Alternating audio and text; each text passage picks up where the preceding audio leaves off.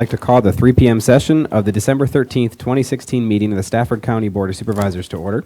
Will the clerk please call the roll? Ms. Bumpke? Here. Mr. Cavalier? Here. Mrs. Maurer? Here. Mr. Milday? Here. Ms. Sellers? Here. Mr. Snellings? Here. Mr. Thomas? Here. Mr. Chairman, you have a quorum. Thank you very much. Good afternoon to everyone here and those of you joining us at home. Last week, we had our World War II Veteran Recognition event. It was an event in conjunction with the state Virginia World War I and World War II Commemoration Commission. We partnered with the city of Fredericksburg as well as Spotsylvania County, and we had an amazing 42 veterans show up for our event. It was one of the most special and meaningful events we've ever held. Several board members have said that to me since, and it was truly Stafford County and in the city and Spotsylvania's privilege to honor these heroes. We have a short video we'd like to give you so you can get a flavor of how the event went.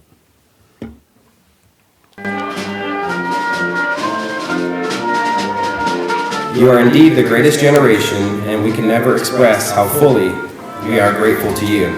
You heeded the call to serve and save the world from tyranny and preserved our freedom for generations to come.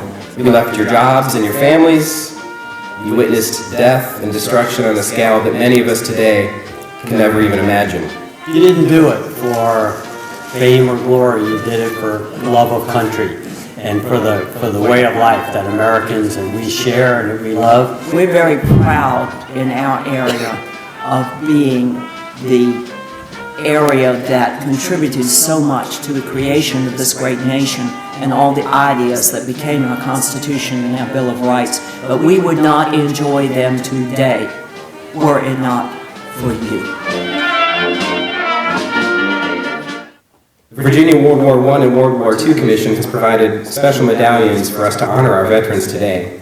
Today, we attempt to show our humblest appreciation and thank you for your service. You left your jobs, you left your churches, you left your families, and you went out and you did what the President asked every American to do, and that's to take a stand for America and our allies, and you did just that. I wear my Honor Guard uniform today to personally honor you, my fellow veterans.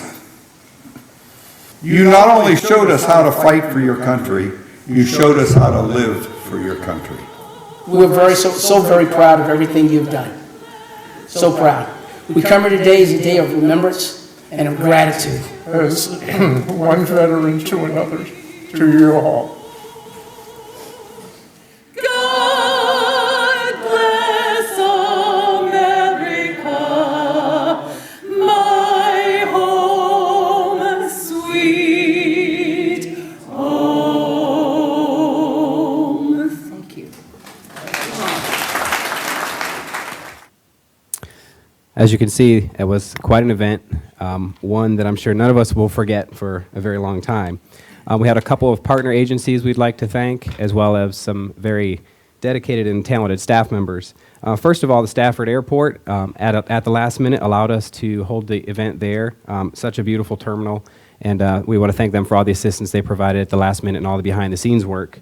Also, we want to thank Mission Barbecue from Route 610. They actually donated the entire lunch, and they sent many staff members to help give the food, and they're just such great supporters of the armed services and veterans and also public safety personnel, and we certainly appreciate that they're one of the shining examples of great businesses in Stafford County. We also wanted to thank Major General Craig Timberlake of the United States Marines here at Quantico. He took his time to come out and not only to deliver a great speech, but I think he made it around to every single one of the veterans that was there and spoke to them on end. And I think that was a great tribute, and his words were very inspiring. And lastly, we'd like to thank the many staff members who worked on this event. And this was a big operation, and it was above and beyond their normal duties. And I wanted you all to know that the board knows this. And if you're here, as I say your name, please stand so we can recognize everyone. We had Jarrett Goins with Parks, Recreation, and Community Facilities. Joni DeSaggio from Parks, Recreation, and Community Facilities. Justin Kreiser from Information Technology. John Palmer from Information Technology. Lisa Logan with Tourism. Crystal Nicole, County Administration. Anthony Tuago, County Administration. Wendy Mallow with County Administration. and Shannon Howe with Public Information. Thank you.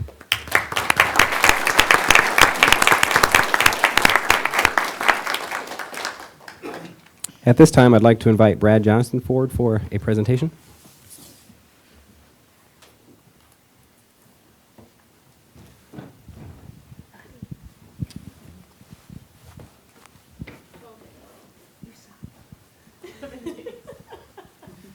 So before we do this, the board wanted to let everybody know this is the last retirement we're allowing for quite a while, so at least in 2016. Brad, since the day I came on, has been just a very passionate person. We have quite an interesting opportunity down in Falmouth, and I think Brad has always brought that to my attention. The history, he respects that, and the vision that there is for that community someday, and Brad has certainly helped me interface with every single business owner down there. I think every single property owner knows Brad by name, and we all thank you for all the efforts you've done, not only there, but across the county. We'd like to give you a presentation.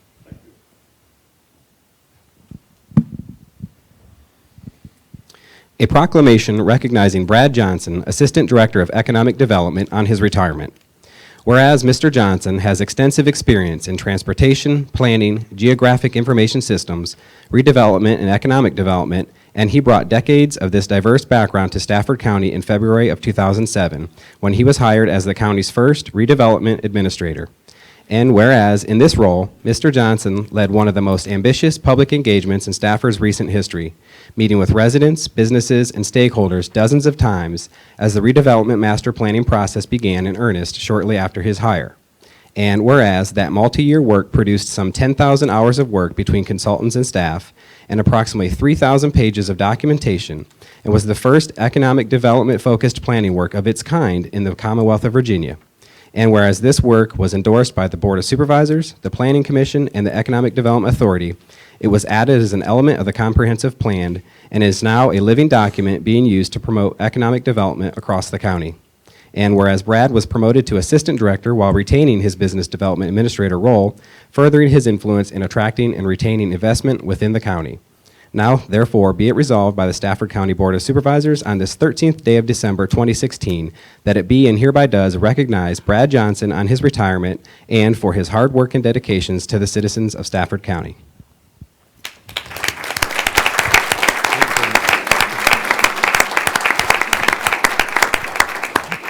Thank you, Mr. Chairman. I need to start out with an apology. My allergies hit me this morning, and so I'm likely to start coughing here at any minute. But mainly, I wanted to say it's been a pleasure and a privilege to be part of Team Stafford for the last 10 years. Secondly, I wanted to thank the board for your continuing support of redevelopment, and thanks for putting it into the comprehensive plan. I think it's outstanding work, and it just needs to move forward. And thank you.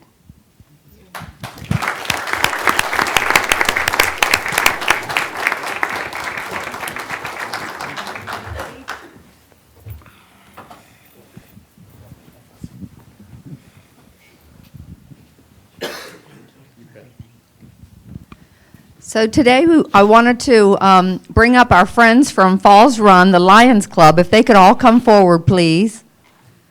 And I was at a luncheon recently just sharing with them the different accomplishments and things that we're working on in Stafford County, and I said, you all do so much for the community. I said, could we present you with a proclamation at our meeting? And they said yes. So we chose this date in December, and I'm going to let Paul speak when I'm finished reading the proclamation, but these people continue to give so much to our community. And a lot of it is to fire and rescue, to our schools, and you'll hear about it in our proclamation.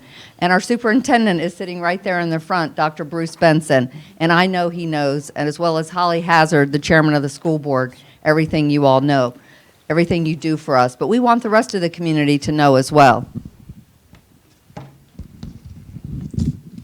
So with that, whereas Lions Club International is the world's largest service club organization, and whereas the Greater Falls Run Lions Club was formed on July 6, 2005, and is a member of Lions Club International, and whereas the mission of the club is to serve our community and beyond by providing volunteer services and raising funds for humanitarian activities. And whereas the club is active in many civic initiatives, including the Lions Project for Canine Companions, and is recognized by the board each August during International Assistance Dog Week.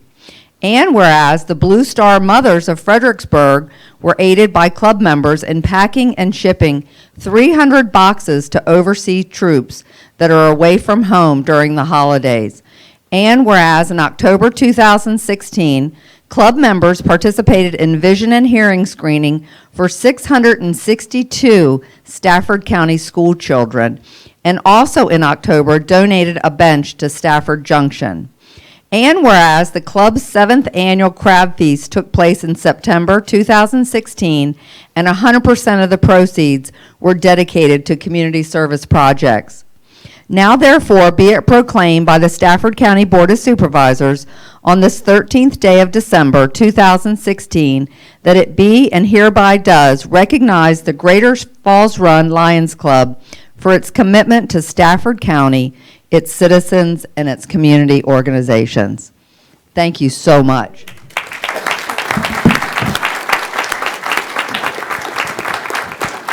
And now I wanted to introduce Paul Watson, the president of the organization right now, and he would like to share a few comments with you.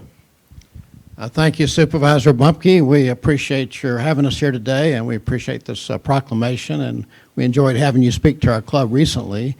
The proclamation stole a lot of my thunder. We are the largest service organization in the world with approximately 1.4 million members in over 200 countries. And our club is one of the largest in Virginia. We have 82 members, and we're very active in Stafford County and doing many things. Last year, our club donated over $40,000 to many charities in our community, as well as donated many hundreds of hours of volunteer time.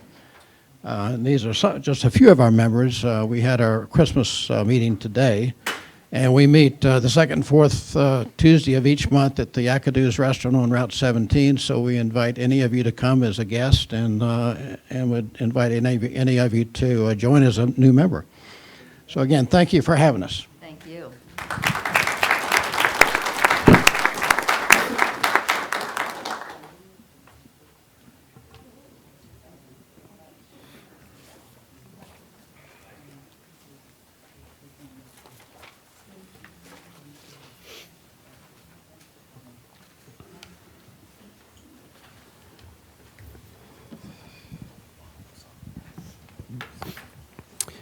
Next, we'll have a report by our school superintendent, Dr. Bruce Benson. Welcome, sir. Thank you. Chairman Thomas, Vice Chair Sellers, members of the board, Mr. Barnes, appreciate the opportunity to share a little bit about our ongoing efforts in the school system. And I've got a couple things I'd like to share with you this afternoon, the first of which is a publication that's attached to the little cover that you have in front of you. It's kind of the Reader's Digest version of our strategic plan that the board formally adopted last year, and I just want to point out a few things inside of the plan.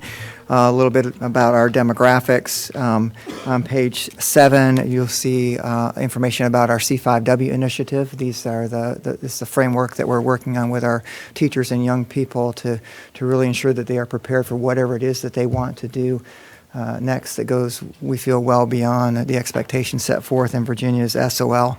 Although the Commonwealth has identified the 5 C's as being important to graduates in the Commonwealth, I don't think they've defined it quite as well as we have. So I'm going to take that, and we're going to kind of run with it as a school system. We added the wellness. We think that's an important piece. Wellness, intellectually, emotionally, and physically, and we believe this is going to provide a nice framework for us as an organization across schools, not looking for cookie cutter schools, but a platform that will say that we're in this together and connected in some manner. The plan itself is based on a set of core values, learners, and we believe that we're all learners. First and foremost, our young people, our students, but as adults in the organization, we believe that we are part of that learning process as well. Community and the manner in which we support each other, which goes way beyond an individual school community and the parents and students in that community, extends to the community at large, and we're very fortunate to be in Stafford, where public education is highly valued, and we're all doing our fair share to make that work well for folks. Excellence, we won't be satisfied with status quo. We're always going to look for that next thing that we're trying to do to improve.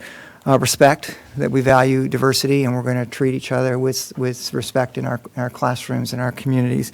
And integrity, we're going to do what we say we're going to do.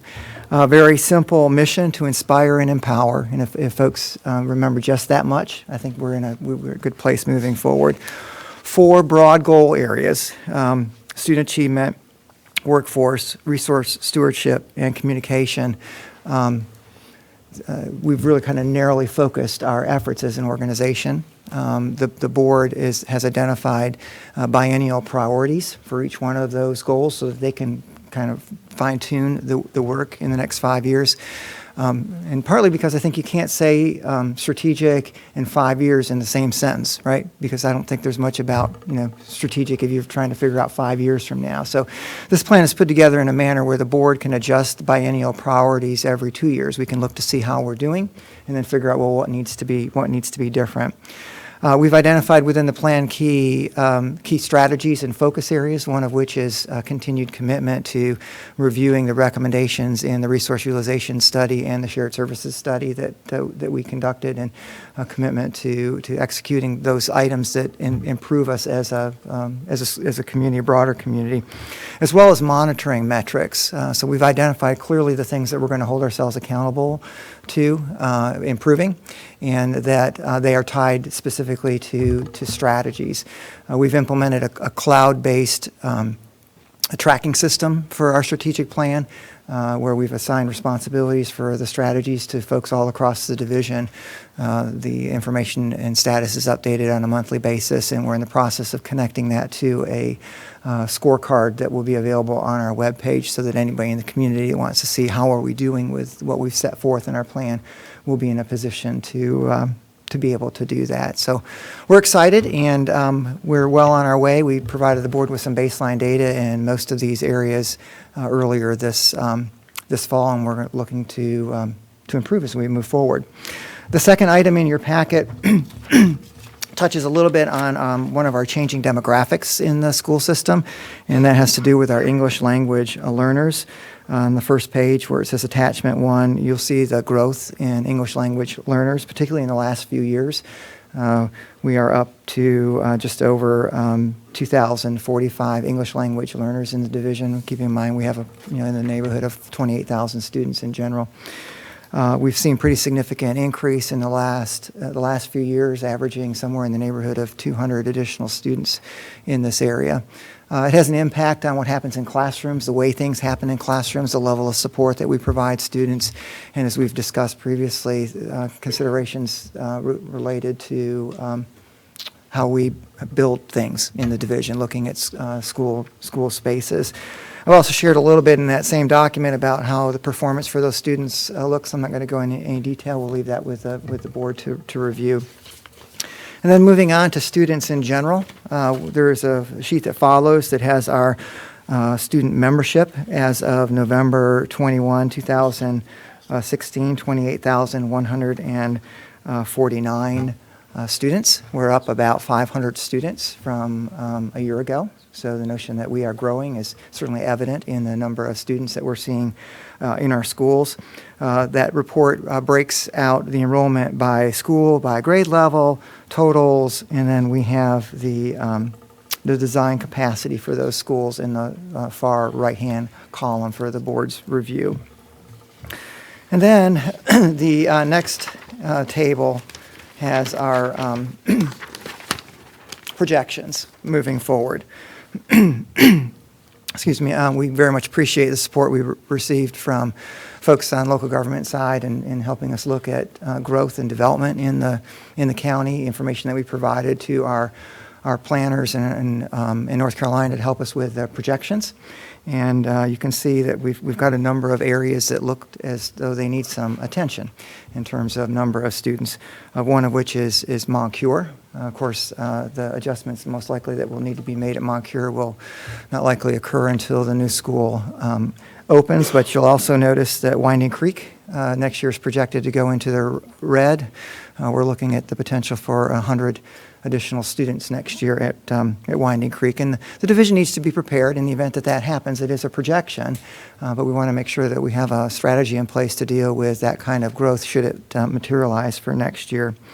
Another area of concern is Colonial Forge, and you'll notice that we are projecting to be in the orange level, that 100 to 105%, but then in 2018-19 we move into the red at more than 2,200 students. So the board is just getting started in looking at the possibility of redistricting. We have a meeting tonight where we'll receive some information, and another meeting scheduled for next week. But Ms. Hazard is here if the board has any questions about the direction that school board is headed in that area. Ms. Sellers? So all of the schools you just identified as reaching capacity impact the Garrisonville district. Hampton Oaks is a big point of contention in the district because Hampton Oaks Elementary, as we see here, is under capacity, and students are being bused out of the Hampton Oaks neighborhood to attend Moncure Elementary. So as we look at that, keep in mind that residents in Hampton Oaks do recognize that, and it does frustrate them a little bit to see all these school buses.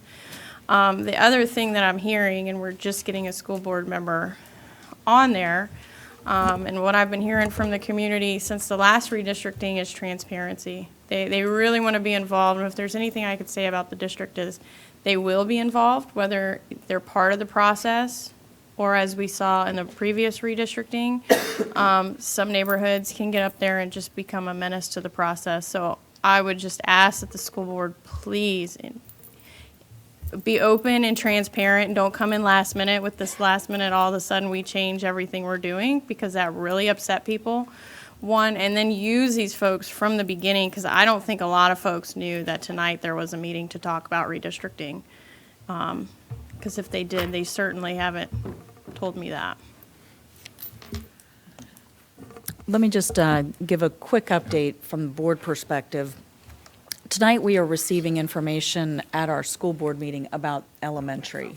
We asked at our work session for information on how can programs be moved, how long do we need to be there. So we're trying to get that up front. Do we need trailers, now called learning cottages, things like that, to get us over the hump? So we are starting, I think, to begin that process.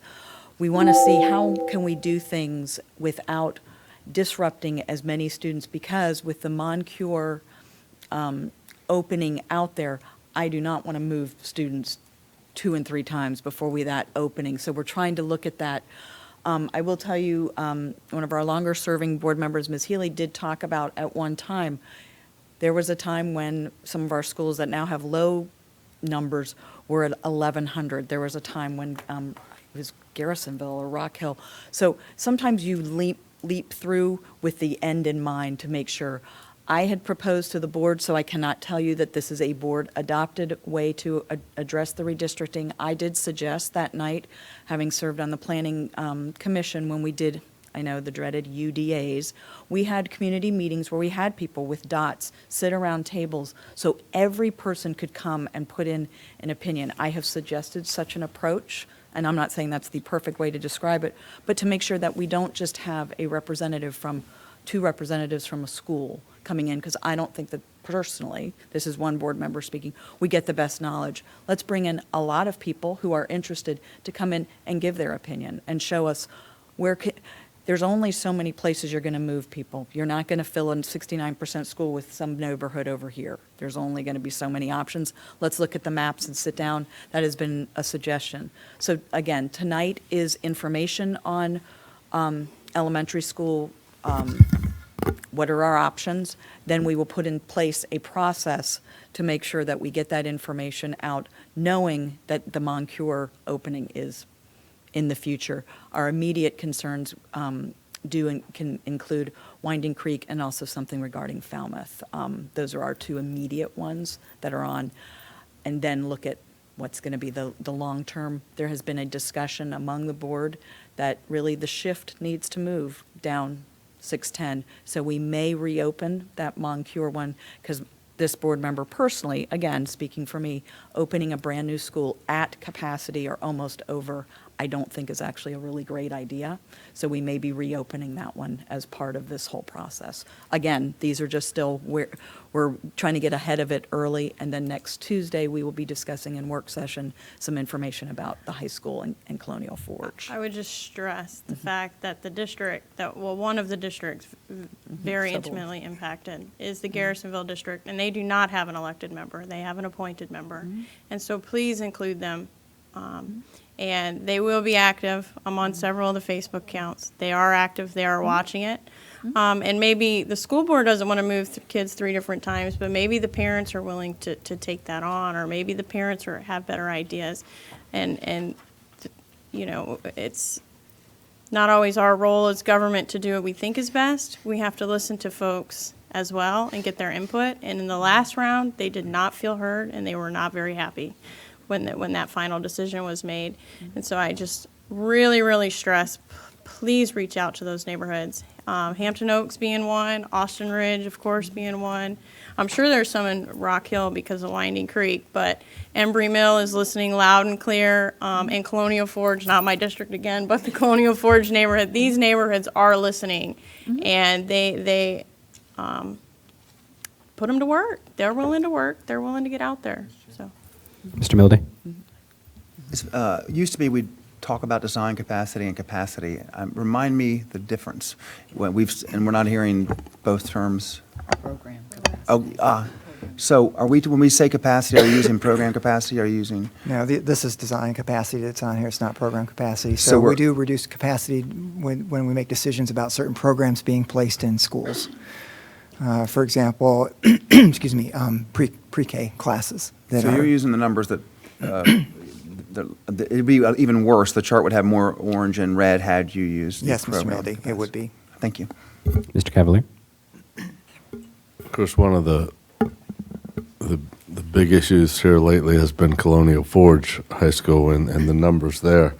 But it's not reflected in any of these charts that you handed out. But I was wondering, what is the number of students who attend Colonial Forge High School who do not live in the district, i.e. those that are employees, children who go there, who come there for specialized programs, whether it be athletic or academic? Do you have that data? We looked at some of that data at the work session 3 weeks ago, sorry.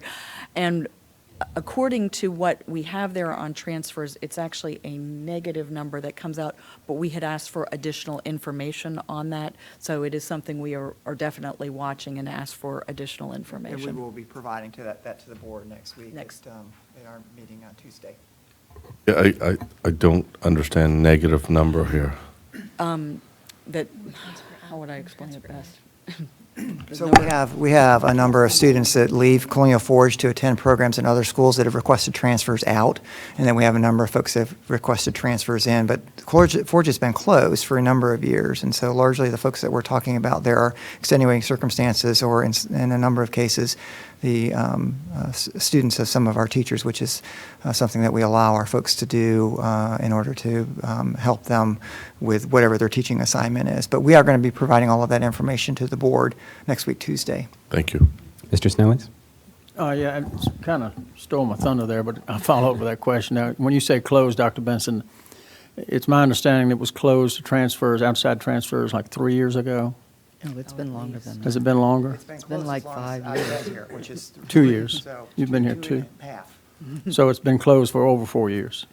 I believe so. So all those students, for lack of a better term, have flushed out, that transferred in. No, because if they come with a teacher. Right. So one of the benefits that we allow our teachers to No, I'm not, yeah, access I agree, is and I don't have a problem with that. My question was more to as Jack was saying, I want my son to go to Colonial Forge because they've got a great wrestling team. Or I want my son or daughter to go to Colonial Forge because I think that's the greatest school on the East Coast. right. Those Has that been reasons closed would off? those reasons would not get you there. Okay, that's what I wanted to know. The other thing, I just want to commend you. I mean, I think people sometimes forget that we do have all of our schools fully accredited. And there's only 31 school districts in Virginia that can say that, so thank you for what you're doing. Mrs. Maurer? I'm troubled by these numbers, mainly because a lot of those schools are in my district and are schools that feed from my district, namely Winding Creek Elementary School and Colonial Forge. By the way, very excited about the light we're getting at Colonial Forge earlier rather than later, so we've shared that information with you. But I think we're getting to a point when I look at the CIP and I look at a new high school in 2025 and I look at some of these high school numbers, I think it might be incumbent for us to really start peeling back the layers on this. I know, Chairman Hazard, you have recommended a committee.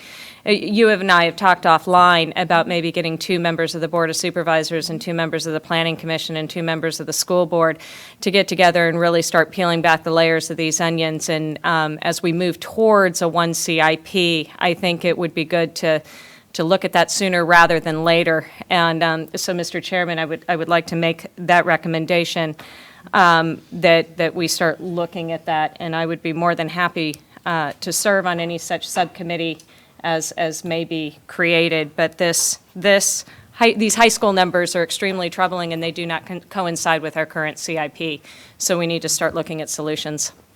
I guess my comment on that would be, is I think our main thing is we are all trying to work together, and although, and please don't take this the wrong way, we look at all the students in here, and I understand how it impacts both of your all's districts, but this impacts every student in the community.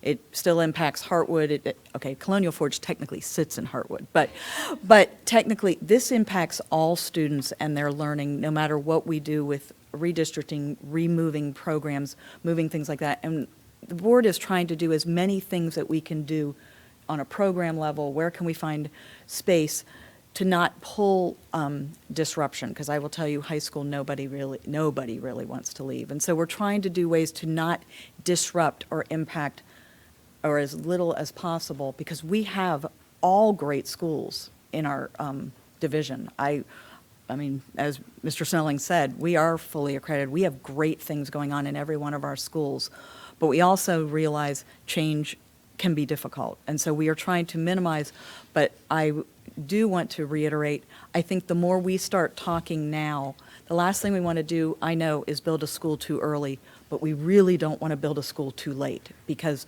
it doesn't take a year or two to build a school, to plan it, to find a place to put it, to make sure it's safe. All of those things, it takes a process, and I would implore all of us to figure out how can we do that. We don't mean to be in our silos, but we can be because of what we're looking at. But if we are going to do this shared service and move forward, I think the more we talk about growth and how it impacts us, the earlier the better, that we can plan better. So I would really like us to consider doing that in some way, and that may also include fire and rescue or transportation, that stuff. But let's all make sure we're talking, because the last thing we want to do is get too far behind. Oh, and by the way, I know Dr. Benson did talk about our English as a second language, our ESL learners. I will tell you, our board was very, I think, amazed when we asked. There are 44 languages currently spoken in Stafford County Public Schools. Our top 4 languages are Spanish, Arabic, Farsi, and Urdu. So just so you have some idea of who our students are, those are our top 4 languages right now. I just thought I would share that because that was an eye-opener for me especially. Mrs. Bumpy? Well, that was actually the question I was going to ask, but you answered it. But also, I just wanted to say that the transfer policy was fixed and approved when I was on the school board with Ms. Hazard. And so a lot of the transfers to other high schools for whatever the program is that your child wants to take, those days are over. Mr. Milday? You mentioned 44 languages in the 4 top, but my assumption, and so tell me if I'm wrong, is that most of them are Spanish. Yeah, the Give me order that an I gave them idea to of how you. many of the 2,000 English second language or English learner students are Spanish speaking. I can get that for you. I know she just ranked them for us, so I'll get you the percentage. I'll send it thanks. over. What time is your meeting tonight and next week? You get people at fi- your meetings. We have a lot of meetings. 5:30 is our work session, but that does not involve redistricting. 7 o'clock is our meeting this evening, and 5:30 next Tuesday for our work session. Any further questions? Thank you very much. Thank you. Thank you. Next, we have presentations by the public. If anyone wishes to address the board on a topic, now is your opportunity to do so. Do we have anyone in the chambers who wishes to address the board? Seeing none, we will move on to committee reports by board members. Mr. Milday. You call it, that's the first time you've done roll call different than speaking in 10 years. The last couple of weeks, I attended Quantico Regional Executive Steering Committee on the base for a couple of hours with Wendy and Colonel Murray and Prince William County Supervisor and a Fauquier County Supervisor dealing with things that you might imagine, things that have to do with the base.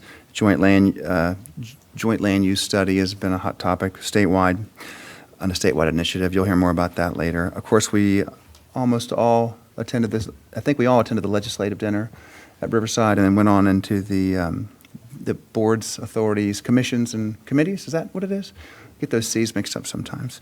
A meeting. It's just amazing to have the entire half of Riverside, all of their dining area filled up with people who volunteer. Almost exclusively, we get paid, not a lot, but almost everyone else there was just our volunteers and some employees. But so many great people dedicating their time to Stafford and to the citizens, and sometimes they take a lot of flack when you're on some of these committees. Also, PRTC.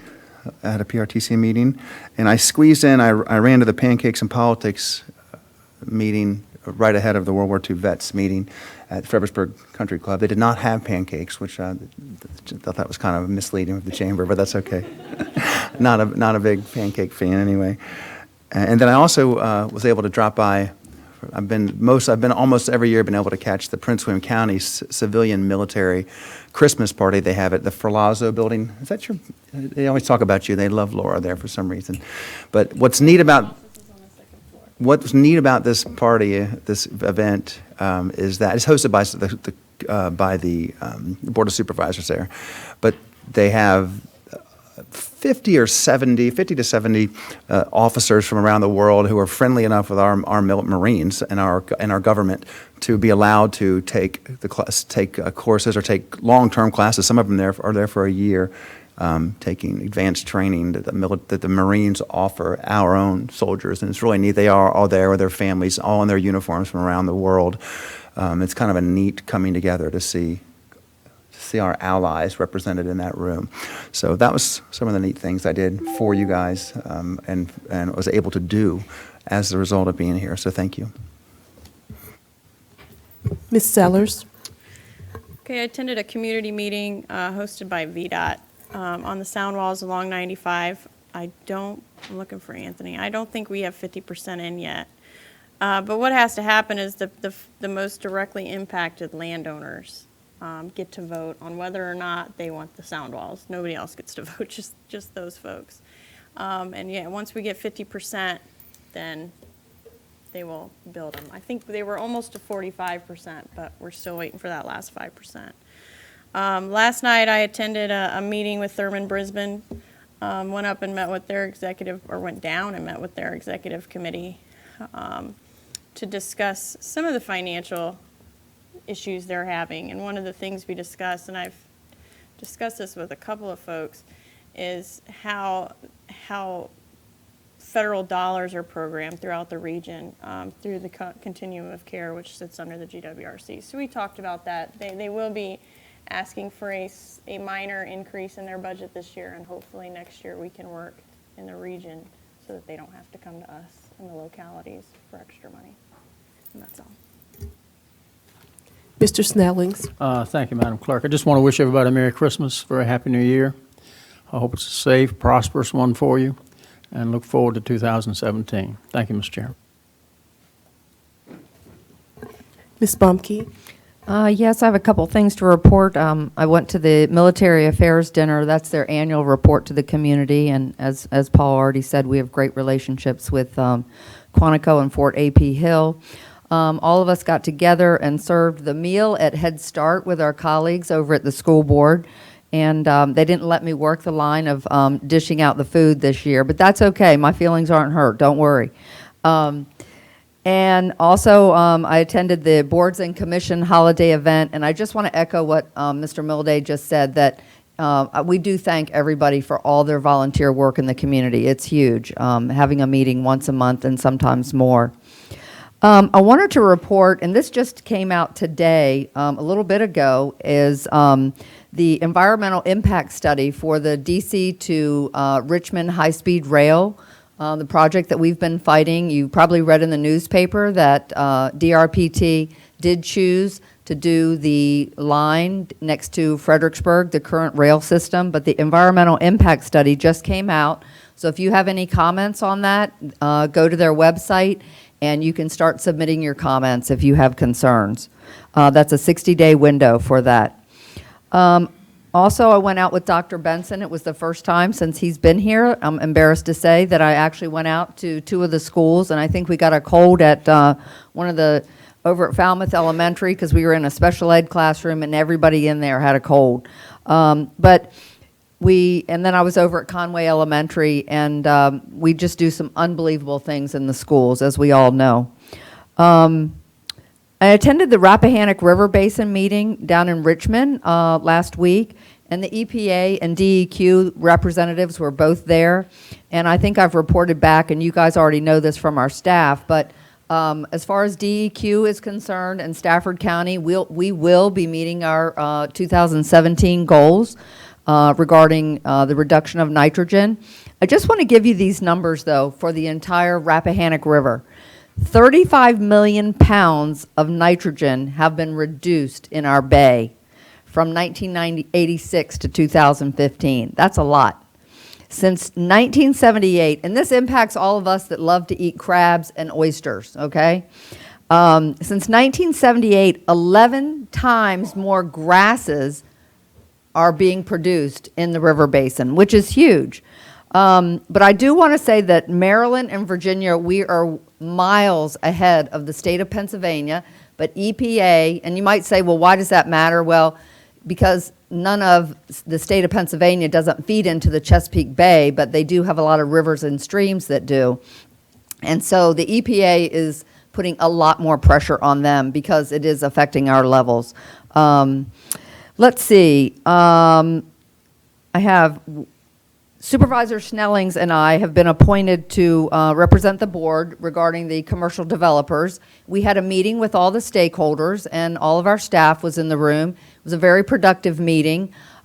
We heard complaints, we heard concerns, and I'm not going to share our dirty laundry because it's not necessary, but I just want to tell the development community that we heard what you had to say, and we're going to be taking it to the next we're going to have a roadmap on where we go and how we make changes. And because the number one thing that we heard was time is money. And the longer things sit in the review, it costs them money. So it was very productive, and we'll be sharing more information with the board in the future.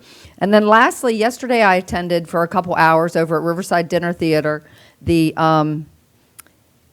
tourism forum. And this is very interesting. It's going to be something that our board seriously needs to think about. In Richmond, and I'd like to share this with the board, it's the impact of tourism, and also in the Blue Ridge Mountain area. But they do things very differently. We can talk about it at some point, but their tourism is run by a visitors bureau. And all I want to say is that if we proceed down this way, because we need to bring in all of our business partners, because there could be an expense to them, we need to just approach this very cautiously and do our due diligence. That's all I have. Thank you.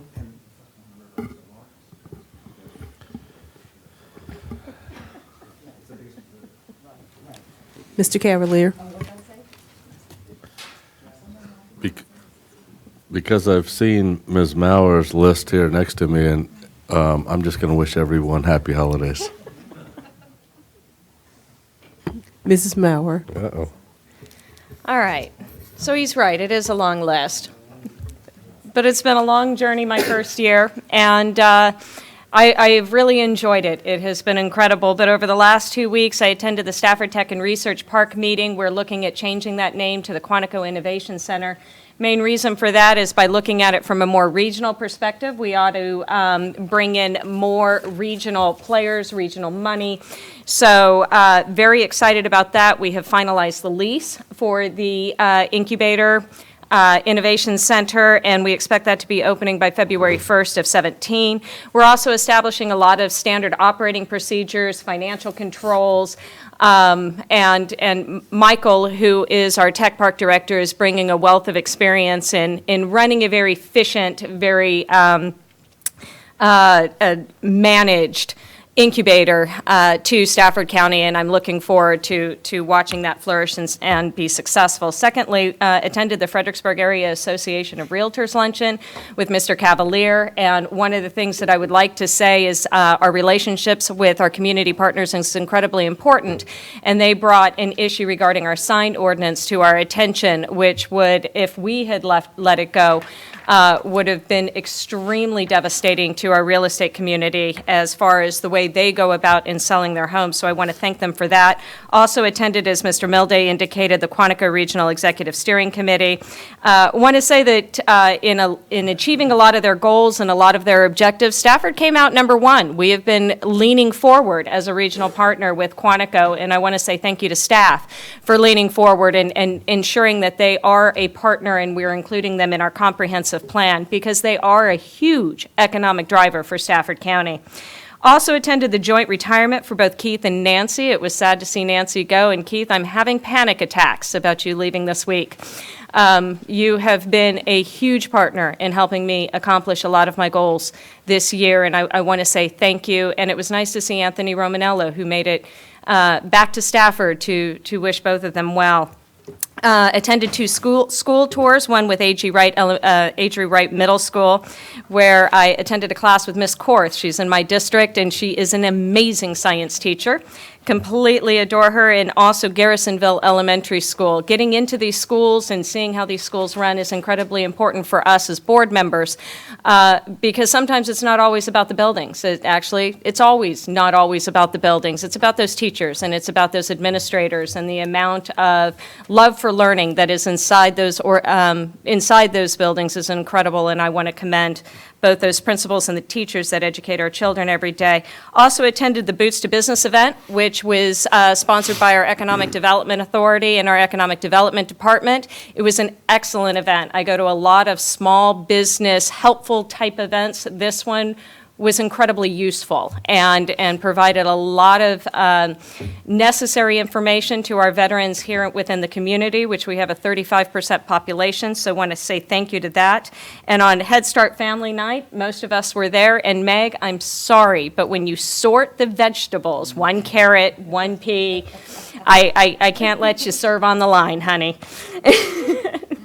Again, the dinner with our legislative committee and our boards and commissions holiday party, another huge success. Want to thank all of those that serve on the boards as my appointees.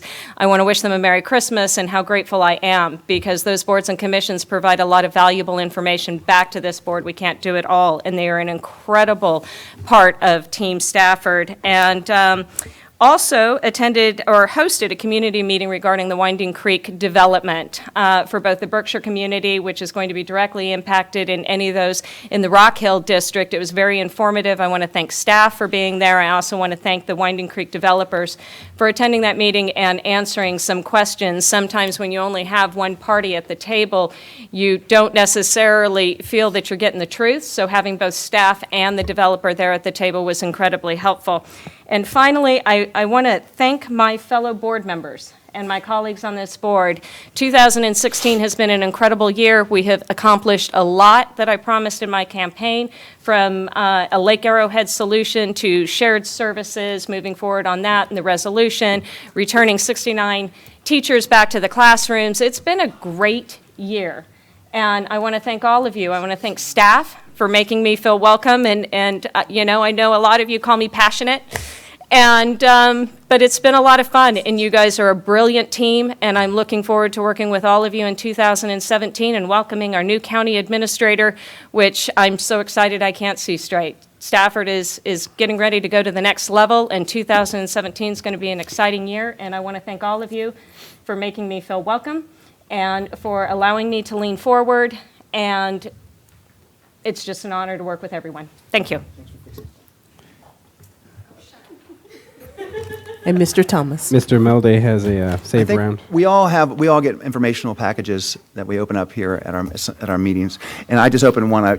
Gary has to have already known about this, but they apparently have discovered a 3-foot tall obelisk in between the north and southbound lanes of 95, about mile marker 142, that was put there in the late 1700s, maybe right in the beginning of the 1800s, and has 3 well-known Stafford residents' names on it. It's a really neat. We have a couple of smaller versions, little things like that around here. These go back to colonial times, and we're going to have to move it because the lanes are going to impact it. So I think that's really exciting, and I don't know what we're going to do about it, but I guess we'll have to have some type of ceremony. Well, it's written to Bob Thomas, and I'm copied on it. So that's all I wanted to add. And the Pennsylvania Susquehanna River is the largest polluter of the Chesapeake Bay. Yeah, but Pennsylvania does not border the Chesapeake Bay. Gotcha. That's what I meant to say. Sorry about that. Sure. Who's next? Me? Okay. We have a long agenda, so I'm going to reserve most of my comments, except that I would like to take a quick opportunity to thank my colleagues for allowing me to be your chairman this year. It really has been the highlight of my service so far. Had I known we would lose a county administrator on my watch, I might not have taken the job, but I will say that I was beyond pleased on how well the board coalesced. Every single vote along the way to get us through this transition has been unanimous, without a doubt, and that has far exceeded my expectations. I just want to thank all of you and wish each of you a good holiday and look forward to a 2017. Next, we will have the report of the county attorney. Defer any comments, Mr. Chairman. Thank you. Thank you. Report of county administrator. Mr. Chairman, first item, monthly report is before you. We will not address that. But secondly, we would like to provide you an update on the county's new website. And Shannon Howell is here to give you the fresh new look that we'll be going to after the first year. Good afternoon, Mr. Chairman and members of the board. My name is Shannon Howell. I'm Stafford's Public Information Officer. We're giving our website a fresh look with new navigation and easing the way visitors can find information with fewer clicks. One major change is the new site is more mobile friendly because we're seeing that we have a lot more people accessing our site with mobile devices rather than just a standing PC, and we expect those numbers to increase with the added functionality. The new site is under construction right now, but I wanted to give you a sneak peek. So, Marcia, can you bring it up? Computer, please. As you can see, the home page is much cleaner and focuses more on the information that people want, so it's easy to find, like, government, employment, those things. And if you go down, you see the buttons that are most accessed. Definitely online payments are a big one, and report a concern. And we still have news and events to focus on the things that are most important to us, but a new thing that we did is when visitors come to visit our county, they want to know what is going on in the county. And our calendar of events, your meetings are very exciting, but they're not really events. So we changed the calendar of events. Now it's going to, it should. It's going to list things like our Christmas parade, and we're going to pull things from the tourism website to populate that. And then your meetings and all the BACC meetings will be listed under public meetings, which makes more sense. Let's see, what else? We still have, I showed you the news and events, but now we have the special spotlight section at the bottom with the pictures that we can feature certain things.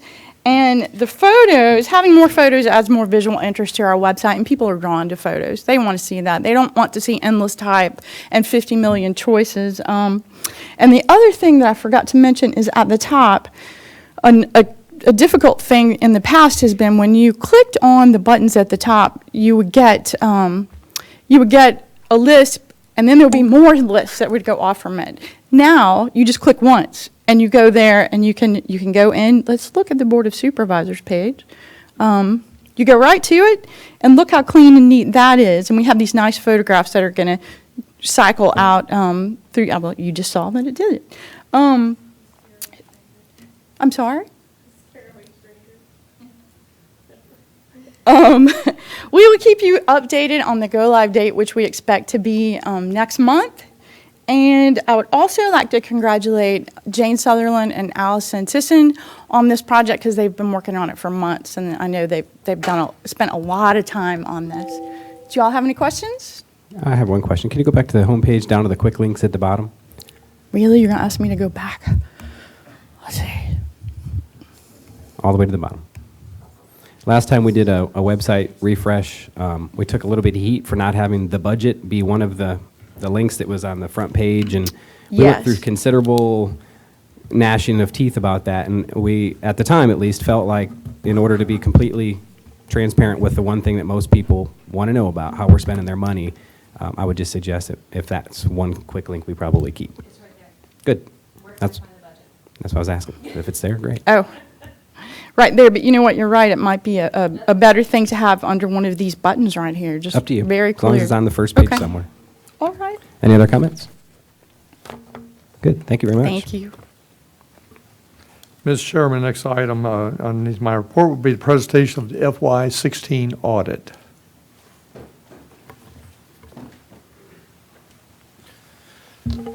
Good afternoon. I'm Lou Cannon. I'm the partner in charge of the audit engagement for this county, for the R Board, and for the school system. With me is Robbie Bittner, who is the engagement manager. We are on the cusp of finishing. We're just a day or two away, but wanted to take this opportunity in this meeting to give you a synopsis of where we stand and the results. We've met earlier with the Finance and Budget Committee in detail. This will just be an overview. Just wanted to take the opportunity to make sure everybody understands exactly what we're doing. When you think about an audit, you generally think about our regular professional standards, generally accepted auditing standards, but we also, because you're a government, audit under government auditing standards. Because you receive millions of dollars in grants, the Single Audit Act applies, and there is testing and opinions to be rendered related to that.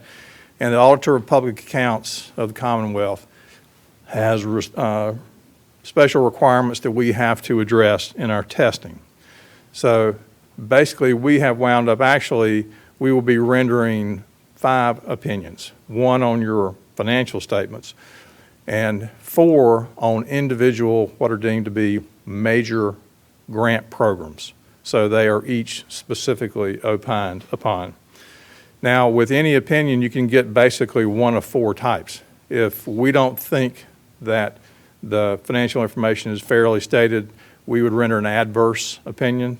If something was so contingent we couldn't render an opinion, we would disclaim. If we felt they were fairly stated except for a particular item, we would have a qualification, a small modification except for that item. And the highest level of assurance we can give as auditors is an unmodified, sometimes called a clean opinion, and that's what you receive both on financial statements and on each of these major grants. There are other reports that have to do with internal controls. We don't render an opinion on internal controls, but we do report on them because we assess controls to see how much we can rely on them in doing our testing. And we look for and report possible deficiencies. So the synopsis of this year's findings is we had 8, 2 of which are really related, so let's just call it 7. And that compares with 5 last year. So a couple more, but sort of in line. 5 of those relate to financial statement matters. 3 relate to compliance matters. Each of them comes with a response from management and the process owner, whoever that may be, and they will be addressed, and in the subsequent audit, we'll come back and look to see exactly what's been done. So that's down the road. They're a little tired of us now, trust me. But everybody's been very cooperative. We very much appreciate the help we get because it's a long process.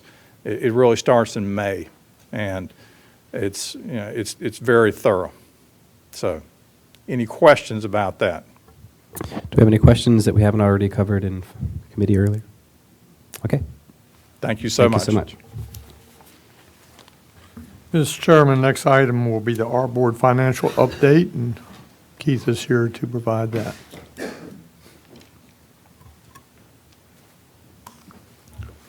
Mr. Chairman, members of the board, Keith Dayton, Deputy County Administrator. I'm here at the request of the board to provide more information about our board finances as things go on. So I think this is our second year of reporting out the audit, which is almost complete. We don't believe that the numbers themselves will change any, so in the interest of time, I'll get right through this. The audit confirms that the financial condition of the Our Board operations continues to improve. Our operating revenues in FY16 are increased over $1.3 million, about 32% over last year, to almost $5.5 million, while our operating expenses remained level, all in, within $10,000 of last year. That would indicate that our operations were able to handle more business and spend the same amount of money to process that solid waste. Our deposits and investments grew by 12.5%, up to almost $7.4 million. That is basically our Board reserve fund. On the balance between revenues and expenditures, we were able to withdraw no money from the reserve fund in the last fiscal year, even though we had programmed over $1 million as our share of the Cell F2 cost. We were able to do that largely as a result of city and county actions to help with the debt service, provide some financing support for the construction of Cell F2, and continue with the Our Board business.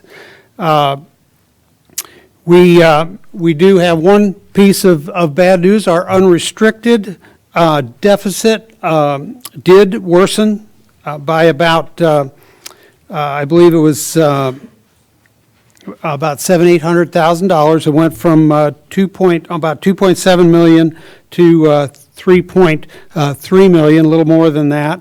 However, most of that was due to a combination of depreciation charges, closure, post-closure. We opened up Cell F2, so we got hit with over $1.3 million in additional post-closure liability, which went against that particular bottom line. So it was about $650,000 to $3.3 million is where we stand right now. However, things are turning around, finances are improving, and we expect that unrestricted net deficit to continue moving in the other direction next year. The audit indicated that we had netted about $620,000 in the last fiscal year from resident fees. That helped tremendously, but also the action of the board and the city council to implement flow control ordinance. We calculated that increased our revenue by about $900,000, and that was for a partial year. We didn't put that ordinance into effect until, I believe, May 1st. Some companies started voluntarily complying, but now we're in full compliance, and we expect that number to go up dramatically. So unless there's any questions, that completes my summary. Mr. Mildy? I just want to thank you. You and Anthony Romanello, of course, works. If you represent the Aquia District, you inherit a landfill, and you get to serve on the. I've been on the landfill, a dump board. I'm sorry that some people don't like that but I'm from the landfill business. My rainwater landfill happens to be a family business, so I inherited a landfill with a lot of money in the bank and a negative cash flow, and it was a disaster, and with a lot of pushing and prodding from this board and some pretty tough decisions. User fees and flow control, and neither one of those aren't controversial, and not to mention the nightmare of talking about waste to energy. So this is the first good year. This is the really amazing thing that's happening here. And don't forget, the landfill still foots the bill to cleaning up all the trash off the streets of Stafford County. That's where the money comes from. So that's not free, but it is borne by the customers of the landfill, and that's a lot of money. So I just wanted to thank Keith and Jack and Gary, who have had to suffer through a lot of our board meetings. Thanks. Thank you. Mr. Chairman, the last item on my list is currently Stafford Hospital is seeking a certificate of public need from the state for the placement of a CT scanner at the hospital here at the courthouse. And before you is Resolution 16-371 in support of that placement of the CT scanner before the board. I'll be glad to answer any questions. Stafford Hospital, I met with them. They've requested the board's support, and the resolution is before you. And for the, just so the board knows, this is time sensitive, so we will Yes. entertain a motion today. Do we have any questions before we do that? Yep, so move. Okay. Okay, we have a motion for R 16-371, seconded by Ms. Sellers. Any further discussion? Please cast your votes. Tally the votes.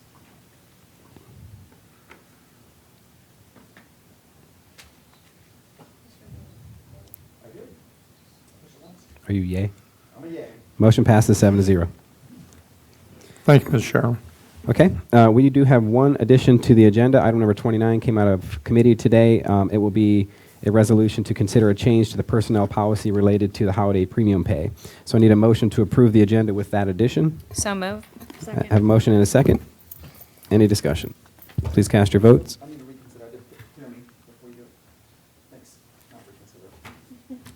Tally the votes. Jack? Motion passes 7-0. Next, we have consent agenda. Any members wish to push an item off of Pull consent? 10, please. Number 10.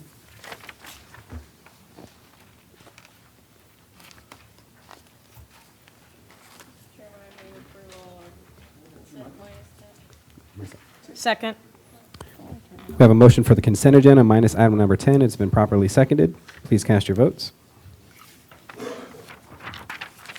Tally the vote.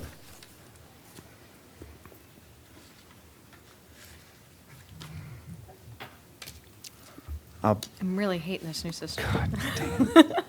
Yay again. Mr. Milday is a yay. The motion passes 7-0. Item number 10, Mr. Milday.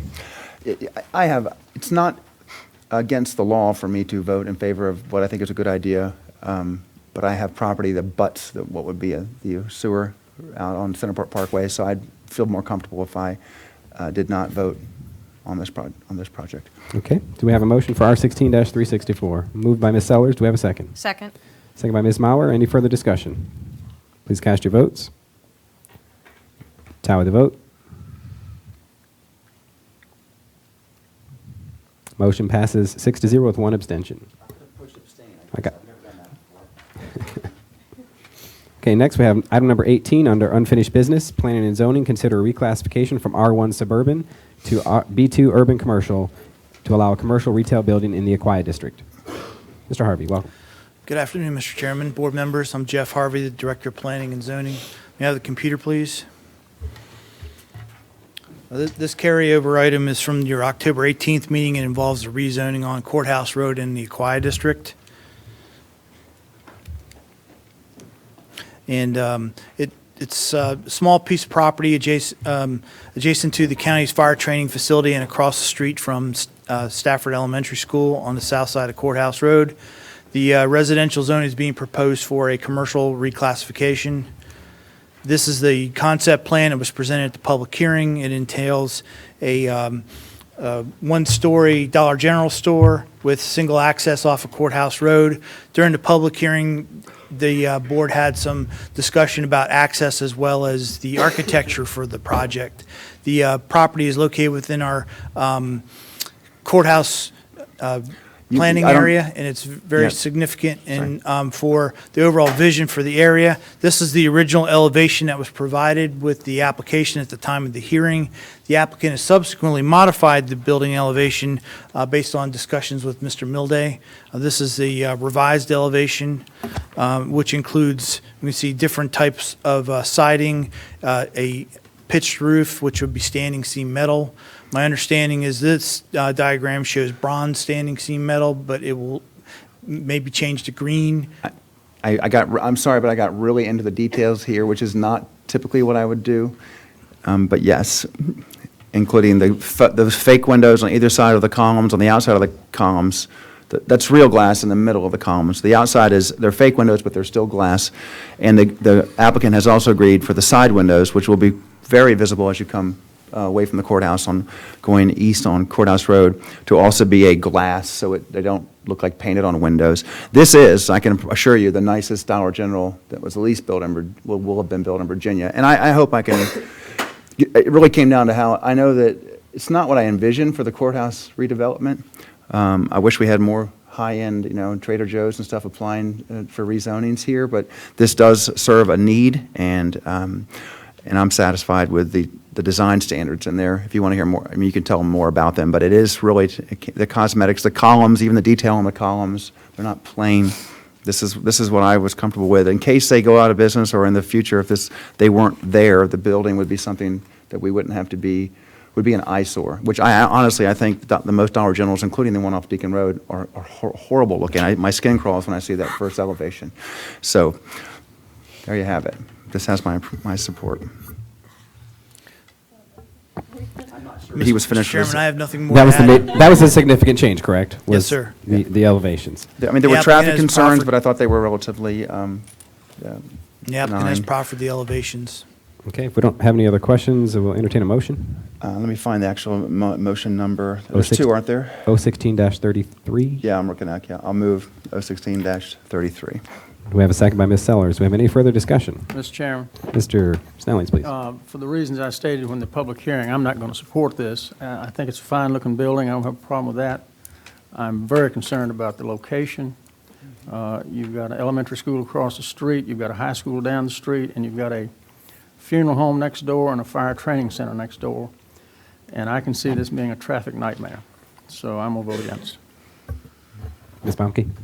Yes, I've actually talked to people that live out on Hope Road and come this way. I don't travel this area, but I have to echo all of Mr. Snelling's comments. And for the exact same reasons, this area is already a traffic nightmare. I can't support this. Thank you. I'd like to read any more Mr. comments? Mildy? Sure.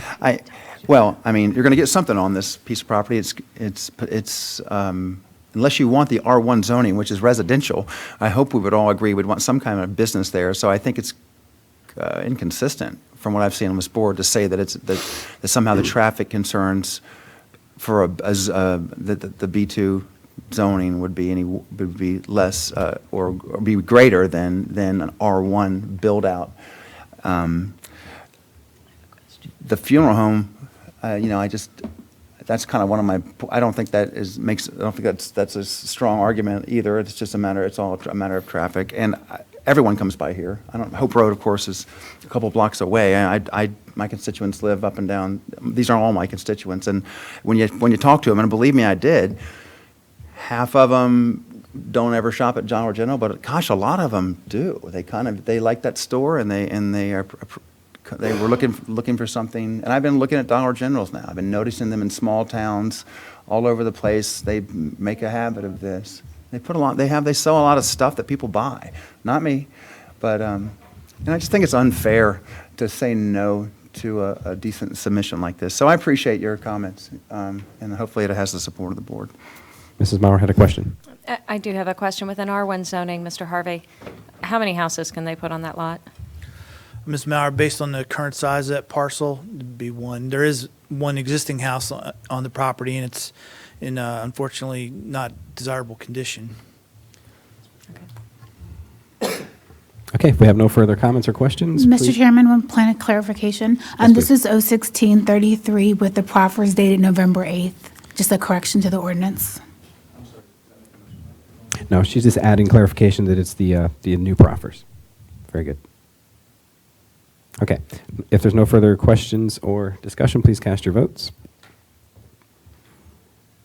Tally the vote. Motion passes 5-2. Next, we have item number 19, Planning and Zoning. Consider revoking a special use permit, SUP 94-03, for an automobile sales facility in the B2 Urban Commercial Zoning District on a portion of tax map parcel 45-68. Mr. Chairman, members of the board, this item was deferred from the June 7th agenda, and it was discussed that they were to have 6 months to stay in compliance with their use permit. I do have pictures if you want to see them, but because of time, I thought I would just quick run through this. In November 2016, we inspected the site and found that there was a violation of the location of the vehicles, but not the number. The number had come into compliance. And we spoke with Autoland and went out there and actually ran a tape from the edge of the pavement into the property, marked the spot, and they assured us that the vehicles would be moved. On November 30th, the vehicles were moved. And we have gone back several times since then, and as of today, the vehicles are in the correct location, and the number of vehicles are in compliance with the SUP. And just to clarify, in my motion to defer, staff didn't have a choice but to bring it back in 6 months. Right. That was part of the actual motion, so that's why we're looking Yes, at sir. it today. Yes, sir. So I would like to propose to the board, now that everybody understands where these distances are and the number, it seems to be much closer. Maybe wasn't in compliance the whole time, but I think we've made good progress. I would suggest to the board that we just leave this on permanent deferral, and if I have an issue or zoning brings something to my attention, I would at some point request to the current chairman that it come back to the board. Is that acceptable? Yep. It was a public hearing, so that's why I'm asking. I'm not sure if we have to dispose of it or if we can leave it to a deferral without a date. Mr. Chairman, no action can be disposal of it if you basically tell staff to go ahead and take it off. If this happens in the future, we would recommend another public hearing Okay. and then consider a revocation of the the SUP. That's fine. Ms. Maurer. Prior to going out there on November 29th, where you found the cars too close to the curb, had they ever been notified that their cars were too close to the curb? They had been notified when we had the public hearing. That Prior that to there was a that. distance issue as well? Yes. Oh, okay. I was just curious. Okay, so I guess I'm recommending no action. If the board's okay with that, then we will dispense of it and move on to item number 20. Thank you, Ms. Blackburn, for your help. Item number 20, Finance and Budget. Authorize the interim county administrator to approve the funding authorization, appropriate proceeds, and execute a contract for the construction of the new animal shelter. Mr. Chairman, Keith Dayton, Deputy County Administrator. If I could have the computer, please.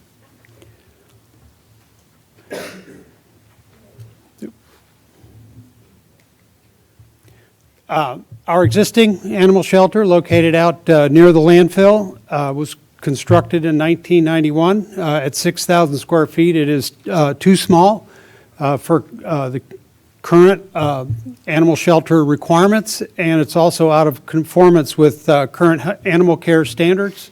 We have been issued multiple violations by the state, and we have been threatened by fines. The board recognized the problems with the animal shelter, included funding of $5,748,000 in the adopted CIP. They also took action to approve design for a new animal shelter.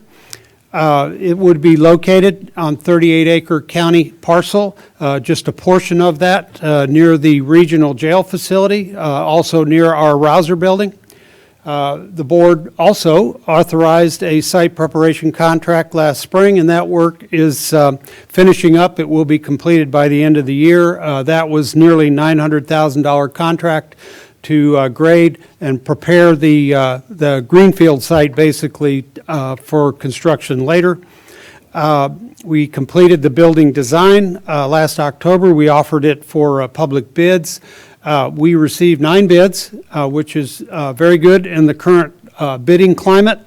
And they range from $3,827,000 to $4,430,000. We believe that the strong response from contractors and the narrow bid range speak very well for the competitiveness of the project and the quality of our contract documents.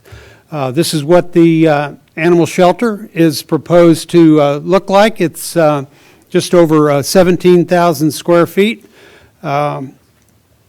Our bid results, the apparent low bidder was Taft Construction Incorporated. They are out of Culpeper, and they included actually over about $700,000 for site development costs. And we do believe, after investigating, that they are the lowest responsive bidder. And if the board is interested in proceeding to authorize a contract, we've developed a funding plan, as shown in your package. Basically using $400,000 in current revenue with bonds of $5,348,000 to meet the total project amount of $5,748,000. We would look to supplement the project budget with $750,000 from the utility fund, and that's basically to reimburse the project for the upfront site development costs, construction of the road, bringing in utilities, general grading for portions of the site, which will benefit the utility department and other users once they move onto that 38-acre parcel. Estimate of expenditures are on your right. We're looking at a building construction cost of $3,148,000, which is very competitive. There are additional actions that the board would need to consider in order to go forward, because the adopted CIP identified financing to fund the animal shelter. You would have to authorize the issuance of debt. We are recommending that you authorize debt in a not-to-exceed amount of $5.75 million to cover loan processing, closing costs, bond issuance costs, that is. We are investigating financing options, which could be anything from a conventional loan to issuance of bonds, and we would bring that recommendation to the board at a future meeting, so there would be a subsequent action on that issue. The required project funding balance of $4,826,000 must be budgeted and appropriated to move forward with a contract. Staff does recommend approval of R-16-313 to authorize the issuance of debt, and R-16-369 to award the contract and budget and appropriate the necessary funds. And I would advise the board, the Public Safety Committee considered this at the November 22nd meeting and voted 3-0 to recommend approval of the project. I'd be happy to answer any questions. Any questions? I have a question. Ms. Pomke. Mr. Dayton, can you go back to the page that shows all the cost of the project? And I know we had significant cost related to, the grading and everything, but just the contingency amount is about 12% of the total project cost. Just seems a little high. Can you help me? Well, Ms. Bomke, I hope it is high. I hope we don't need it. We do have some unknowns, mainly making sure what Dominion, Virginia Power, will charge to bring in electricity to the site. So we've got a comfortable number there. We're also having conversations about fiber optic, and if we want to bring that in, we would look to that contingency fund to go ahead and help with that as well. So there are some unknowns. Quite obviously, if we don't need a contingency, we won't spend a contingency. Okay. All right. That helps me. Thank you. Any other questions? My question is along the similar lines, contingency. I don't know if it's a pattern or if I'm just imagining it, but it seems like in a lot of the projects, there's nice to haves that maybe we could do later and other options. So what happens is a contingency fund ends up getting spent somehow. So I think that big number is kind of what made us wonder, hopefully we'll be getting some money back out of there. So that was just more of a comment. I think now Mr. Milde had a comment. There was a time when I got on the board, Gary and I, Gary was there right before me, and Jack was there in the beginning for a couple of years and left for 4 years. But there was a time for half my time on this board where the board as a whole was not supportive of a new animal shelter. I just want you to remind people that I complained, voted against CIPs for years, trying to move this along. This board and the one before have been extremely supportive. And now it's been so long, it's not even in my district anymore. Had I gotten this done, I could claim it. Now it's in the Heartwood district because they redistricted us. But, and Deputy Knoll takes a lot of heat. It's not his fault for that, for something, that little building, because it's so small, it doesn't have the space, so a lot of, some are euthanized unnecessarily. We've hit records up near 1,000 cats in a year, and I know some of those have to be put down anyway, but some of it is because of space problems. And the dog, and the smell, the confined space, the way it was built, the dog area is noisy and just not inviting. So besides space problems contributing to euthanizations, you also just have a place where it's not really nice to come in there and try to adopt an animal, with your kids. It's more like visiting Dachau, as a memorial. In a serious, horrible. I'm not making light. I'm just saying it's a really morose, bad, nothing like Dachau, but just a bad situation. So I have been to Dachau, but I'm so glad that it looks like this board is finally well ready to move this forward. So thanks.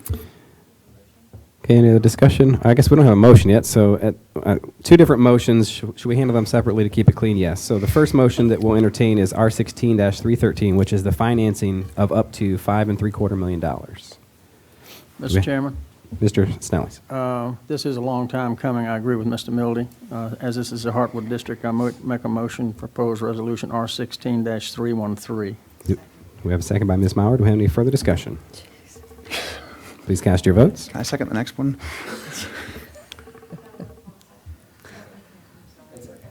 Tally the vote. Thanks for fixing our animal shelter. Mr. Mildy, I'm assuming you're a yes. Okay. Motion passes 7-0. Mr. Chairman, I make a motion for R16-369. Okay. Do we have a second? Second. Second by Mr. Mildy. you got to second. Do we have any further discussion? Please cast your votes. Tally the votes. Paul, I wanted to second and I was on public safety. I'm telling you I'm pushing this button. Motion passes 7-0. Next, we have item number 21, Planning and Zoning. Refer to the Planning Commission, the Integrated Corporate and Technology Park Overlay District as originally crafted. Thank you, Mr. Chairman. This item is a discussion about the board's vision for the Integrated Corporate and Technology Park Overlay. I'll call it ICTP for short. This overlay was discussed and referred initially to the Planning Commission back in September. The concept was that in these large office parks that we're starting to see in the county, namely Quantico Corporate Center, Riverside Business Park, there's a lot of office space for professional and technology offices, which we really like and want to attract. But part of that attraction is being able to have services and other activities nearby that can complement them, which currently those two projects are primarily industrially zoned, but also they have some commercial zoning at Quantico Corporate Center and a desire to have commercial zoning in Riverside Business Park because of the fact that the commercial zoning category allows some retail uses, childcare, and other things that are not currently allowed in your standard M1 light industrial manufacturing district. As such, the board looked at the types of uses through the Community and Economic Development Committee, and one of the recommendations was consideration of allowing multifamily housing. Part of that was that you could have multifamily housing to provide housing for people that work in that complex or the nearby area. Also, it potentially could create a situation where you have people there 24/7, help support the retail and other non-office type of activities. The Planning Commission, in its discussion about the amendment, felt that the multifamily housing was not appropriate in their view. In advertising their public hearing, they removed that portion of the ordinance out. In specific, they had concerns about the underlying industrial zones and felt that housing is not very compatible with manufacturing if there was any going on in that complex. Also, too, they had some concerns about if the overlay was developed on a wide scale, how would public services be mitigated for the housing? Mr. Mildy. We're talking about Quantico Corporate Center. it's M1 zoning by in name only, right? I mean, it's considered industrial, but it's not it's not developing out as industrial.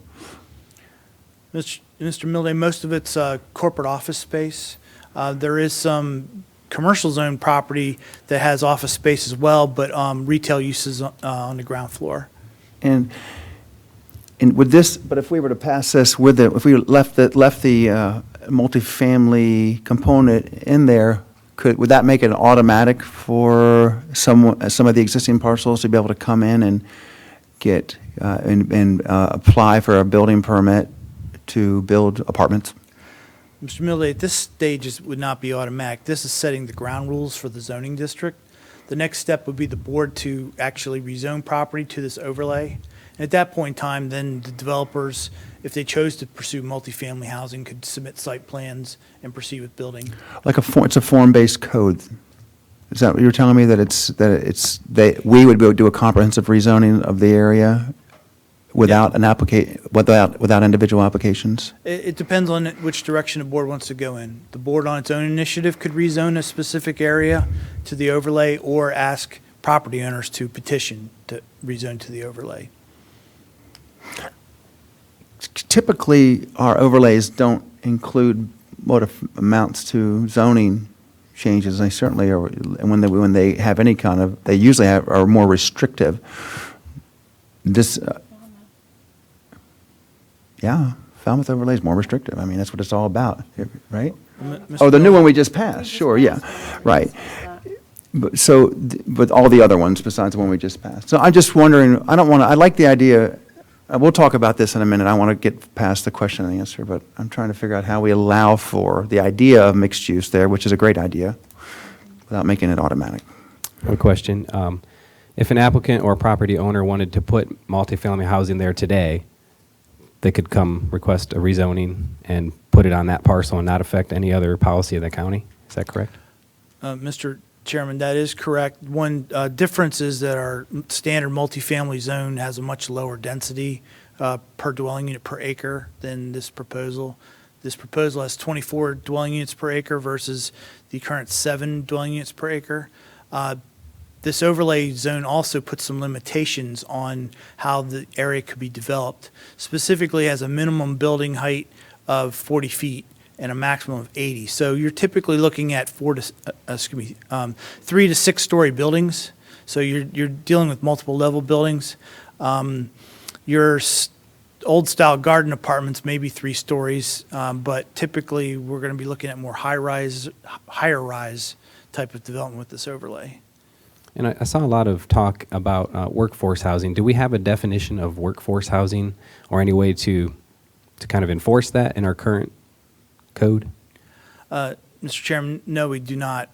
This overlay doesn't speak specifically to workforce housing, but the purpose of it says that it could provide housing for the people that work in that immediate area. Right, but it's really hard to enforce that. Yes. I mean, if you had an applicant who lived on 610 and they wanted to live closer to the base for some reason, we can't restrict that, correct? Correct. Okay. And the regulations dealing with the multifamily housing currently as drafted limit the number of 3-bedroom houses to no more than 10% of the total dwelling units. And that was something the committee talked about. This is more intended for, not necessarily intended for families. It's more intended for people who are interested in working and living near where they work.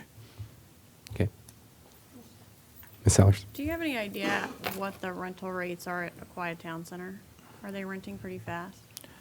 No, ma'am. I'm not familiar with Occupancy rate? the occupancy. Are they? Okay. So people are interested in getting into these more mixed-use areas. Because are they fully open? I don't know which one are you now. Are they?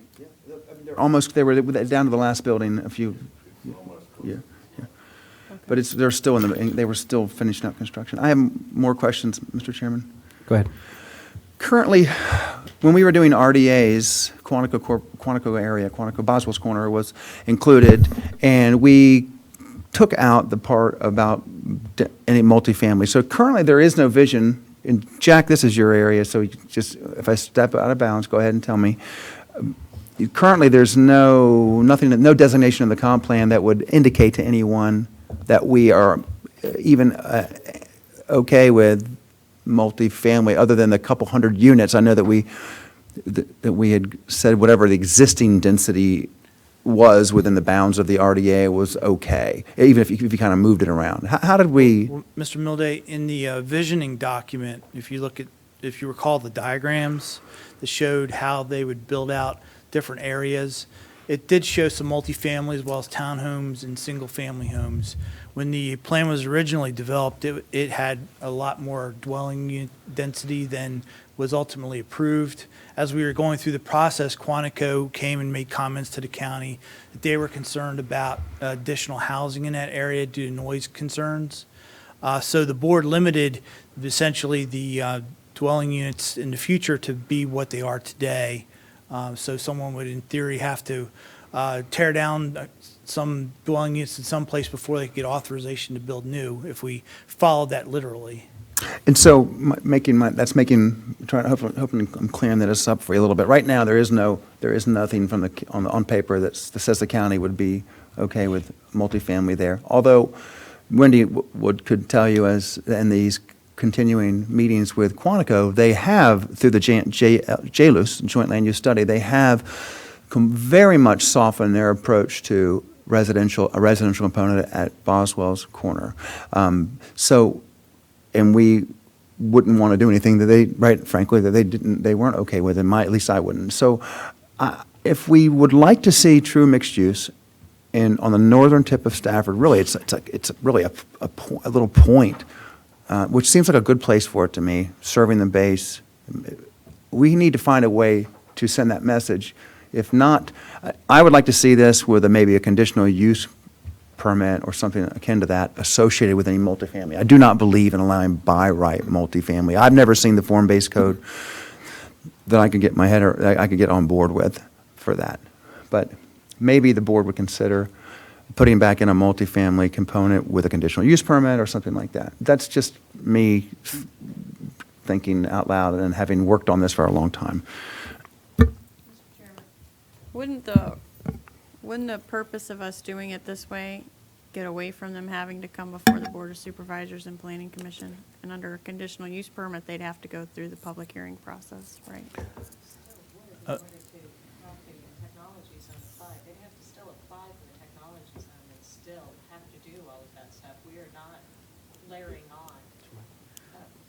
I don't know if I understand what you're saying. So we're creating I'm sorry, Jeff, I don't mean to interrupt, but let me back up for a second. So part of the genesis of this, it was when we went and visited all of those tech and research parks, and Paul, I think you're the only one on the board that attended those with me back when I was on the EDA and you were on the Board of Supervisors. They had a residential component, all of them did. And so the people would come, they would work there, there was this residential component. So essentially, they wouldn't have to drive into these tech parks. They could, because they were working literally 24 hours a day. That was the theory behind this tech and tech zone. And within this particular, the way this is written, and we need to make a small adjustment to it. And Jack, if I'm overstepping my bounds, I apologize. But the theory is you have 400,000 square feet already built. I see already built, and then somebody slipped in or approved, and I don't agree with the or approved. And so you already have, if you look at it from 100 square feet per person, 4,000 people working in one area. And so do we want those 4,000 people working in one area to drive up and down 610 or up and down Route 1 in order to get there, because there is no housing in and around the area? So when you start with 400,000 square feet of office space, already built office space, you've got 4,000 employees.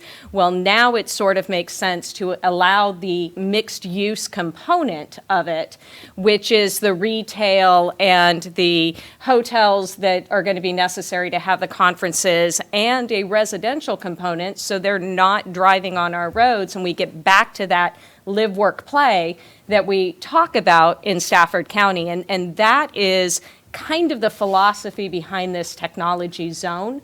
But it is not a blanket of anywhere in Stafford County where they have 400,000 square feet, we're going to layer it on. That would still have to be a choice of the board. My intention is not to do like we do with Falmouth and rezone it automatically.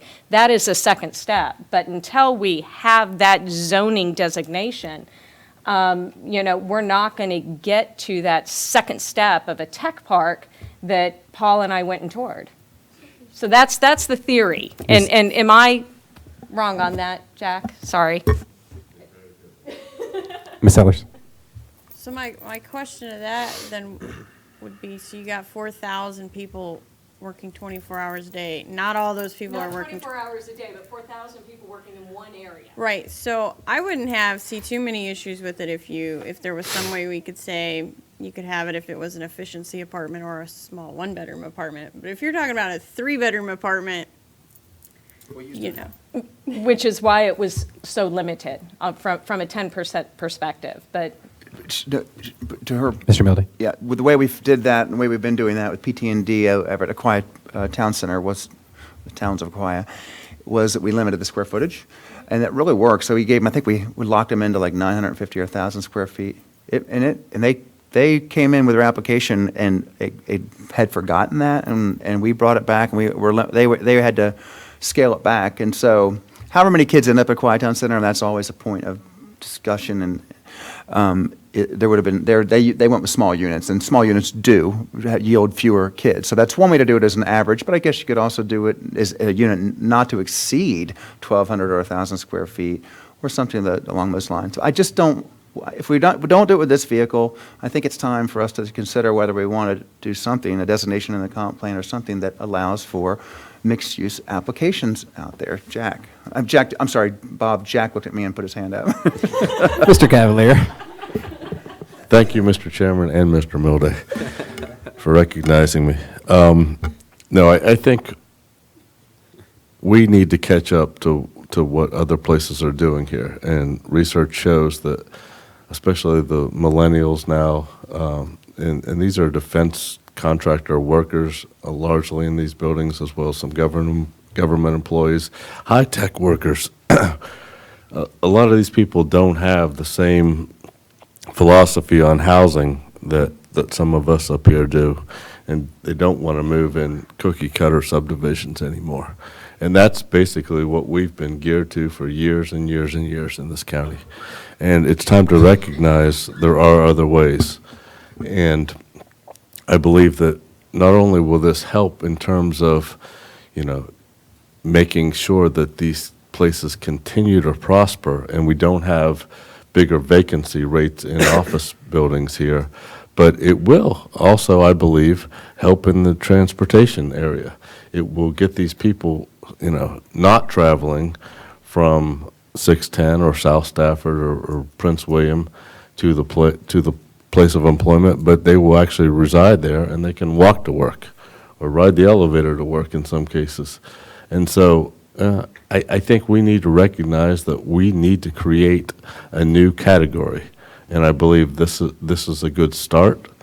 And it's not perfect, but I don't want to create more bureaucracy. I'd like to make this, as fairly simple as possible to do, without a lot of hoops that have to be gone through here. So, I think this is a business environment, but it's also a residential component to that business environment, and it's up to us to help that along. And I believe we can do that with this with this resolution, with the caveat that it is at this point only existing properties. So that means Quantico Corporate Center, and that means Riverside Center. Riverside doesn't even have 400,000 square feet. Not yet, but if they do, they might. So, but right now, Quantico Corporate Center is the only property that this would be allowed in.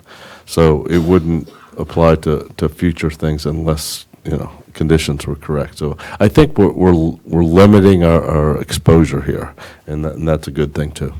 Ms. Baumke? So one of the questions is, and I don't know if we're ready for this. I understand you guys live up that way. I live down in the southern part of the county, but how would we go about mitigating for, there are going to be school-age children in there. We know there will be. Maybe not as many as the Quiet Town Center and other places, but how would we go about mitigating for some of the school issues with proffers? Because we wouldn't be able to accomplish that with a CUP. Ms. Bomke, that is correct. If a CUP is required, the county cannot impose a condition requiring someone to pay money to the county.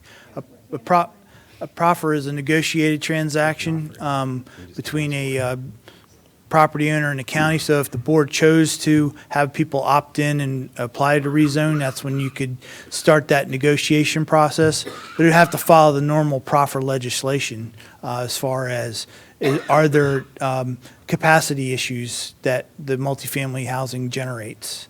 Right. Okay. Mr. Mildy? Well, of course, we don't have proffer, any kind of proffer law right now, right? For Correct. residential, but, I mean, is there something I'm missing? But see, and when we did, in spite of what we've been told, we have indeed used a CUP to get money for things very much similar to proffers. I'll point out Courthouse Manor down the street. So, and Jack, I don't think if I read it properly, the Planning Commission stripped out any component for residential, so it would have to go back to the Planning Commission if we were going to put that back in there anyway. I think we're getting close to a resolution. So Jeff, if you could just clarify for us, if we pass the resolution in front of us, are we asking the Planning Commission to put the multifamily back in their advertisement, or are we asking them to start over and up or down vote exactly what we sent to them with no changes? Well, Mr. Thomas, the way that this resolution is structured, they would do an up or down vote based on the way it was initially sent to them. Okay. And Mr. Thomas, just to clarify a point Mr. Milday made, just to recall, in September, the board also passed a referral for a comprehensive plan text amendment that would say that these types of overlays are appropriate in certain locations in the county, and it also included a reference to housing. Mr. Chairman, Jeff, can we make the one minor change to say just approved and not, just existing and not existing or approved? We can change that when it gets to our level, right? That wouldn't be a significant. The problem is they were going to advertise, and without a multifamily in it, we would have had to start completely over. That's so correct, Mr. Chairman. The kind of change that we're talking about here, we could easily make when it comes back to us. Yes, Mr. Chairman, I believe that's not substantial. Okay. Then I would like to make a motion for R16-375. Okay. Yes, this is a referral back to the Planning Commission to consider our originally crafted resolution. And second by Ms. Sellers. Any further discussion? Yeah, one last thing, but Mr. in the CUP, we all, I'm guessing we mostly all agree that we wouldn't allow apartments by right, right? So we have an opportunity to add CUP at some point, a conditional use permit for multifamily at a point moving forward. This is not somehow allowing any extra residential density. Mr. Chairman and Mr. Milday, when this comes back to the board, if it's the board's prerogative to change the apartments from by right or the multifamily from by right to CUP, that would be an option the board could follow. And we're okay with the language right now. We're not sending the wrong message. Just to clarify, is that part of the motion? Is that part of your motion? Yeah, I would like the existing only versus existing or approved. Okay, seconder's fine with that? particular. Amendment? So Okay. I have, and just if I could add one more thing, and this was because of Mr. Barnes's extensive experience in planning commission work, as well as being the county administrator of Spotsylvania County.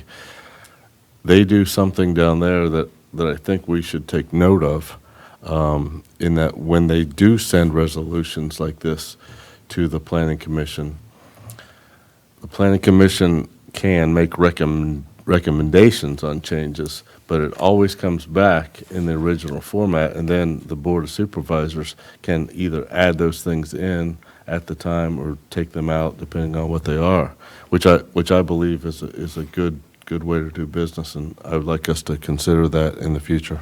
I agree completely, which is just the money spent alone in advertising and staff time to bat these things back and forth. It seems is ridiculous. Sounds like a good topic for our annual retreat with the new county administrator when he gets here, because that's kind of a sea change in how we do business, but I think there's a bunch of head nods that think maybe that's the right way to go. Okay, so if there's no further discussion, please cast your votes. Hit it a couple times for me. Thank you. Okay, tally the votes. Didn't get me either. Motion passes 6-1.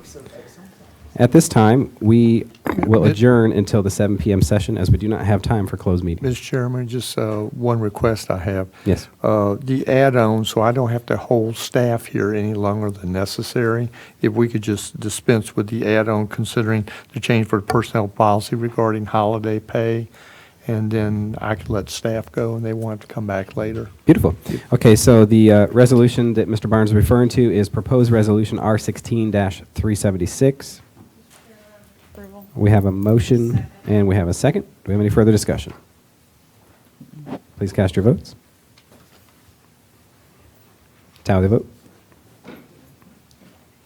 Motion passes 7-0. Thank you, Mr. Chairman. Now adjourned until the 7 p.m. session.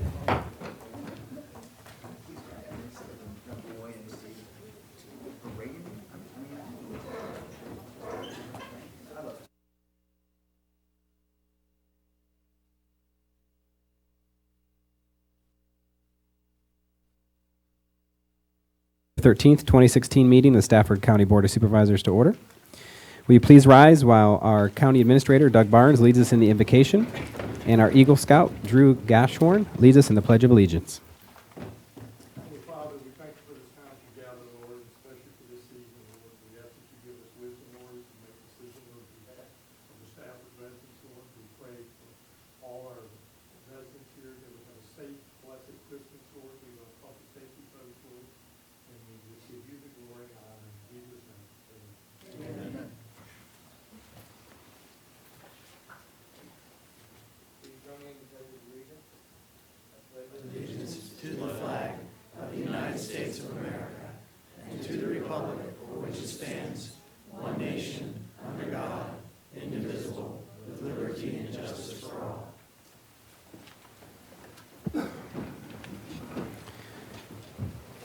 Next, I'd like to invite Supervisor Baumke forward for a special presentation.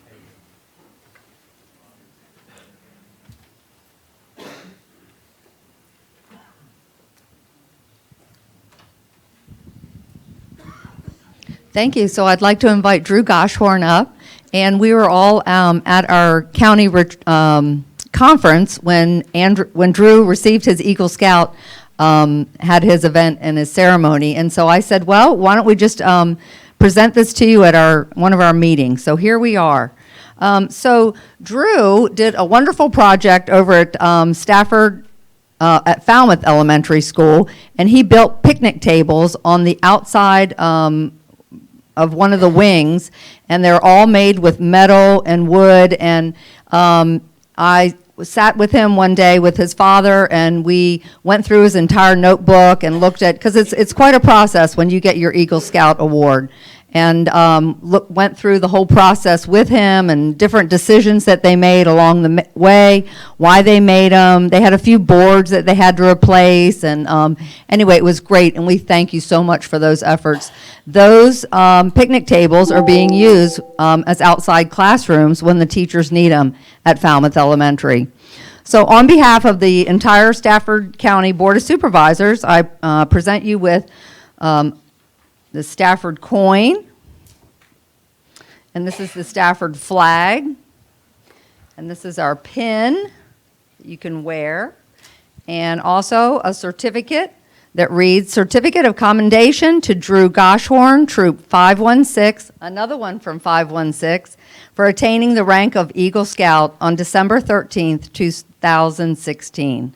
So congratulations, you've now joined the group of all those that have accomplished the Eagle Scout, and you're one of our future leaders in America.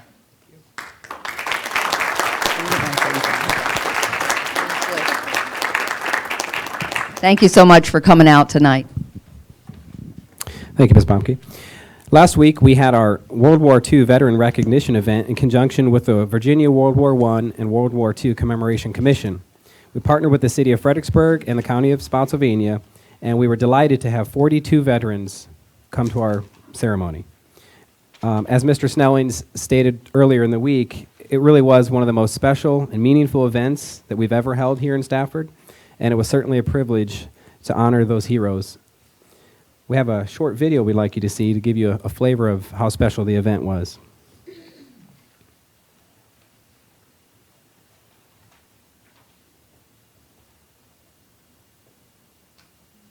And we can never express how fully we are grateful to you. You heeded the call to serve and save the world from tyranny and preserved our freedom for generations to come. You left your jobs and your families. You witnessed death and destruction on a scale that many of us today can never even imagine. You didn't do it for fame or glory. You did it for love of country and for the way of life that Americans and we share and that we love. We're very proud in our area of being the area that contributed so much to the creation of this great nation and all the ideas that became our Constitution and our Bill of Rights. But we would not enjoy them today were it not for you. The Virginia World War I and World War II Commission has provided special medallions for us to honor our veterans today. Today, we attempt to show our humblest appreciation and thank you for your service. You left your jobs, you left your churches, you left your families, and you went out and you did what the President asked every American to do, and that's to take a stand for America and our allies, and you did just that. I wear my Honor Guard uniform today to personally honor you, my fellow veterans. You not only showed us how to fight for your country, you showed us how to live for your country. We're so very proud of everything you've done. So proud. We come here today as a day of remembrance and of gratitude. As one veteran to another, to you all.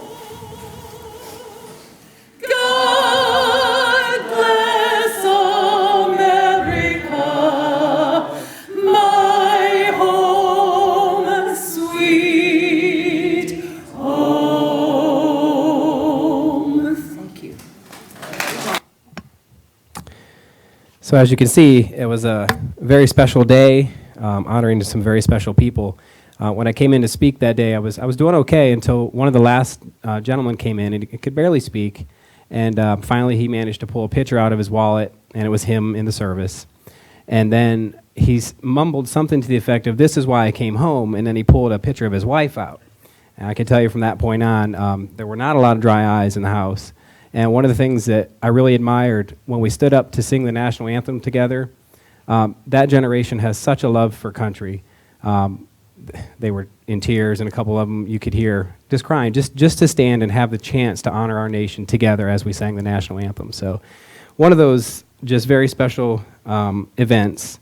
And we wanted to thank Major General Craig Timberlake, who came out and gave very moving remarks, but he actually spent a lot of time, I think, with each individual veteran. So that was certainly above and beyond, and they really appreciated that. And we had two partner organizations. The Stafford Airport accommodated our last-minute schedule change. They made it happen without a glitch, and we certainly appreciate them.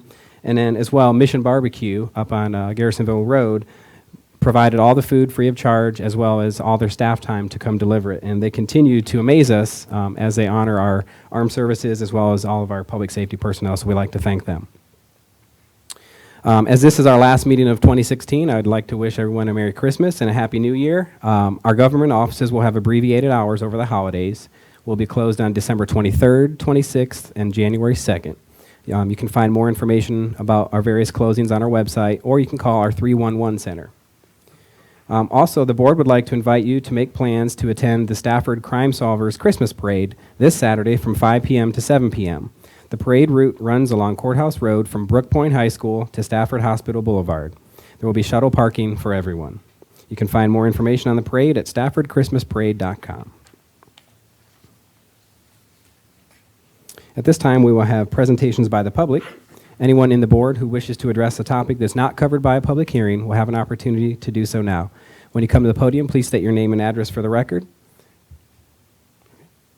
You'll have 3 minutes to speak. When the yellow light comes on, you'll have 1 minute remaining, and the red light means your time is expired. I do have one speaker card, a Mr. Ken Greider. Please come forward.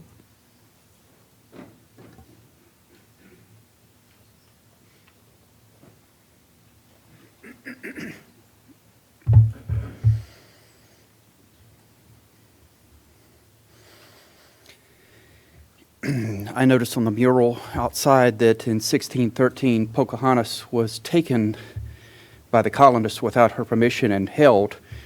Obviously, we call that kidnapping, historically speaking. And I recently found out that there was a person, according to a reliable source, I believe, an employee of a federal government, either contractor or something, was working and went to Walmart to buy some drugs or something and was falsely accused by the police of doing something illegal eventually with the drugs and was detained. And that person ended up, by the means of an attorney, settling with the county because of this. Might have been nice if somebody on this board or somebody in this county would have told me about that, given what I've been through with the false arrest this year. You all are all making merry and giving prayers and things of that nature. I grew up in the church. But my situation has gotten so bad because of what has happened because of the Venator apartments up here, Bill Howell, Morgan Properties, the police, and with this inaction by this board to put a property inspector in this county. I got a donation from a church last week of their own volition. They came to me so that I don't end up on the street. I got a wife who's got a PhD and holds a patent. And I got a person I'm living in his basement with who's trying to, as soon as I paid him the rent in December, he turned around the next day and accosted me at the post office and said, "When's next month's rent coming?" Knowing full well my difficulties. I didn't do anything to you all, and I didn't do anything to this county. I pay my bills. I go to work. I give extra. I go to work sometimes and work 10 hours, sometimes even, and only get paid for 8 in various different places. And I get fired because I speak out about people who talk about sodomy at work, or who have assaulted me. Or more recently, my World Bank job, where I turned in a person who was trying to spearfish the World Bank, trying to get access to one of their billion-dollar databases. And they accused me of racism when I've been married to a Filipino PhD for 23 years. I'm right at my wit's end. I got nothing. And I'll tell you this much. If I have my way, when I put everybody in the bucket together, there's some people, legally speaking, if I have my way, some people are going to lose their jobs. And I'm going to get a 7-figure settlement out of this because it's no excuse for what I've been through. I'm not going to pledge allegiance to the flag, and I'm not going to vote, as I didn't in this election, when I see this kind of thing, or when your own board chairman tells me he gave me 40 minutes of his Mr. time. Greider, your time has expired. Thank you.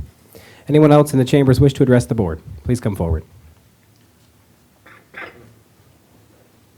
Okay, we will close presentations by the public and move on to our first public hearing. Item number 22, Planning and Zoning. Consider amended proffer conditions at Patriots Crossing. Mr. Chairman, Go ahead. I have a statement. I'm voluntarily abstaining from any discussion or vote on agenda item number 22 relating to Patriots Crossing this evening and in the future because I have an employment arrangement associated with the property involved in the transaction. The clerk will please note my abstention and the reason in the record today and in the record at any future meetings where the board discusses or considers this matter.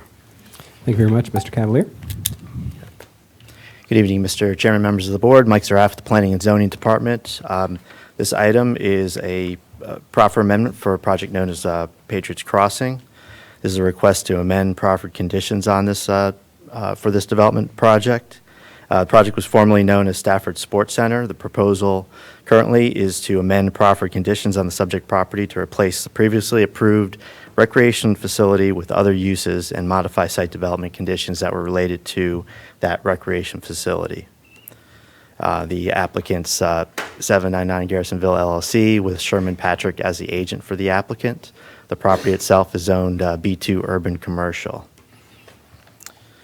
The site of this project is on the south side of Garrisonville Road between Parkway Boulevard and Wolverine Way. It covers 23.8 acres. For the history of this, regarding zoning, in 2012, the property was rezoned from A1 to B2 Urban Commercial with proffers, and since that time, no development or other development proposal, site development plans were submitted on the property. Site's primarily wooded with rolling terrain. There are 2 streams located on the property. Surrounding the site to the north is rural residential use. To the west and south is North Stafford High School, and then to the east is Park Ridge community. This is the original or current development plan on the site.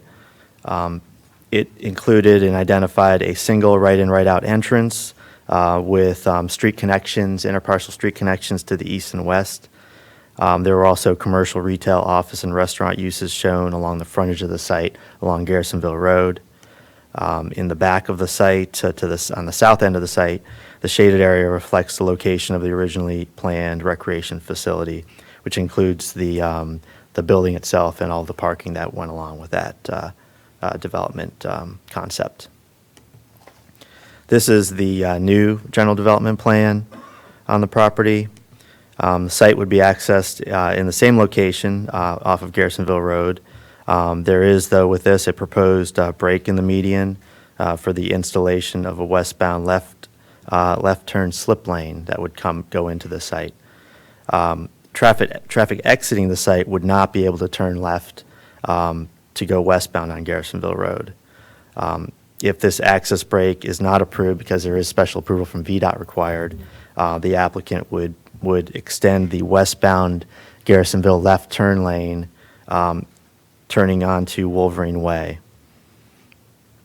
And also there are 2 interparcel easements that may be provided to the east and the west. The connection to the east on the top of the screen would be provided if the property owner on the adjacent property commits to building their portion of the improvements, because there are challenges in making that connection occur given existing parking spaces and the space available. The connection to the west to Wolverine Way. Mr. Milday. I want to understand the break. I'm going to back up just a second. You said extend the left turn lane on Wolverine to Wolverine Way. Yes. Do you mean back it up further to just give more stacking? To give more stacking, yes. And because so is there any guarantee, or by the virtue of the county approving this design, if they do, does that assure them that they'll be able to make the left turn as they head west on 610, the left turn into the project? And I ask because you know where the car wash is, for instance. Mm-hmm. He's enjoyed access from westbound traffic up until you know that they'll be closing that off soon, and he's not happy with it. I'm wondering if VDOT has to allow this, or they've already given some indication that they would. No, there's no, and they've stated there's no guarantee that slip lane, that break would be granted. There has to be, the applicant has to demonstrate that they're not going to be impacting the traffic in the other direction, and also overall, and also the adjacent intersections, the signalized intersections on each side. So, no, this granting of this rezoning would not guarantee that break. And where are the limits of our current 610, Onville to wherever, 610 improvements? Where do they end? It's occurring right now, they go a little bit to the west of Eustis Road. Okay. So, yeah, this is a future phase that would happen beyond, and several years from now. Okay, thank you. And it's identified in the CIP for this section to begin, well, there's planning to occur in 2019 with construction beginning in 2021. That's per the CIP. And if VDOT doesn't approve that break in the median, then your only access to the entire site will be coming from DMV area and where the high school is. Yeah, the other then Yes. option would be people turning left on Wolverine. They could potentially do U-turns to go back, or if a connection via Wolverine is provided into the site, people could turn left and then go into the site that way. Thank you. Okay, so that connection via Wolverine Way, that would be built if approved by the school board, if the school board approves of a public access through the school site. And then also, the latest proffers do include improvements that would be provided by the applicant, including a new right turn lane on Wolverine and signal adjustments and new signage, with the value of those improvements up to $275,000. And there's different provisions where the improvement would either be made by the applicant or cash provided to the county.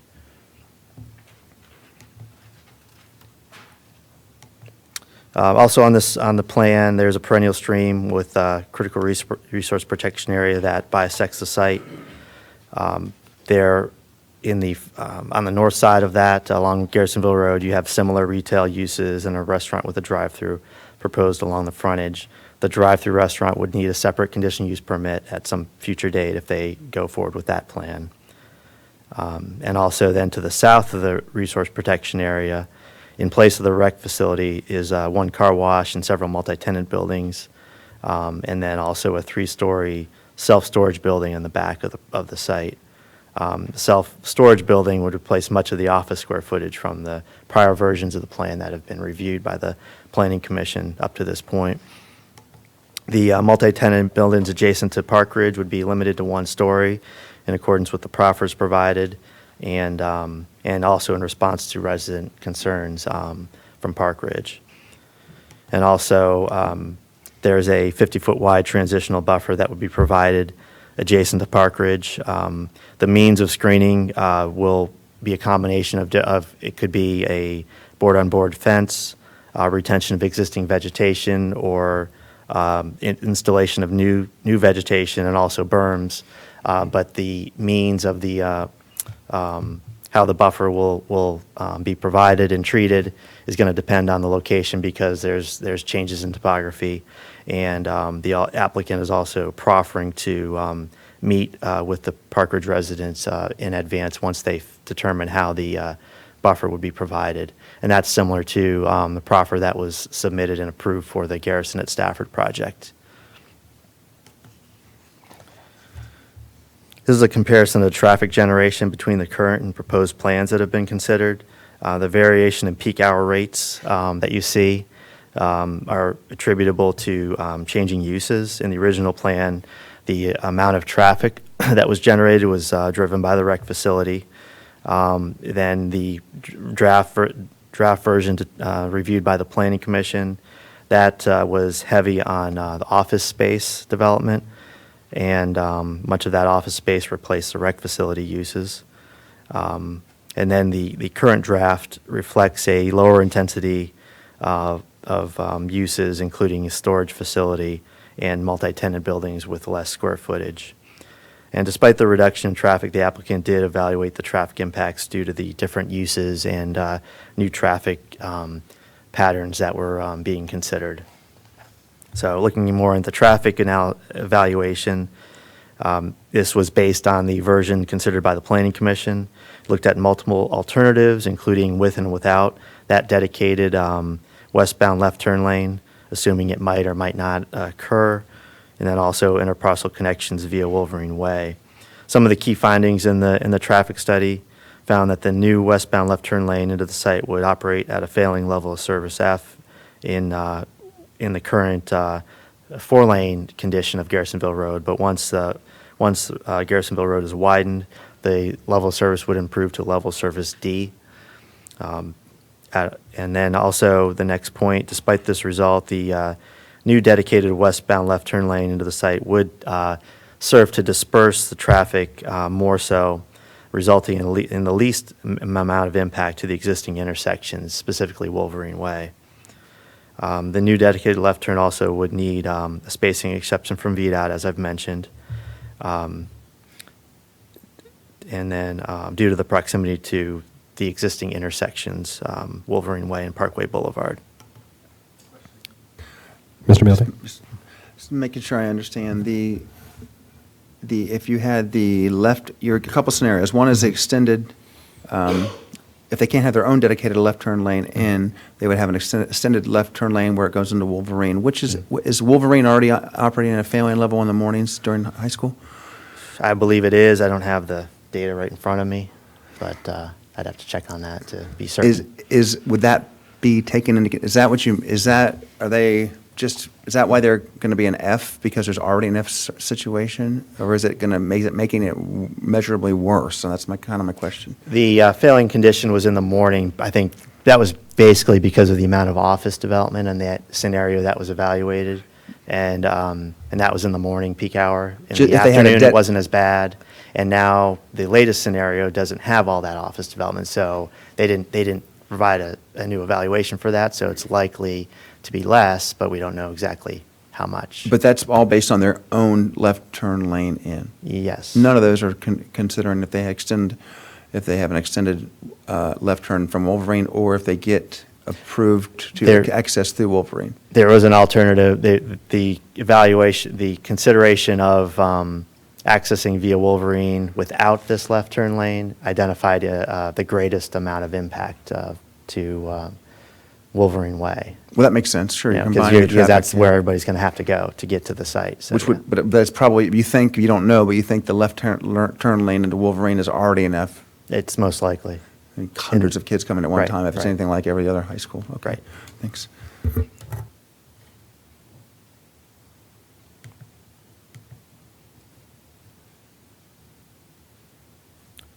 Then also, without the new left turn lane, as mentioned, more stress is placed on the existing intersections, specifically Wolverine Way. Adding an interparcel connection from Wolverine Way would increase the delay on the westbound left turn lane at the Wolverine Way intersection. And the impacts are generally minimal at the Parkway Boulevard intersection. That has less of an impact in regards to this site. The latest modifications to GDP were not evaluated, and as mentioned, would likely reflect a reduction in the negative impacts, but it's unknown if it would bring it down below level of service F. Also, the proffers do not limit the amount of development that's shown on the new plan as well. So many of the proffers are changing as they relate to the development of the rec facility and associated traffic patterns. The proffers would change the traffic network with new site access movements and modifying how the interparcel connections would be provided. The conditions reflect the challenges that the applicant mentioned exist in making these interparcel connections. The proffers also maintain the requirement to provide a 50-foot transitional buffer and allows for design flexibility, as I've mentioned, and review by the Park Ridge residents. There are the applicants including a list of several new prohibited uses, additional uses not identified in the, several of the additional uses are not identified in the county zoning ordinance, but are included by the applicant as an assurance to the adjacent residents in Park Ridge. Hours of operation restrictions for all the buildings are being deleted from the proffers, except for car wash use and refuse collection and deliveries by large trucks. Those uses would have a 7 a.m. to 9 p.m. Hour of operation restriction. So staff has noted consideration should be given to the effects of this change on adjacent residents. With fire and rescue, the proffers do require at least one gated secondary emergency access be provided. Should the full access via Wolverine Way not be provided, it would at least be a gated access somewhere. And emergency access originally was requested to be provided via Kimberly Drive. That's a private street within Park Ridge. That was removed from consideration following opposition from the adjacent residents on that street.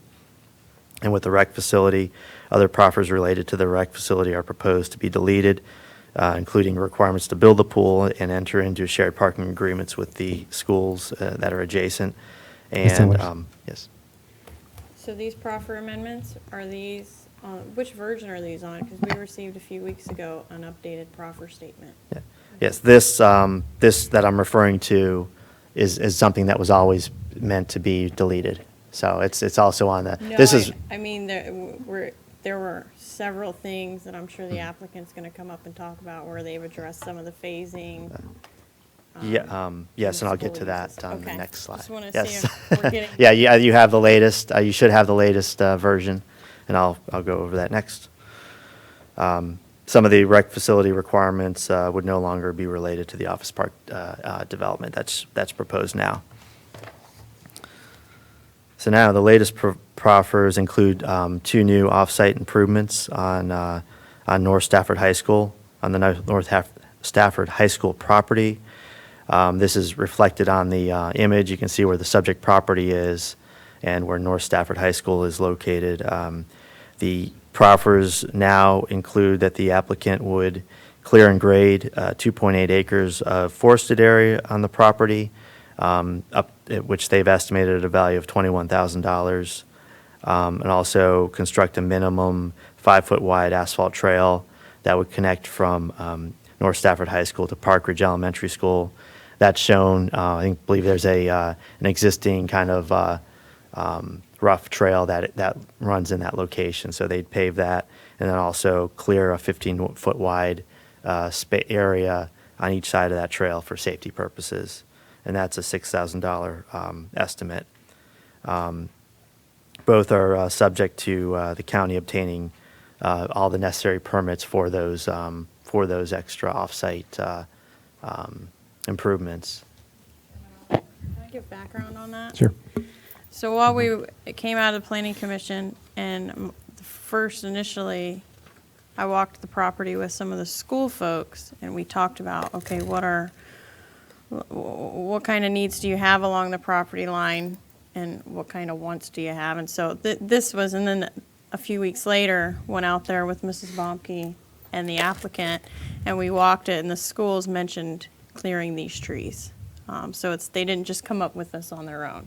The schools actually said, they would prefer to have some of these around the tennis courts because it'll open the tennis courts up and allow people to actually see tennis matches a little bit better, if you're familiar with the site, and open that up around it. And then where this asphalt is, open this up for other uses, perhaps fields in the future, moving those fields off of the Garrisonville Road to the back of the property where it makes a lot more sense.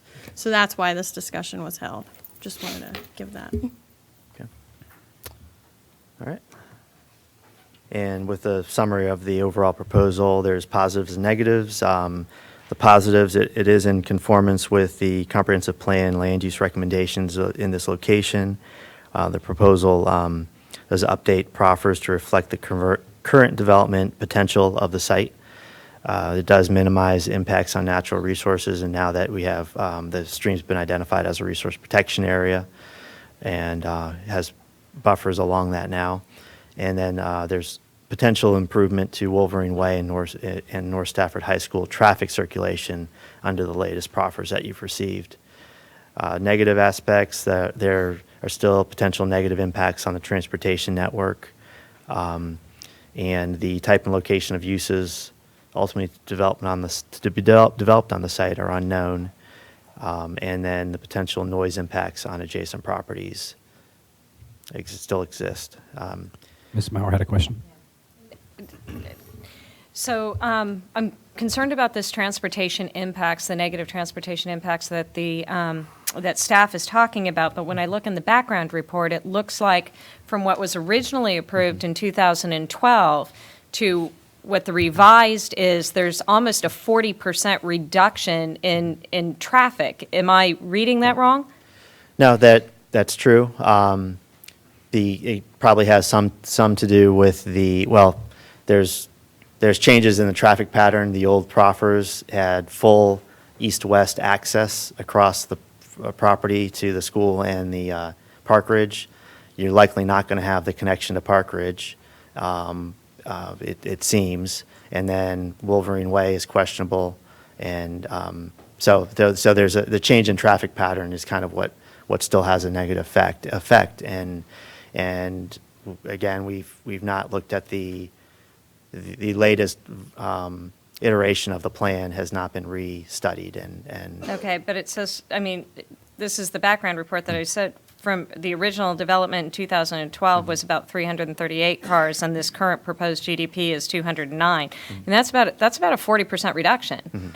So the first plan had horrible traffic impacts that was approved in 2012, and so this is better. Yeah, it's better, but still. It's still bad, Yeah. but if they built it out now, Yes. it would be worse. Right. I guess is Yes. my point. I mean, we're talking about this level F, but what was approved in 2012 was like an F plus. Correct. Okay. Yeah, yeah. I just want to, I just want to make very clear that we're improving it by 40%. Right. Okay. Mr. Milde? Because I want to make, because there's so many different options. Sorry, Gary, I see you over there. You've got the two main options is their own dedicated left turn and then them having to go down and make a U-turn. Both would be an F, right? Right. And just out of curiosity, what if it were in our power, what if you didn't allow U-turns from 7:30 a.m. until 9:30 a.m.? I'm not even sure if the applicant would want that, but then you could eliminate that peak, whatever hours you needed to do it for an office, to access to an office building. Where would they have to? The next intersection is a larger intersection in front of the McDonald's, I think. Right, it's Shelton Shop Road. Yeah. I'm just wondering, I mean, did anyone ever float that idea? Of not allowing the. Basically not allowing that traffic to interact at all with the school traffic. Yeah. Well, that's one of the options that was considered. Oh, there was a limit on U-turns? Not the limit, but just not allowing the left turn. So that is an option if you don't have the U-turns. Well, you have to allow the kids to turn left into. Right, but then I guess one of the other options was having the connection via Wolverine in through the high school site back to the. Right, so I think what you're saying is no one explored that one option. Say they don't get the connection off of Wolverine, they don't get the left-hand turn, or we don't want them to have the left-hand turn right off of 610 into the project, and they're not allowed to make morning U-turns at Wolverine. That third idea stops any deterioration of the already tough traffic situation. Yeah, that now, option was I'm not saying I support it. I'm just throwing it out there. Doesn't that solve the problem? Well, in the hours of operation on some of these businesses, it wouldn't interfere too much. But Just that might be a question. the next intersection, kids still come that way, though, right? There's another way into the school that way, so I don't know how much more traffic you have there and what it does to that intersection, but. Right, The kids go to the McDonald's and make a left and then a left again. Can't you make it past the McDonald's and come back in on the side? Do people do that in the morning? Not usually from that way, well. Yeah, they're coming from the south and making a ride. So it might be just an idea. And it all kind of depends on the uses. So if the current plan falls into place with a 3-story self-storage building, building, that's not going to have the AM peak influence. It's going to probably be more weekend traffic, so there's not going to be that conflict. But that's the specific uses are not guaranteed. So yeah, it could be office uses that go into that area and then that would have that greater impact. Just trying to keep their traffic away from them already. I have my high school. If you can't move around Courthouse Road and Stafford Avenue in the mornings when the kids are coming to school. Okay, where was I? So the summary comments. We do have the concern with the potential traffic impacts along 610, and then also the effect of the Wolverine Way improvements that were just recently proffered. That's unknown whether that would have some significant impact on reducing the level of service. The amendment could reduce overall number of vehicle trips from the current approval, and then the current required recreational use and access to off-site properties may not be an easily achievable development scenario. So, and Planning Commission in August voted 6-0 to recommend denial of the application, and we'll take any questions at this time. Questions? Okay. At this time, would applicant like to speak?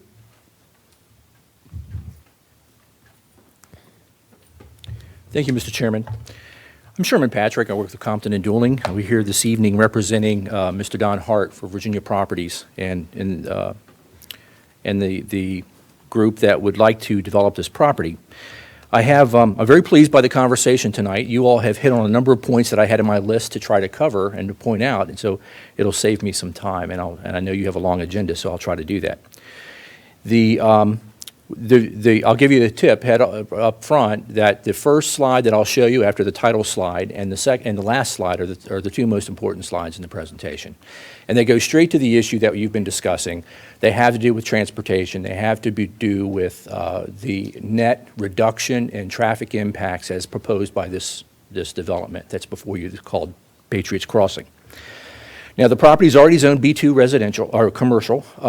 The property was rezoned very specifically for Stafford Sports Center.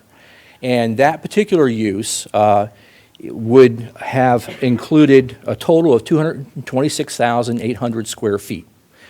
The sports center itself was 146,000 square feet, and there were 80,000 square feet of retail uses that would have been intermingled with the sports complex.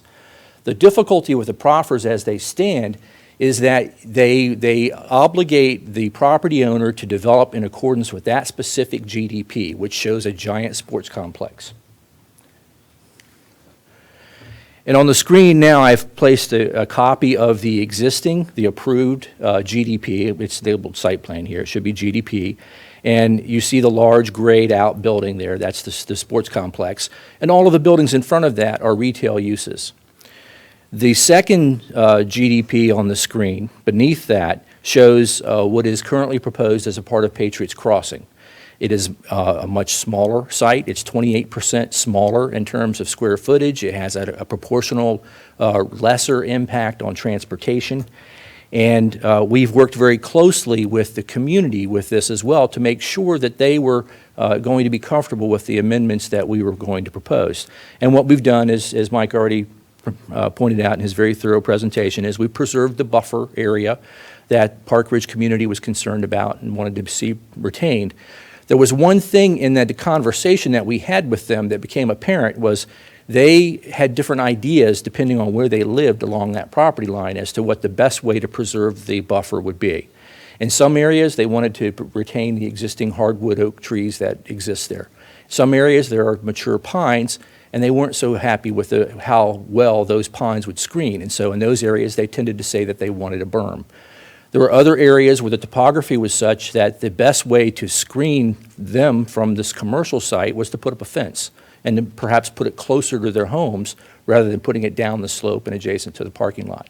So that's why we amended that particular proffer. We're trying to give everyone the best of every world that they might need so that when it comes time to actually do the site planning for the property, we'll go out and we'll talk with the homeowners and we'll explain to them the topography and they can help them decide which type of buffer treatment they need in the area where they live, because that is a very long property line and the topo and the vegetation changes radically as you move from front to back.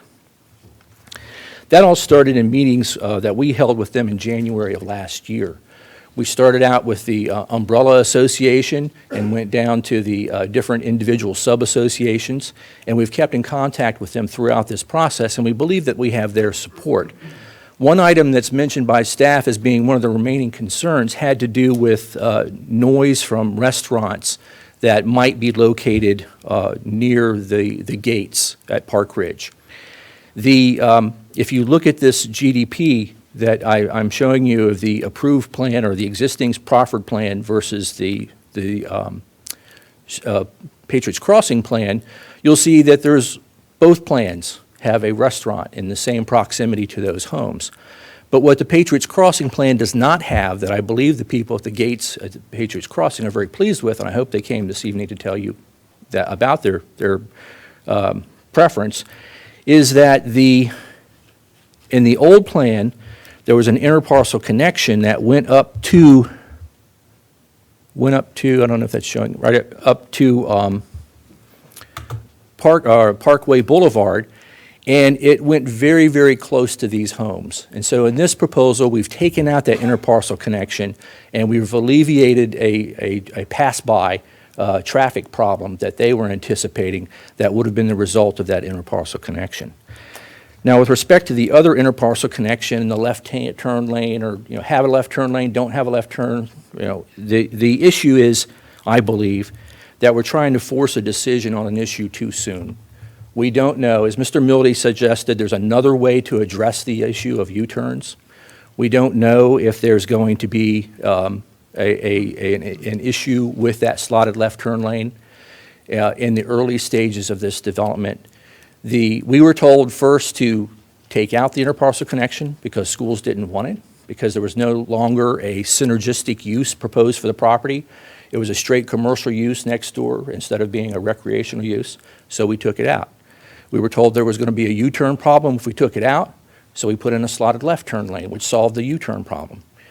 The slotted left turn lane potentially had created a situation where one car might block that entrance in the event they did not adhere to the Virginia state law, which is you don't block an entrance if you're stacked up at a traffic light. So if one person were to block that entrance, then you couldn't make the left turn into the site. And that also assumed about 40,000 square foot of retail, which isn't going to happen in the near term on the property. So the assumptions that we were forced to use that led to that level of service F on that left turn just weren't fair. They weren't valid. And it was forcing an issue too soon because we don't have the square footage in place yet. We haven't made decisions yet about U-turns and no U-turns at different locations. And all of these things are outside of our control as a developer. They're in the public right-of-way or they're on the North Stafford High School site. And if North Stafford High School doesn't want to give us an interparcel connection, we can't build one. They have to agree to let us go across their property. If VDOT doesn't want to give us a slotted left turn lane, we can't have a slotted left turn lane, and we don't cause that problem. But we have potentially a U-turn problem. Perhaps that's addressed by putting a no U-turn sign up. So we're trying to force answers and solutions to problems that haven't occurred yet, and we don't know the true and accurate scenario that would cause those problems. And so that makes it very difficult for us to be able to respond. Notwithstanding that, we did go out last month and meet on the property with Ms. Sellers and also Ms. Bomke and walked around the property with school staff. We listened to them to hear what their concerns were. And their concerns were first that the Wolverine Way had traffic that stacked up and could not turn right at dismissal. And we stood and we watched and we saw the traffic that was there. The traffic all cleared in about 15 minutes. But there was a considerable backup for 15 minutes, and the cars, because there's only 2 lanes exiting there, cars that were going through were blocking the right turn movement. And they said to Mr. Hart, can you add a lane so that our cars leaving the high school site that are going back toward Route 1 can make a right? So he's agreed to do that, but with some limitations. The topography is such there that there's going to have to be a lot of fill in order to make that widening. The traffic mast arms are going to have to be moved because they're too close to the road. They're very, very close to Wolverine Way if you go look at them. And there's going to have to be new traffic signal heads. And all of those things can be done. It would normally be done within the course of VDOT improvements.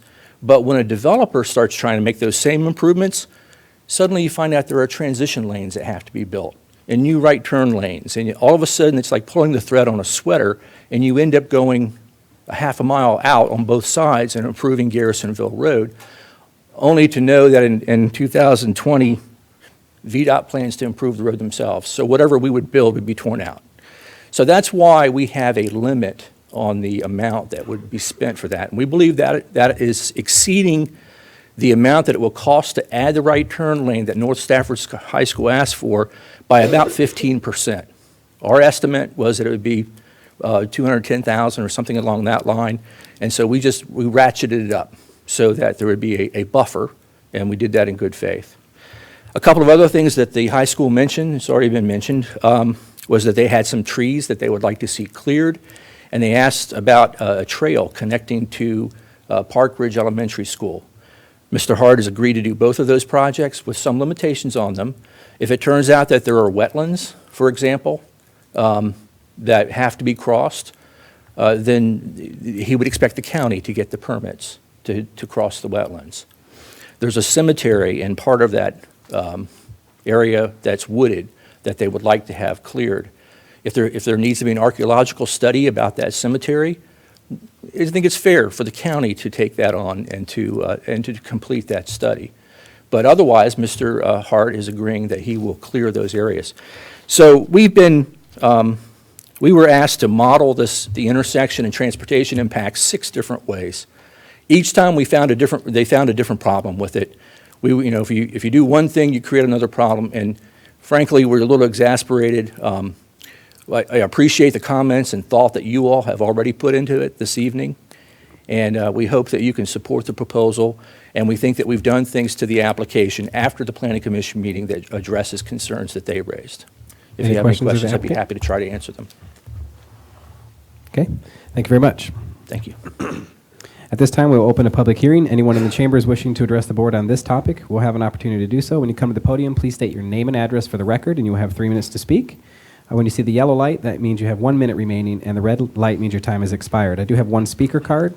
I have Ms. Joyce Mountjoy Curry. Please come forward.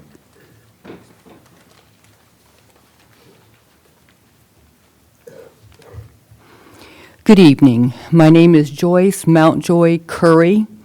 I'm a retired school teacher, and I, with my brother Bud Mountjoy, own the property at 799 Garrisonville Road.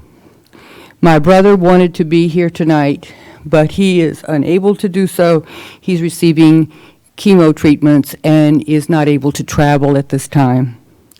I would like to tell you a story this evening.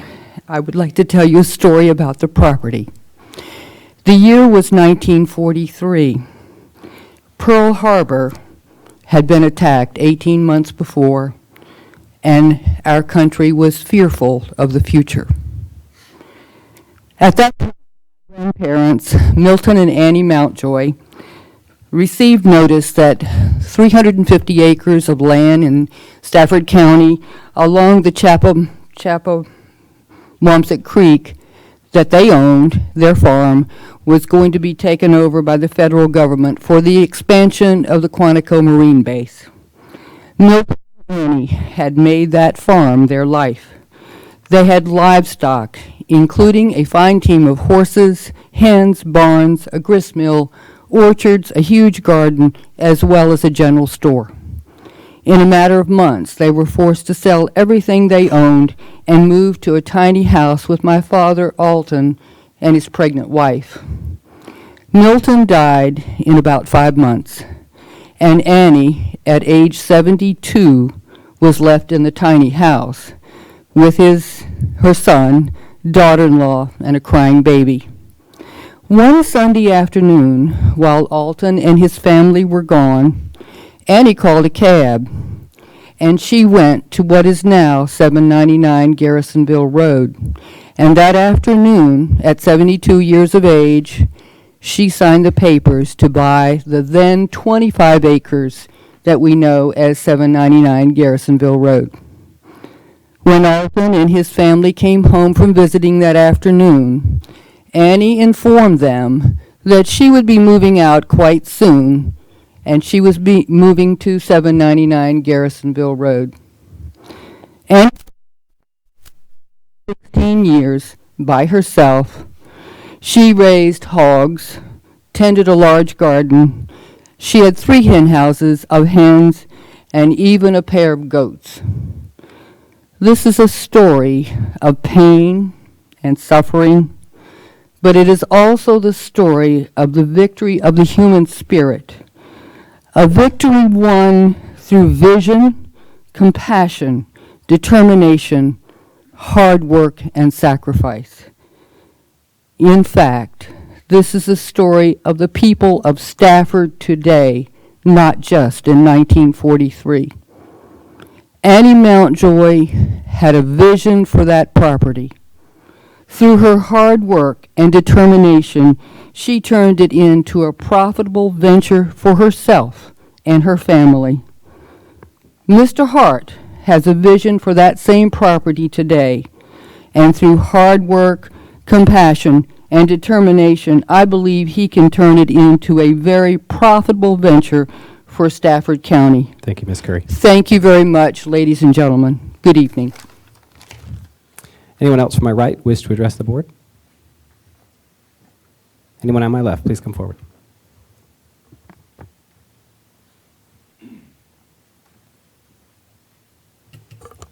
Good evening. My name is Mary McMahon. I am the president of the Gates HOA, and I live at 202 Southampton Court.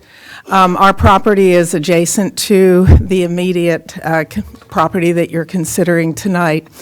I will say that Mr. Hart has made a concerted effort in the past year to engage the homeowners of both the Gates and the Greens, which is the other property that's completely adjacent. This did come as a surprise, though, about the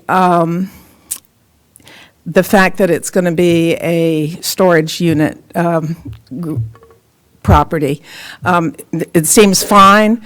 And the other thing that I did want to say is that we appreciate the fact that he is still very aware of our concern about interparcel connection from that property through to Parkway Boulevard, through the Caldwell Banker. We are vehemently opposed to that. There's just no room for it. And our homes are right there. So we appreciate his consideration of that. And we are concerned a little bit about noise and light and runoff and those kinds of things. But that's what you all are here for. And that's what all of the inspectors and everybody are here for. So we did want to let you know where we stand. As long as that interparcel connection is not there, we're okay. Thank you very much. Thank you. Anyone else on the left?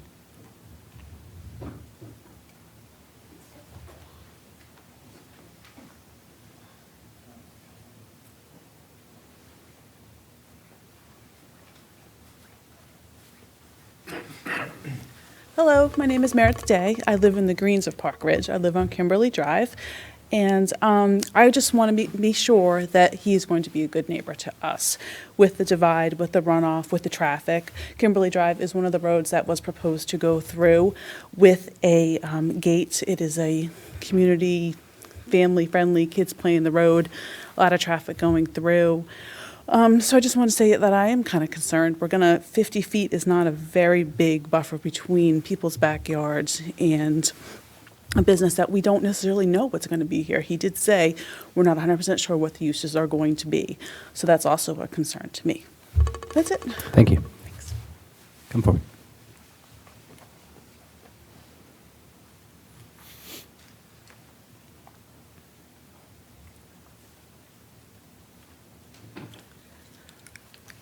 Good evening.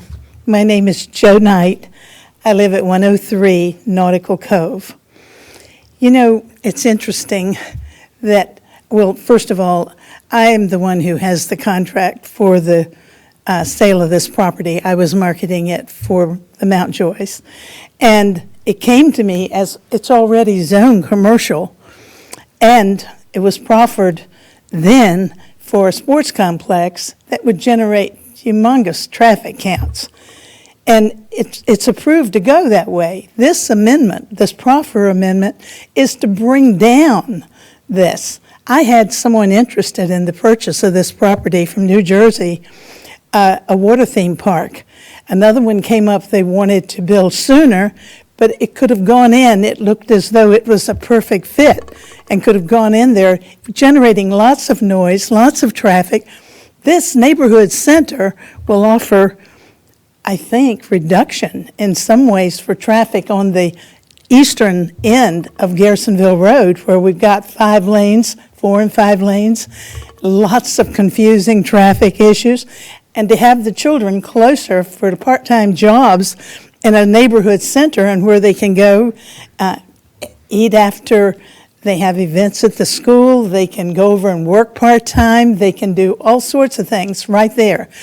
I would think that the schools, the neighbors, and everyone would welcome this, and especially the supervisors, with open arms.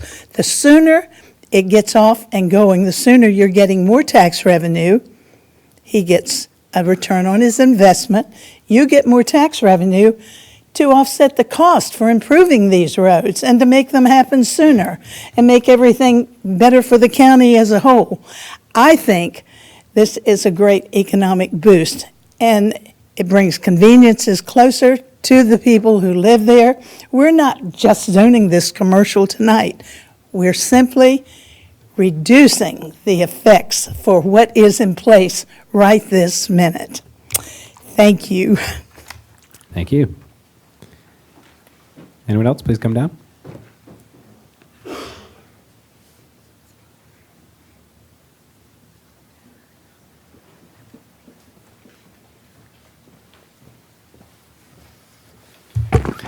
My name is Mike Eastep. I live at 1 Verone Drive, Stafford. Mr. Chairman, Board of Supervisors, thanks for this opportunity. Everybody seems to be upbeat about trying to talk you all into approving this. You know, overall, I support it, but I just want to bring to your attention, and bottom line up front, I'm looking for your advocacy to make sure you protect our privacy. We've got 18 homes on the east side of this project.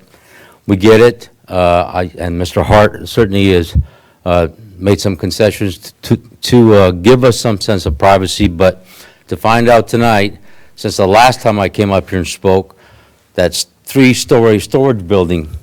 Is that not so? As I understood? Anyhow, that storage building, the way it's cited, is there any way that we could ask Mr. Hart to go ahead and see that back a little bit further? I know Ms. Meredith just mentioned about the 50-foot buffer. Clearly, that 50-foot buffer really means nothing in reality when you're talking about a 3-story building staring right down in my bedroom. And like I said, there are 18 homes there, and certainly the first 6 homes on the southern, southeast part of this project, that's us. Please, I'm asking you folks to give us the benefit of the doubt. You know, I've been living here in Stafford for going on 17 years, and I'm a damn Yankee, but I consider myself a Virginian. I love it here. So do what you can and take that into consideration, because to us, everything else, as relevant as they are, and part and parcel, we support that. We certainly support the growth of our community and whatnot. Notwithstanding where predominant discussion tonight has been relevant to the traffic pattern, so on and so forth. Understand that. But again, it's the impact to us, the good citizens of Stafford, that we are the closest thing, the neighbor that Mr. Hart had mentioned the last time about, you know, embracing us. We're asking your support and continue to embrace us. And again, our biggest concern is that 50-foot buffer and that sense of privacy for us. And I heard someone else mention about, in part, some may want evergreens, some may want fence, some may want berms. Honestly, ladies and gentlemen, notwithstanding any of those different variables, and certainly we don't have any guarantee up front right now exactly what they're going to actually develop and put in there for us. And we have no guarantee other than, you know, I understand Mr. Hart's representative, you know, working with us as a community, and we appreciate that. But again, we need some sense of assurance. And again, please put yourselves in our position where, in privacy of my bedroom, I'm staring at that 3-story storage facility, and geez. Thank you for your comments. Thank you, sir. Thank you. Ladies and gentlemen. Anyone else on my left wish to speak? Come on down.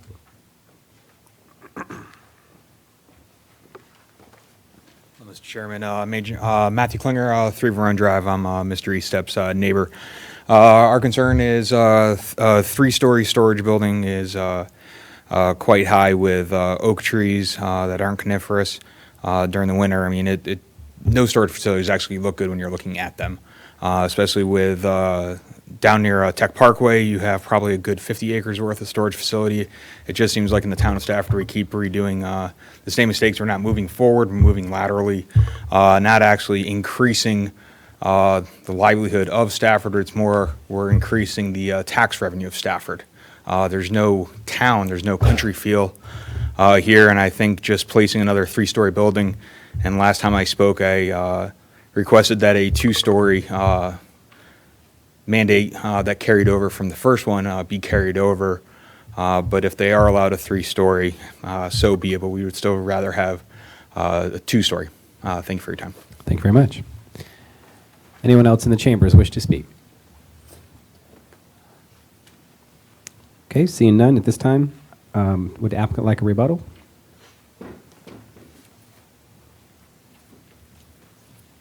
Thank you, Mr. Chairman. Not so much a rebuttal, just as just an explanation. Okay. The self-storage center change came, and I'm sorry that someone was surprised by that this evening, but that came as in response to concerns that people had about activity that would go on at this property. We did proffer, in fact, that there would only be 2-story buildings in a particular area of the property. In this very rear portion of the property, there are approximately 3 homes that would be within 90 feet of the building that we're talking about.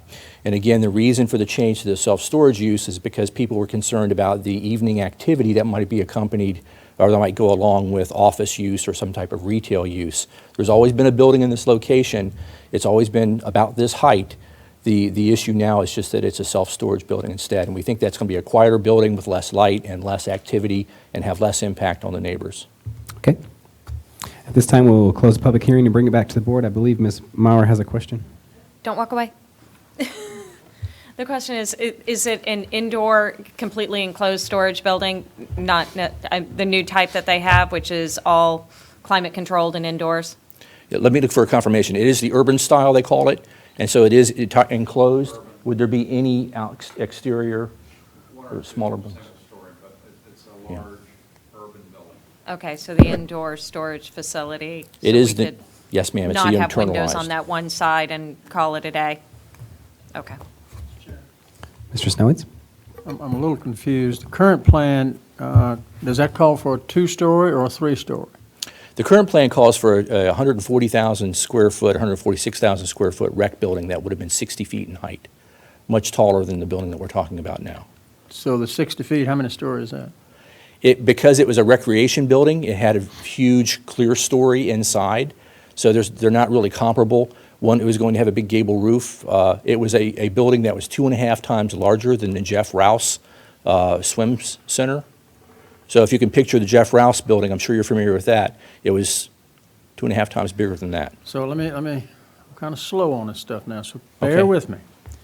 How many feet high is the current? How tall is it?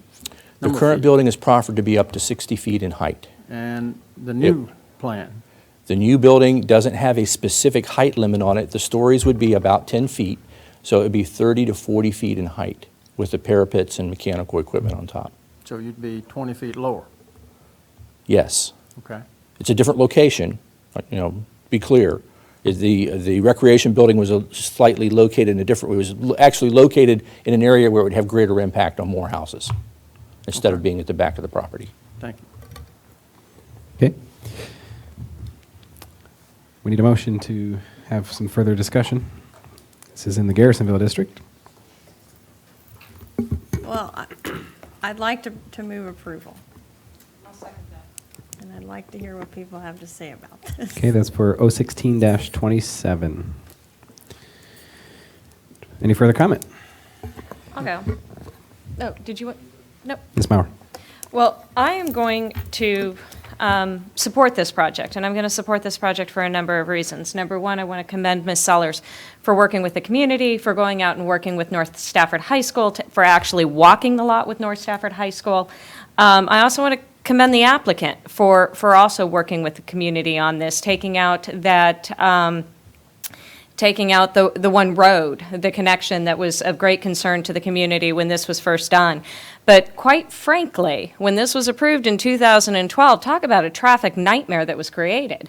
And so the fact that we're reducing traffic by 40% in the morning, 25% in the afternoon, and 10% on the weekends, what we could get and what we're getting now, I think it's much better for both the community, for the traffic impacts, and so that is why I'm going to support this. I think previously it was, in theory, possibly a good idea, but quite frankly, Stafford County government usurped that use by building the Jeff Rouse Center.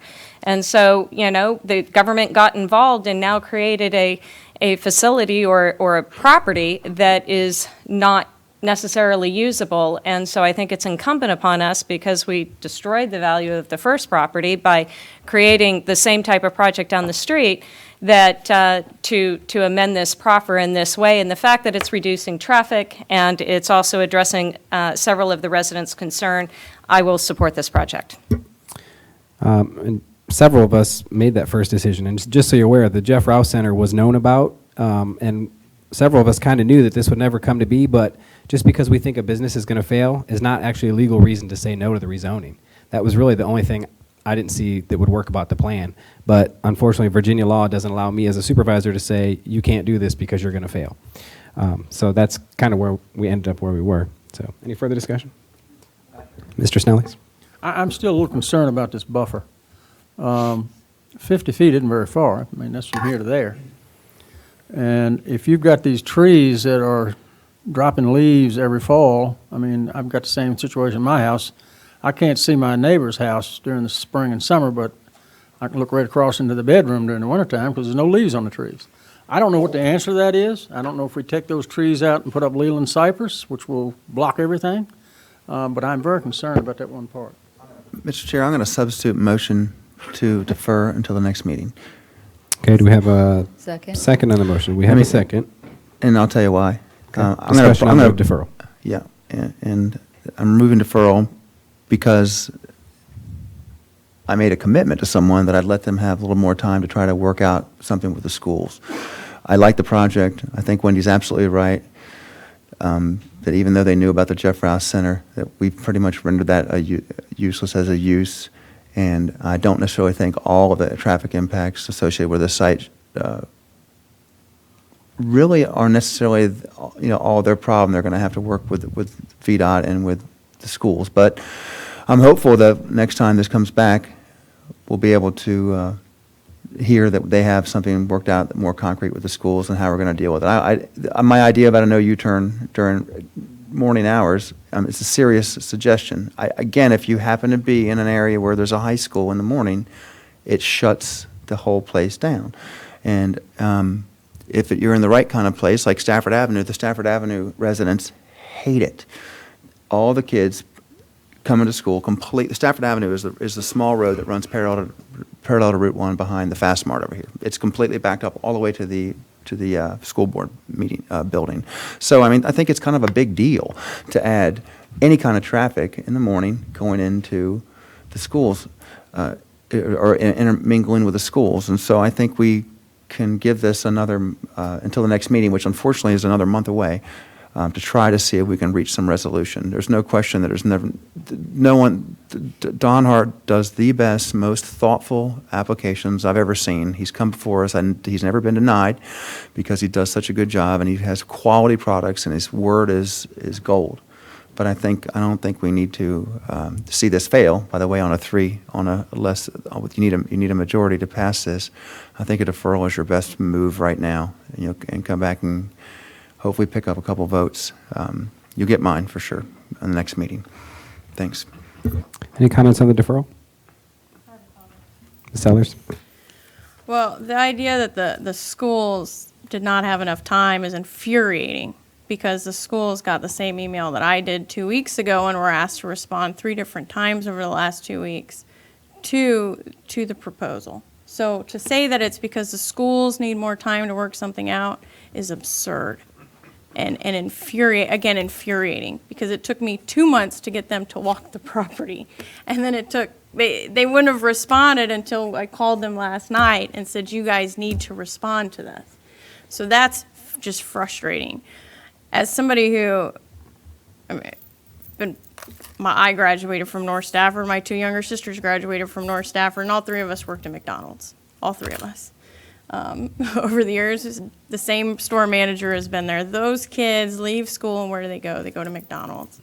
And this property is, and putting a restaurant there, putting a car wash there, just like Ms. Knight said, is going to serve those kids. It's going to be a place for them to hang out. It's going to be a place to add community, to add somewhere for them to go because right now there is nowhere to go. You go to Weiss, right, Weiss Market, is that what's there now, or whatever that little shopping store is over there. It's going to give somewhere for the folks in the area to go.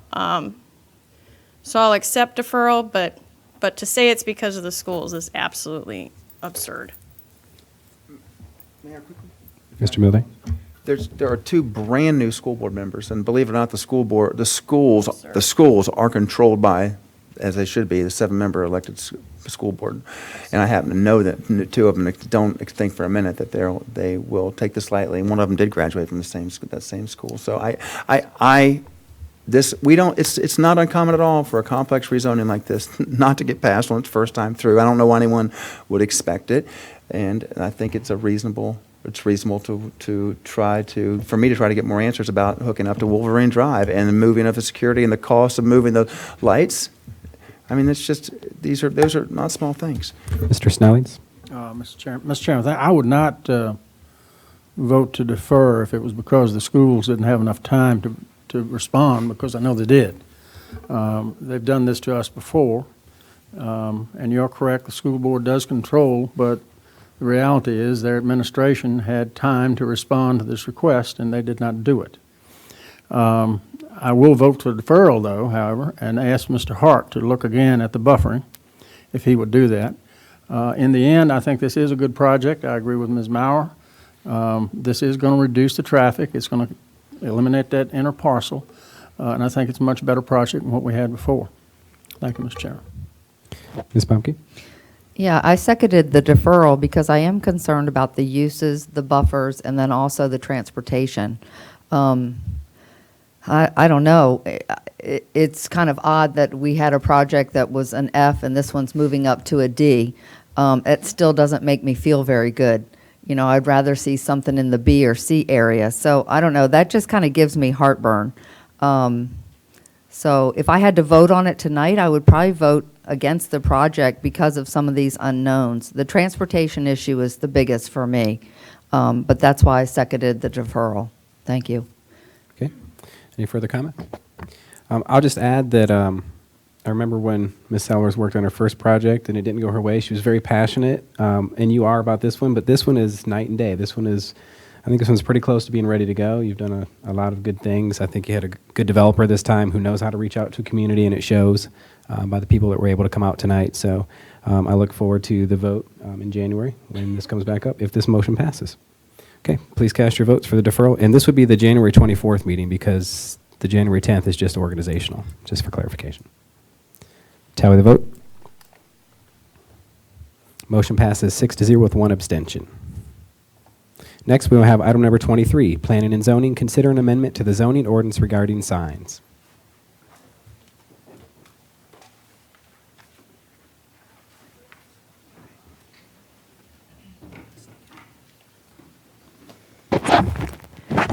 Good evening, Chairman and members of the board. I'm Susan Blackburn from Planning and Zoning. And this evening, it is your privilege to decide on proposed ordinance 01621.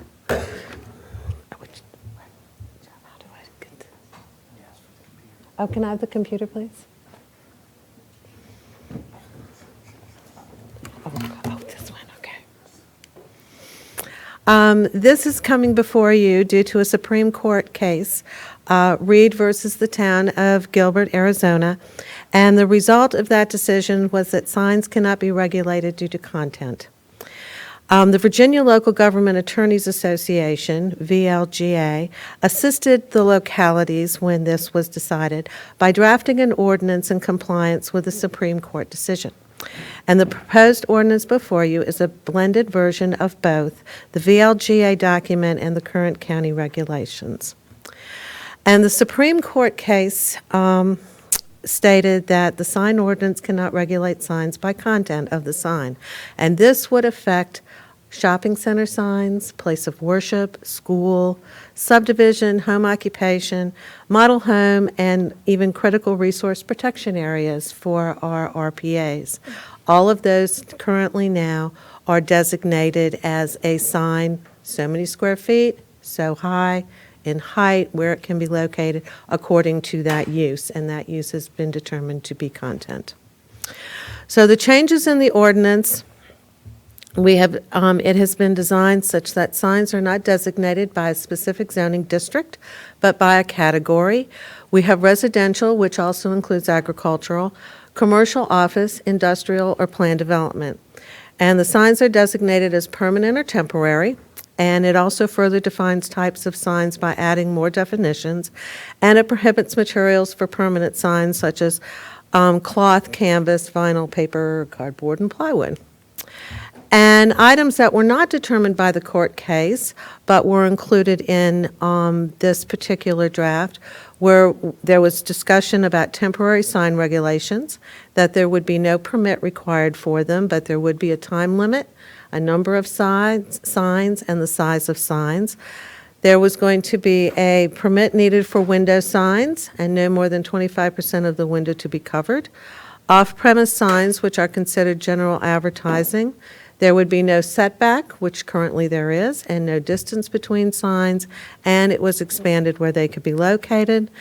And clarified types of signs and materials, as I said, that were prohibited, restrict the use of changeable copy and EMC, electronic message signs, in agricultural and residential districts, and that would be for non-residential uses, such as schools and churches. And any sign that was 2 square feet in area was no longer exempt from the permit process unless it was temporary. And the Planning Commission had asked for this, so I included it for you. This was a chart showing what the existing sign standards would be and what the new standards would be for the various uses within the different districts. And if you have any questions about that, we can talk about that in detail if you want. So it goes through all of them. And we had recommended approval of this ordinance. It removed the content-based provisions. It clarified the method of calculating sign area. It allowed deviations from sign size and height in a comprehensive sign package when approved as a conditional use permit by the Board of Supervisors. It consolidated sign regulations into 4 types of zoning categories. We instituted rules for temporary signs, and we had specific requirements for permits and enforcement of regulations. Well, the Planning Commission had concerns with several things. One was the temporary signs, and they were concerned especially for real estate signs, and they had great discussion on this. And they were concerned that if it was not temporary, it must be permanent. If it was permanent, it required a permit. And they felt that there would be many permits submitted to the county, which would be taxing on staff time. Also, the George Washington Ferry Farm Foundation requested that provisions to restrict the height of signs in proximity of historic properties was presented at the Planning Commission meeting, and the Planning Commission did feel that that had validity.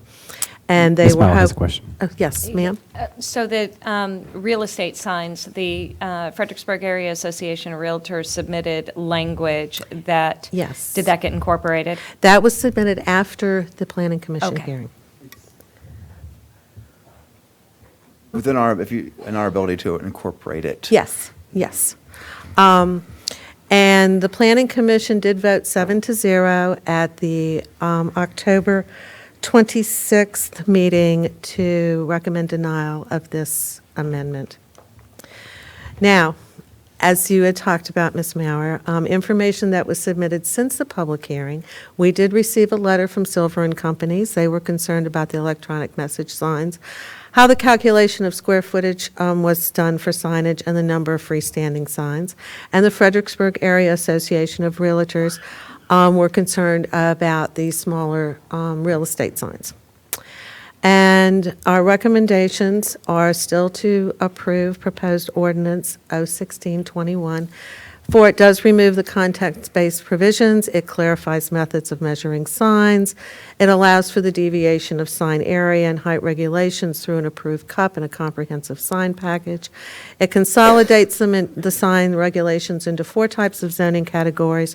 It provides rules for temporary signs and specific requirements for permits and enforceability. And staff does note that the changes suggested after the public hearing and during the public hearing from the Planning Commission can be accomplished accommodated with revisions to the draft text. Questions?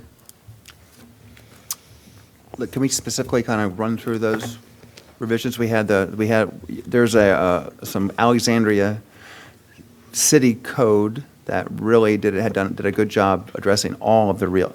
Laura and I worked on this. We had this is the complicated ordinance, lots of little details, and actually it can be confusing. But we took the time to understand it. Alexandria has tackled the problem of real estate signs by just being you're allowed to make an exception for houses that are on the market that are listed. Correct. That's pretty much the basics of that. Remind me of the silver letter. That was the one that, what was there? It was an easy one, and I agreed with it. We agreed with it. I just can't remember what it is.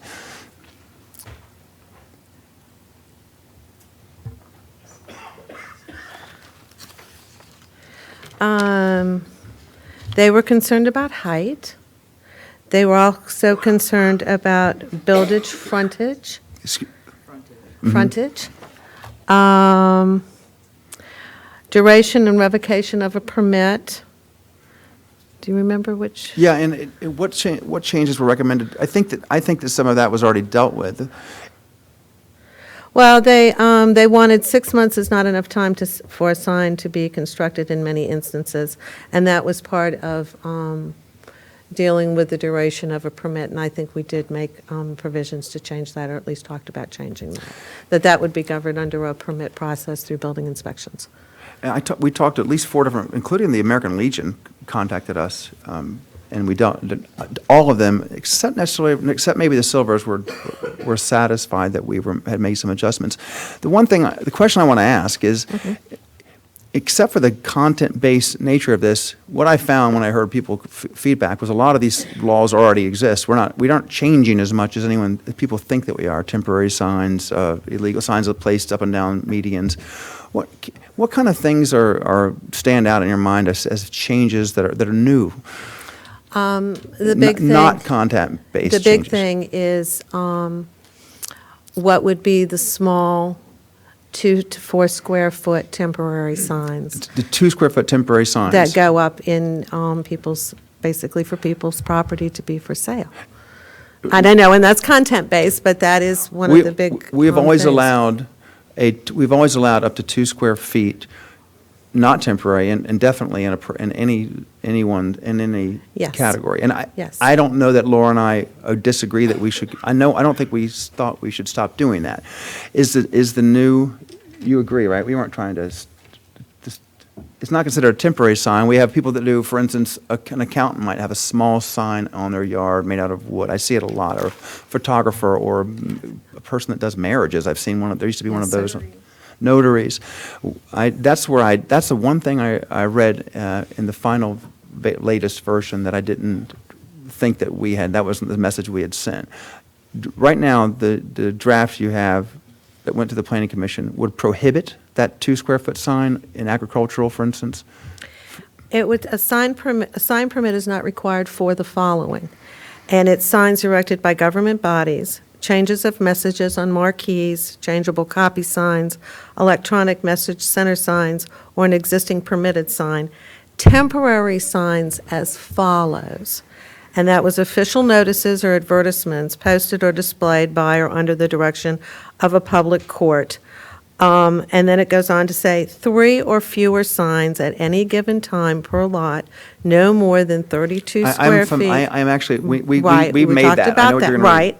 And pavement markings, and that would be the only signs that were not requiring a permit.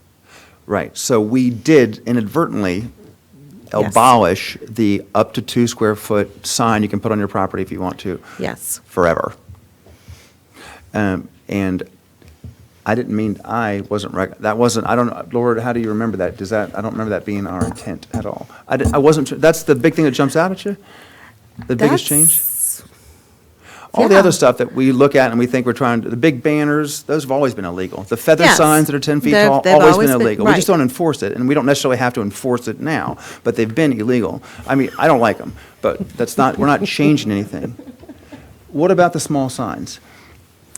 We can craft and debate the actual ordinance. after we have the public hearing. Right now, we should just be asking All right. questions. Okay. Mr. Snellwitz. Yes, Okay, sir. can you put up that chart that showed the different types of signs and the sizes? There were a couple pages there. Where do we want to go? Next one.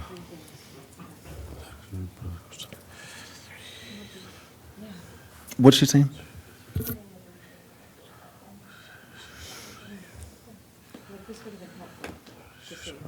A couple of board members are commenting that it might be nice to have these slides as a read-ahead. Oh, okay. However, I know sometimes these aren't ready until the day before, so sometimes it's not feasible to get it to us on a Thursday afternoon. But I think where that's possible, a lot of this information it definitely benefits in addition to what we already have in our packet. So I don't understand the three sign, 32 square feet each, 8 feet tall, 60 days, 2 times a year. Explain that to me. What does that mean?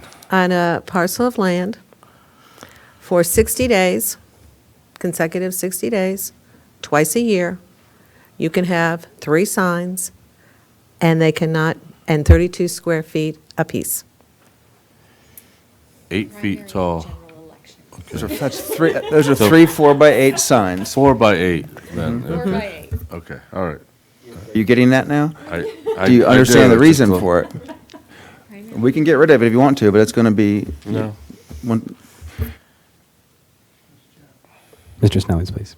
Let me make sure I understand that this ordinance, I have an individual in my community that has a business out of his home. Mhm. He has a sign out front. It's a Yes, sir. permanent sign. Yes, So sir. this ordinance would eliminate that.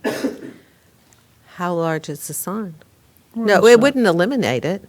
But he'd have He to get may a have to permit. get a permit for it. How big is it? Do you It's know? probably 3 feet, something like, it's not big. So what does he got to get a permit for? What size? He's allowed 2 feet? Anything that is not the temporary, 60 days, twice a year, 32 square feet apiece. So he'd have to Anything take that's his- going to be a permanent sign. He'd have to take his sign down. No, it's. Or he could get a permit. That sign You is could get a permit, already, yeah. my Or point, I it would believe be that's not. considered non-conforming. No, it's already illegal. Depending on when he put it up, a sign in agricultural, bigger than 2 square feet, has been illegal since I've been on the board. So Yeah, we're well. not changing anything. He just happens to have a sign that nobody complained about, and now frankly, he's grandfathered in. But no one went out and said, we're going to get rid of these 3x2s on people's yards. They've never been able to do it in front of a home-based business. As a matter of fact, we've had that We're not conversation. enforcing it now, why are we changing the law? Because we can't enforce any of our law right now because of the Supreme Court ruling. It's absolutely all unenforceable, all of it. And so we tried to keep the sign ordinance exactly like it was and get rid of that non-conforming thing. And then we had some complaints about how much was the front of a business and side of a business. And we didn't take anything away from them. We just tried to give them some more latitude so they could put the signs on the side of their business. I don't know why we bother with what's the side and what's the front, but that's how it was written. We made it actually more inclusive. We just haven't. I don't think you can find much in here where we've restricted it. We tried to keep it the same, but make it legally enforceable. I want to hear where we haven't, including, I think you should better put a 2 square foot sign up on your property wherever you want to. Any other questions? Mhm.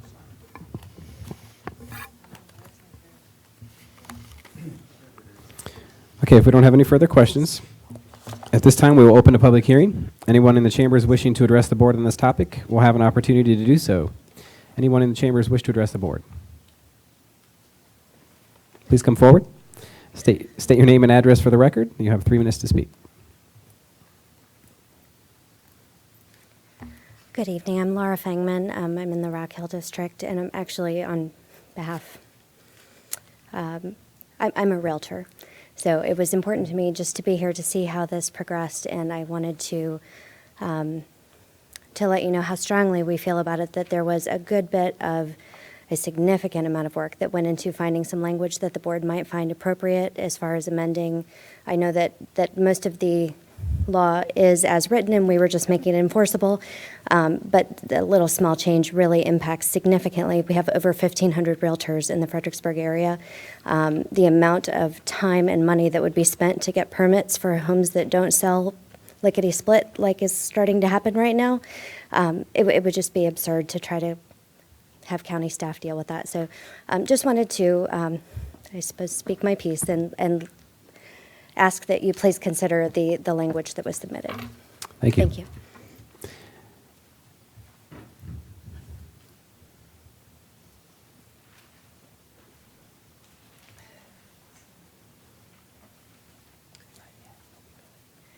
Good evening. My name is Joe Knight. I live at 103 Nautical Cove. I hadn't planned on speaking about this, but as I sat back and I listened and I look at all these rules and regulations on signs, you're going to have to hire a huge crew to go out and monitor these signs and to make sure that people don't allow them to stay up too long, or that they've got permits for each little one, or that they are. I think this job is going to be enormous. And all these rules and regulations, they just keep piling on, and then keeping up with them, and the public keeping up. I don't think that, I just think it's mind-boggling. And I see all this and I think, ooh, and the tougher we make it for people, I know that we've got this about the sides of the buildings and the front of the buildings, and no more square footage than it can't total but X amount. And I think, in each and every case, I think one of the biggest mistakes we ever made was, when Don's gone now, but a quiet park, and making them turn everything inward, and the businesses suffer. And it was a terrible mistake. I think we're getting into more of that with some of these things. And, certain properties take a lot longer to sell than others. And so you have to have signs up there for a longer period of time. We're regulated with how we do them, with our agreements with the parties who own the land, but to get a thing approved even, and you have your sign on it for sale before you go to settlement, to get a property approved in this county, if it is unzoned, can take you 2 or 3 years.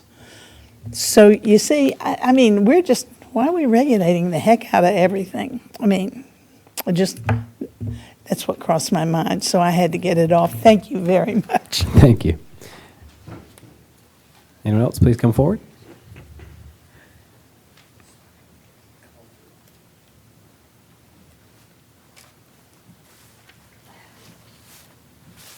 Roy Boswell, 2327 Jeff Davis Highway. This is not ready tonight. It has a lot of problems, and I won't go through them all, but I'll just point out a couple of quick ones. On page 12, under your prohibitions based on materials, under I, it says any sign other than a temporary sign constructed of cloth, canvas, vinyl, paper, cardboard, plywood, fabric is prohibited. And then under J, it says any temporary sign constructed of cloth, canvas, vinyl, paper, cardboard, fabric, or other lightweight material. That contradicts, I and J contradict each other. And the other thing is, if you pass this tonight, it says that all businesses will be grandfathered that have signs up already. But according to what I've been told, once you're found in violation, the requirement is going to be that you have to prove that you had a permit for that sign prior to this ordinance. And I'm going to tell you right now, there are hundreds, maybe more than hundreds of people that's got signs up that you may be considered might be grandfathered that didn't have a permit. And if they did, it was 20 or 30 years ago, they're not going to be able to prove that this thing was that they're grandfathered in. So the sign's going to be in violation. And there are a lot more in here, but I'm not going to hold you up all night. But I don't think this is ready to be voted on tonight. Passed. Thank you very much. Anyone else wish to address the board?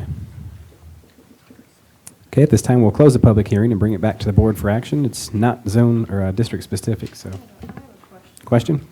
So Rashida, if we make the recommendation to take it back and just pass the current one, taking out the content-based, so removing the size or whatever, there's a couple ones that they brought up, could we do that, or do we have to re-advertise?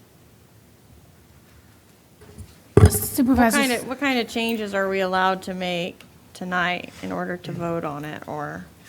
Changes can be made to the ordinance tonight. From what I understand, the changes submitted by the realtors have been vetted by staff and they're appropriate. I don't believe there's any content-based regulations in the current proposed ordinance, so that shouldn't be an issue. I have a couple questions of staff, though, or maybe Dan or whoever, the legal on this, that's, because we worked with Dan a lot on this. In a comment, again, the material and the signs is something we dealt with. We started looking at what we thought the material should be. But Joe, we're not making this more restrictive, we're making it less restrictive.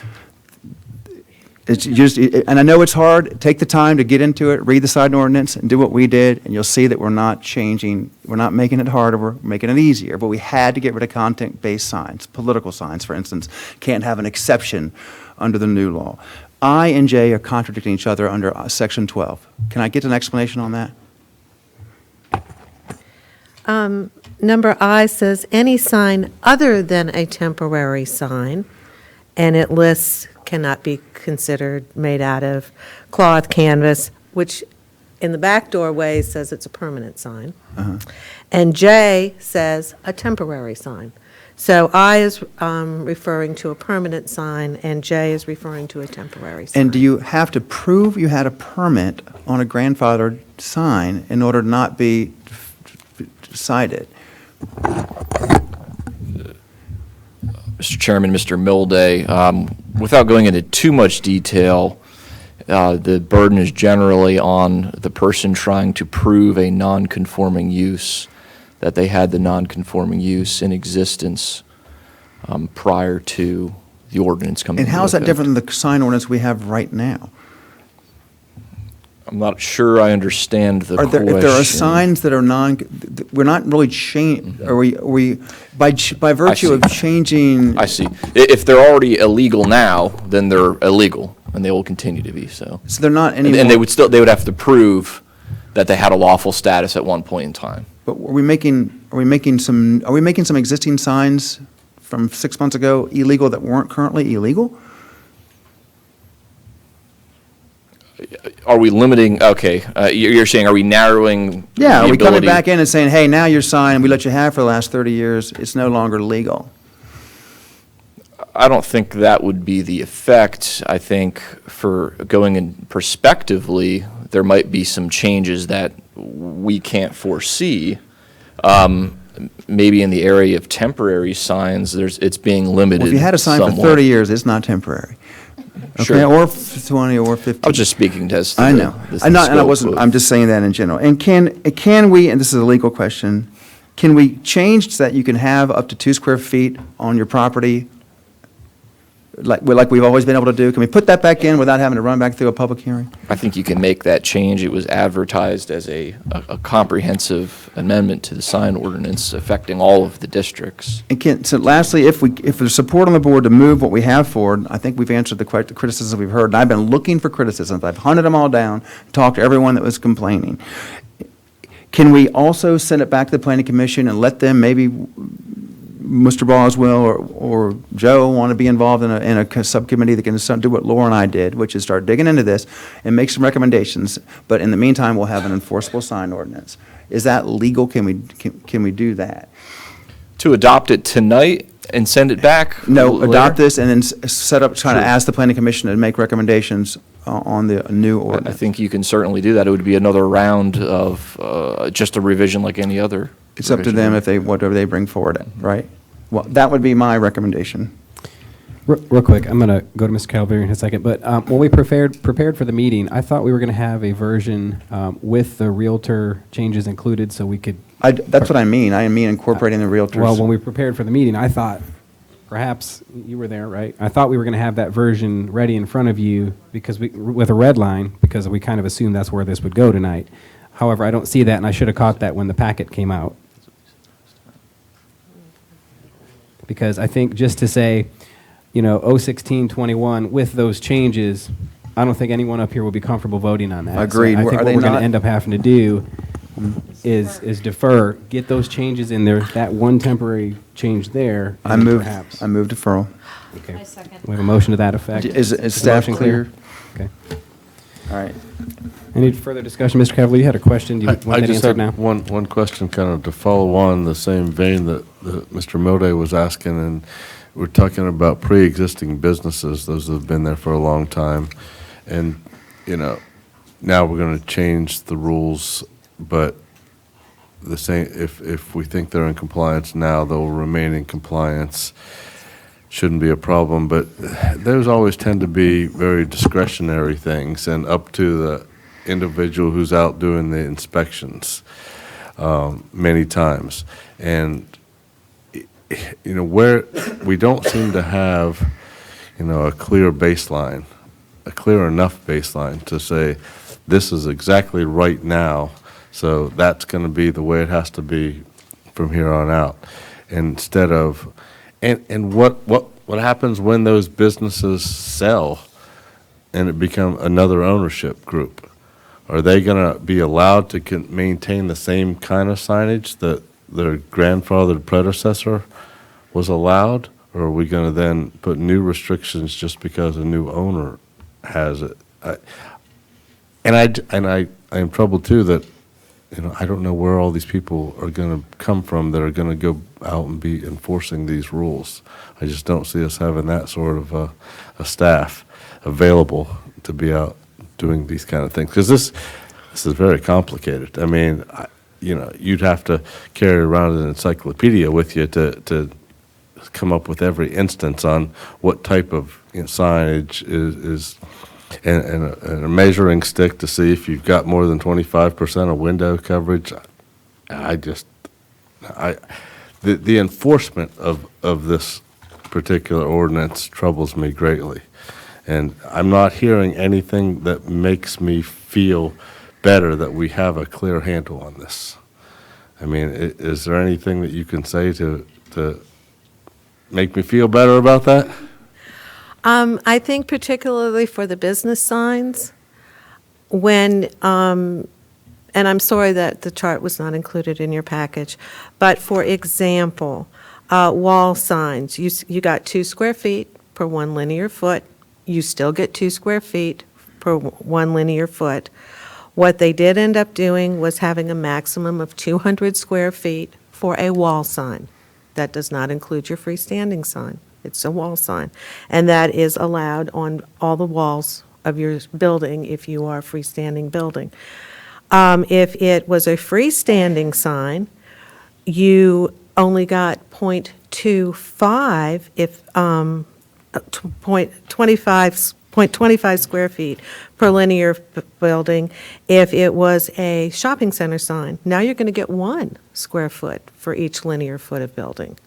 So you're actually getting more square feet. For pad sites, it was the same that it's been. Wall signs, it's the same that it's been for those. For other freestanding buildings, it's going to be 1 square foot per 1 linear foot. So as Mr. Milday said, a lot of the square footage, it actually, for us, will make it simpler to tell people what they get to have. We had shopping center signs, we had if you're in a pad site and didn't have road frontage, if you were on a pad site in a shopping center and did have public road frontage, you had different requirements. So a lot of that is actually going to be simpler. The general advertising signs, which is a sign advertising something that is not happening on that property. We have removed the requirement that you can't have one so many feet from another one. That is no longer provided for in this ordinance. One of the big things was the temporary signs. And I know you voted to defer it, but there is some provisions. And I will just say this, one of the things about the real estate recommendations, which much of it was very, very good, but one of the things was seeing how long a property was for sale.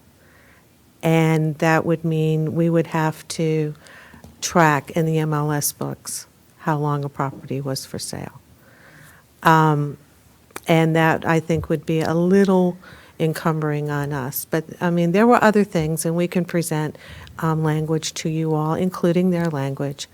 And I think we can land on a spot that I think the realtors will be very happy.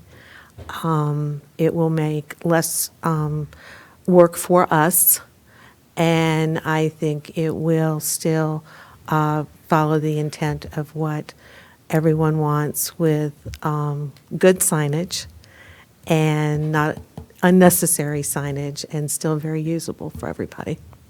Okay. Any other comments? Mr. Harvey, if you could, I would like to explore the idea of, I'm not sure what the category would be, but for instance, Ferry Farm, the Boyhood Home.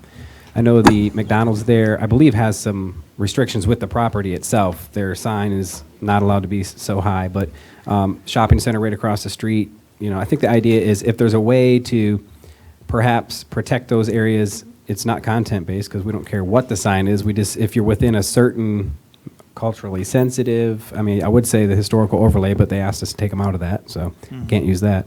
But some sort of way, perhaps, that the board might consider protecting some of the taller signs around those sites. And Ferry Farm is certainly not the only one. We have a couple of churches that are very old and things like that. So. Yes, Mr. Chairman, we certainly can work have different regulations to properties in proximity to historic zone properties or the historic interpretive zone property.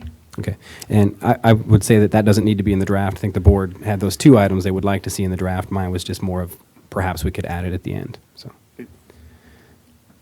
We're looking at a courthouse area it has some special options for signage. We haven't gotten to that. But I would like to request not to be on the next general sign subcommittee of the board. Okay, so. I just want to remind you that you asked to be on the I changed my mind. And you did a very good job. So we're getting ready to dispense of this.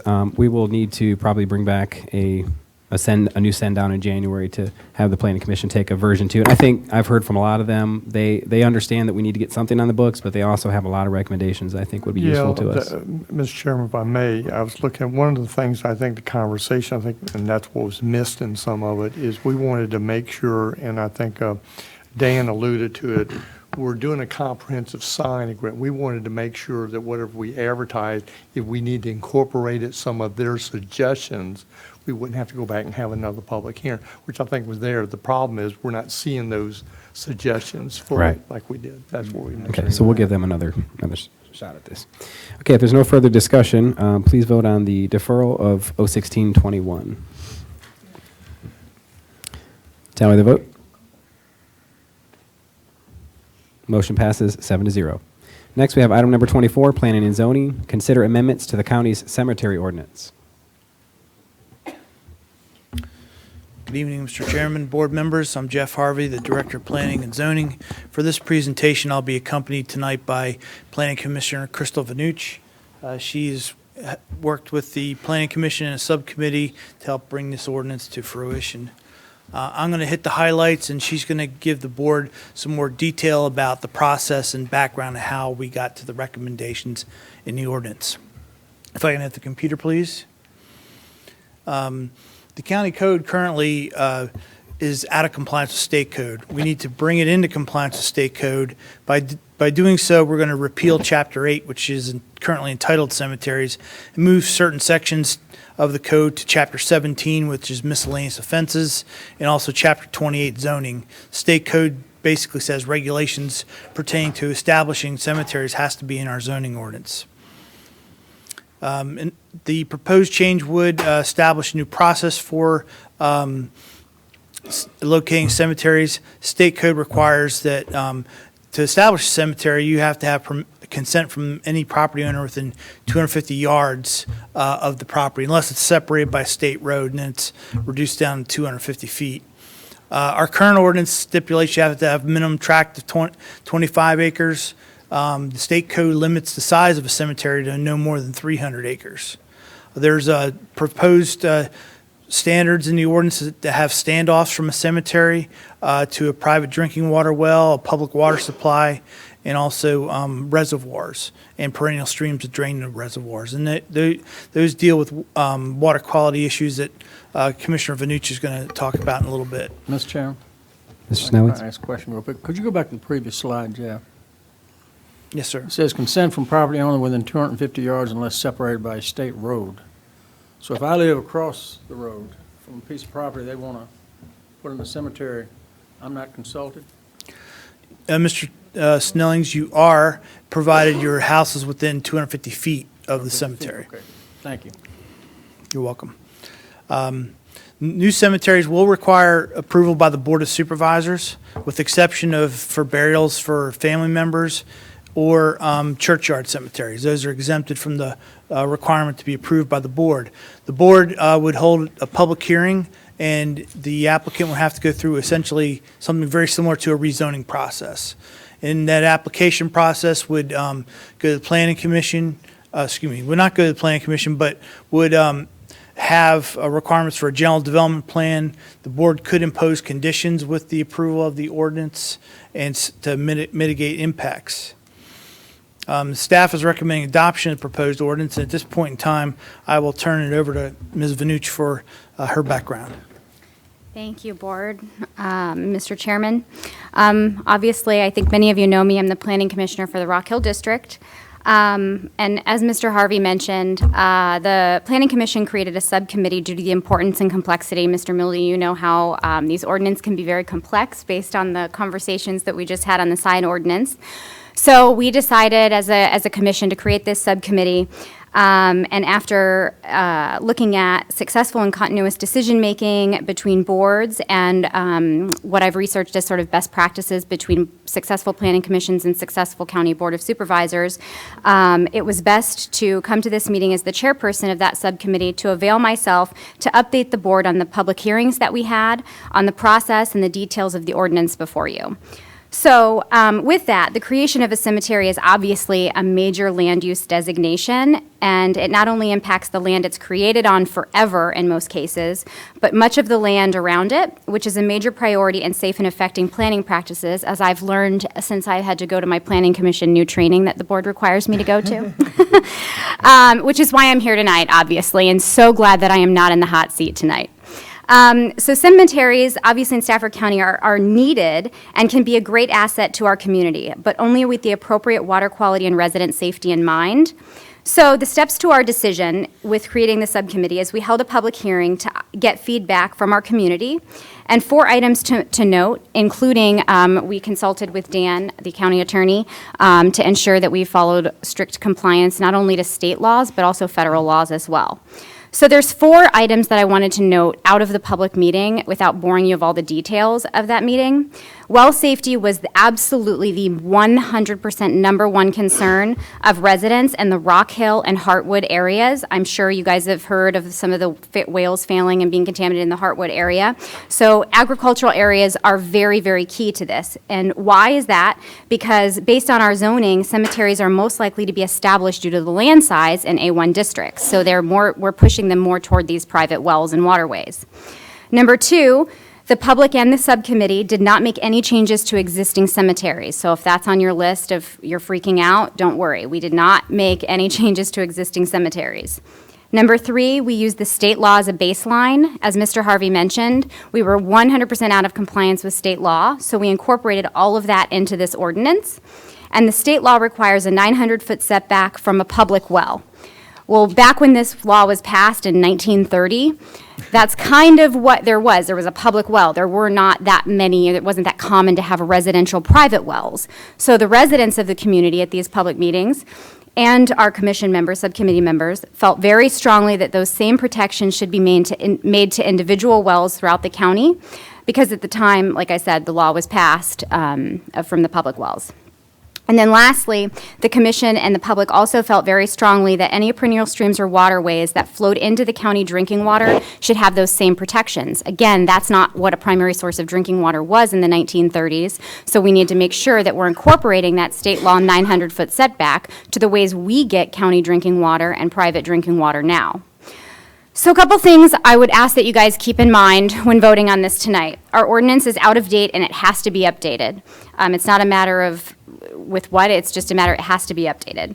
We looked at the state law, we provided that clarity to each of you. Based on religious protections, we had to come up with the language in this ordinance across the board to all cemeteries, and utilized significant research to apply these setbacks. And one thing I wanted to note, in case you were curious, like why didn't you just limit the amount of bodies on a particular cemetery based on acreage? Why didn't you say that they had to be so many feet in the ground or in a concrete vault? Is that we cannot impede on those religious liberties. Different religions have different practices of burying bodies. And in order to ensure we can protect everyone's drinking water in the county, we've thought that the setbacks, based on our research, were the most effective in doing so versus breaking federal laws and requiring limitations on bodies. So we had to apply that setback to the actual establishment of the cemetery. So it's the cemetery boundary line, not where the body goes. That word is very, very important when you're looking at the legal context. So in order to get these distances, we completed a significant amount of research. And again, I'm not going to bore you with the details, but I'm going to tell you the 4 risks that we identified that the County of Stafford has. And I'm going to tell you the studies that we used to get the setbacks. The risk number 1 is we determined, based on a 2015 water quality report, that our, and I quote, our own county published, reservoirs were determined to be highly susceptible to contamination. This is due to water flowing into them from water sources. So if we put cemeteries by that, this is the water quality report, I'm happy to circulate it, we would be impacting our water quality. Number 2, mineral contamination from cemetery soils and studies prove that substances in bodies for up to 10 years can actually seep actual metals from caskets and contaminate water supply and soils, also substantiated by this study. Risk number 3, many different types of wells in the county and many older wells are at a higher risk of contamination based on their depth, their distance, and the water table around it, based on this study. And the last risk we identified are the protected mussels, and a recovery program established in Virginia to protect this mussel. That is the one that's in Aquia Creek, and that drains to the county water supply of Smith Lake, right, Jeff? That could be impacted if not appropriate setbacks. And here's the report on the protected mussel. So, how did we get the setbacks? There are 2 different studies that we used. Obviously, the state law requires the 900 feet. So the second, yeah, you have no idea how much research. So the second study is the New Vision study, which was done universally. And there's a lot of things in here that I would, if I had time, I would talk about. But it actually talks about cemeteries being tested, wells being tested that would impact water quality. This says that basically graves should not be established, human or animal, within 900 feet. And then the World Health Organization, lastly, also speaks to human and animals not within 900 feet. So in closing, because I know you guys are rushing me out of here, the water table underground is very unpredictable based on some of the earthquake messages we've received in the Hartwood area. And it's very costly to require studies for churches and sometimes not that effective or accurate, and that would increase the burden to churches who are trying to create cemeteries, and we didn't want that to happen. So going with a minimum setback recommended by state law and 2 additional sources noted in those studies seemed to be the best policy and in the best interest for the county residents, for not only private wells, but for the drinking supply for all of the county. This would be the least burdensome impact and pass the Planning Commission 6-0. Mr. English was actually on the subcommittee but was absent on this vote due to his work, but supported the subcommittee, and we recommend the board to pass this ordinance in this current state to ensure the protection of resident and water quality supply while placing the least restrictions on churches and personal communities. I'm happy to answer any questions if you have them. Mr. Chairman. Mr. Snelling. You made a statement earlier that concerns me a little bit about wells in Hartwood being contaminated. Is there any study that shows that? No, there's no study, but I think a couple of people who have mentioned their wells, maybe not contaminated, but they're drying up and they're having well issues in the Hartwood area. But that has nothing to do with cemetery. No, that doesn't. Okay. Any other questions? Because I was a little concerned that I've got contaminated wells, and I didn't know anything about it. You might now. Well, let's hope not. Second thing is, you said human or animal cemeteries. My dog dies. What do I do with him? So there's actually state law on that require. There really is. And there are like certain setbacks where you're not allowed to put them in a certain distance. And they actually also recommend that they shouldn't be within X amount of feet of wells. And they actually limit the poundage. Like obviously if it's a 100-pound dog, that might not be as big of an issue as a 1,200-pound cow. So there's actually state law on that, and we incorporated that. Well, I don't think the 1,200-pound cow is going to get a burial, because a 1,200-pound cow is not a pet. But I can tell you, when my dog dies, and I go to my wife and say, look, state law says he's got to go to the landfill, I'm going to go with him. Well, that is, well, this ordinance has nothing to do with animals. This is all okay. just, Well, remember, it's just establishment of new cemeteries. Maybe I misunderstood. That's correct. So the state law, we can't really touch, but there really is state law on where you can put it. Actually, I would be so out of luck with a horse, would have to bury him, and he is 1,200 pounds, and he's over the limit. So I hope he doesn't die. Okay, thank you. Any other questions? I just Mr. want to Milday. think it was a great report. I'd like to recommend that Crystal be on the Planning Commission Subcommittee on Sign Ordinance. I like that. I think Roy already volunteered for that one. Need two of you. Any other questions? Okay. Okay. Thank you very much. Thank you for your time and service.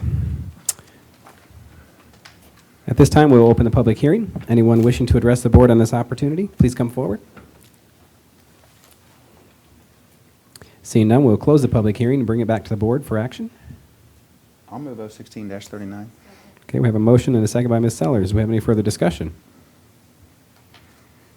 Okay, seeing none, please cast your votes. Tally the votes. Motion passes 7-0. Next, we have item number 25, Planning and Zoning. Consider a conditional use permit to allow a 150-foot monopole-style telecommunications facility at Duff McDuff Green Memorial Park. And I believe we're combining this with item number 26, which is consider leasing a portion of tax map parcel 58-35A at Duff McDuff Green Memorial Park for the purpose of constructing this monopole tower. Thank you, Mr. Chairman. This proposed telecommunications facility would be an A1 agricultural zone. The applicant is Milestone Tower Limited Partnership in conjunction with Donahue and Stearns. In this case, the Board of Supervisors is the owner of the property, and the proposed site is located in the George Washington District at the Duff McDuff Green Park. This shows some of the background details. The property is zoned agricultural. The surrounding properties are also agriculturally zoned. It's in the Rappahannock Recreational Planning Area, and it would be part of a park site. It's currently an undeveloped wooded area within the Duff McDuff Park, located in close proximity to the outfield of one of the ball fields. This is the general development plan that shows the proposed compound to the tower, as well as the tower itself in profile view. The tower could accommodate up to 5 carriers. The telecommunications plan, which is a component of the comprehensive plan, has a number of siting criteria, specifically targeting publicly owned lands for the as a good location for telecommunications facilities, or also on agriculturally zoned land. This meets both of those criterias. Other criteria is trying to minimize visual impacts to historic districts and not located near airports. This tower would not have any effect to either one of those. Priority be given along power lines. Unfortunately, in this case, a power line doesn't exist that could comply with that standard. We want to locate towers away from residential concentrations, with just this tower generally fits that criteria as well. And the facility is interior to the parcel, so it minimizes the impacts and it's not affecting any wetlands. This is the current coverage map for Verizon that was proposing to locate on a tower. Basically, the white area is where there's no coverage, and this is what happens when the tower goes into effect with their antenna on it. So it greatly enhances usability of the park for people that use the park and have Verizon as their service provider. Also, it helps the county and users of the park if there's a communication issue that they need to call 911 or need assistance. There are a number of facility design standards with the telecommunications plan. I won't go into all the details. However, this site does comply with those and in some instances exceeds those standards because they're proposing room for 5 carriers, which the plan recommends a minimum of 3. We have a number of photo simulations that show the location of the tower in relation to the tree line and some other spots within the county, and they are all located within your background report. And then with regard to the CUP, the proposed conditions limited to 1 tower, 150 feet tall at that location. The site design would comply with the GDP. There'd be limited land clearing. There would be no lights unless the FAA requires lights on that. I mentioned about the 5 carriers. The tower would be designed to have a break point fall radius of 80 feet. This is a monopole tower, so they're intended to collapse in and on themselves if there's a structural issue, so that minimizes some of the fall zone radius. We have standard language regarding removal of the tower if its use is discontinued, avoiding conflicts with our 911 communication system. And we also have additional conditions that follow standard practice for telecommunication towers. Regarding the positives, it meets the standards of issuance for CUP. It will enhance the coverage for that area, and conditions could offset any negative aspects if there are any. We've not readily identified any, neither did the Planning Commission in its deliberation. Staff is recommending approval of the resolution R16-338. The Planning Commission, when it was reviewing the public hearing, had 2 suggestions which have been included in the resolution. They deal with the statement on condition 13 that the installation will meet the terms of the lease agreement, and then also 14 that construction of tower shall use a gradient paint scheme in order to blend with the landscape. So this is one aspect of the public hearings tonight. The second aspect. Mr. Harvey, sorry. Yes. Before you go on, is it possible to do number 13 when the lease doesn't technically exist when we do the CUP? Item number 13 that they wanted added. Because we have to do the CUP first before we can lease it, correct? Yes, Mr. Chairman. Basically, what this does, in the lease, there's a requirement with regards to providing space on the towers to the counties, like the sheriff's office or the fire and rescue department. So we just want to ensure consistency between our conditions and the lease. So approving this before the lease is actually approved will have no effect. It'll be fine. Okay. And number 14, do you have a recommendation, a staff recommendation on that as well? Staff concurs with the Plan Commission's recommendation. The applicant did as well. What a gradient paint scheme generally does is you'll have darker colors down towards the bottom of the tower that better blends with the tree canopy cover, and then lighter colors at the top of the tower so it can better blend with the sky. And with regard to the lease, that follows our current standard agreement we have with Milestone. There's a caveat with that, however. The Duff McDuff Green Park, when it was conveyed to the county, there's a stipulation that it be used for park purposes. If the property is not used for park purposes, it would revert to the Mary Washington Hospital Foundation. We've gotten correspondence from the foundation that they concur with the ability to put a tower on the property and do not see any concerns with regards to that. I'll be happy to answer any questions. Do we have any questions? Okay, thank you very much. This time we'll open the public hearing. Anyone in the chambers wish to address the board on this topic? Please come forward. Seeing none, we will close the public hearing and bring it back to the board. This is in my district, so I would like to move for approval of R16-338. We have a second. Do we have any discussion?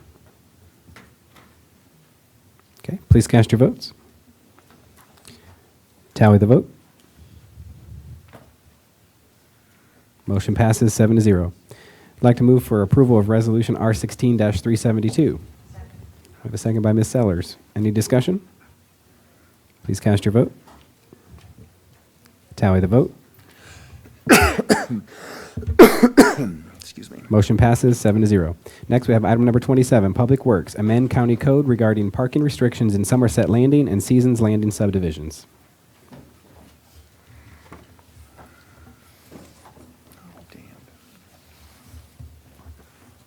You know that Lee won the Battle of Fredericksburg 55 years ago? Good evening, Mr. Chairman, members of the board, Christopher Rapp, Director of Public Works. Tonight we have a public hearing to consider restricted parking in the Somerset Landing and Seasons Landing subdivisions. In October of 2016, Stafford County received a resolution from the Homeowners Association of Somerset Landing requesting the establishment of a restricted parking area within Somerset Landing and Seasons Landing subdivisions. Seasons Landing was subdivided from the Somerset Landing subdivision, so the HOA represents both subdivisions. The HOA has requested that all streets within both subdivisions be designated a restricted parking area. All the streets within the subdivisions do qualify as a public highway. If proposed ordinance 016-44, which is in your packet, is approved by the board, the county code, which governs restricted parking, section 1556, would be amended and reordained and designate the requested streets within both of those subdivisions as restricted parking.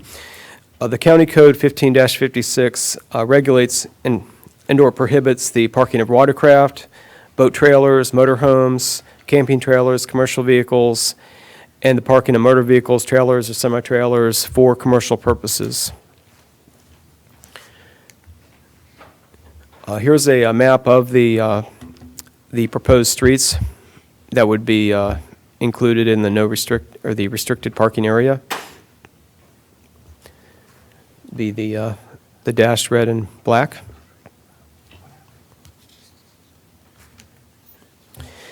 And the board authorized this public hearing at its November 1st meeting, and it was advertised in the paper. And I'd be happy to entertain any questions at this time. Do we have any questions? Thank you. Very good job.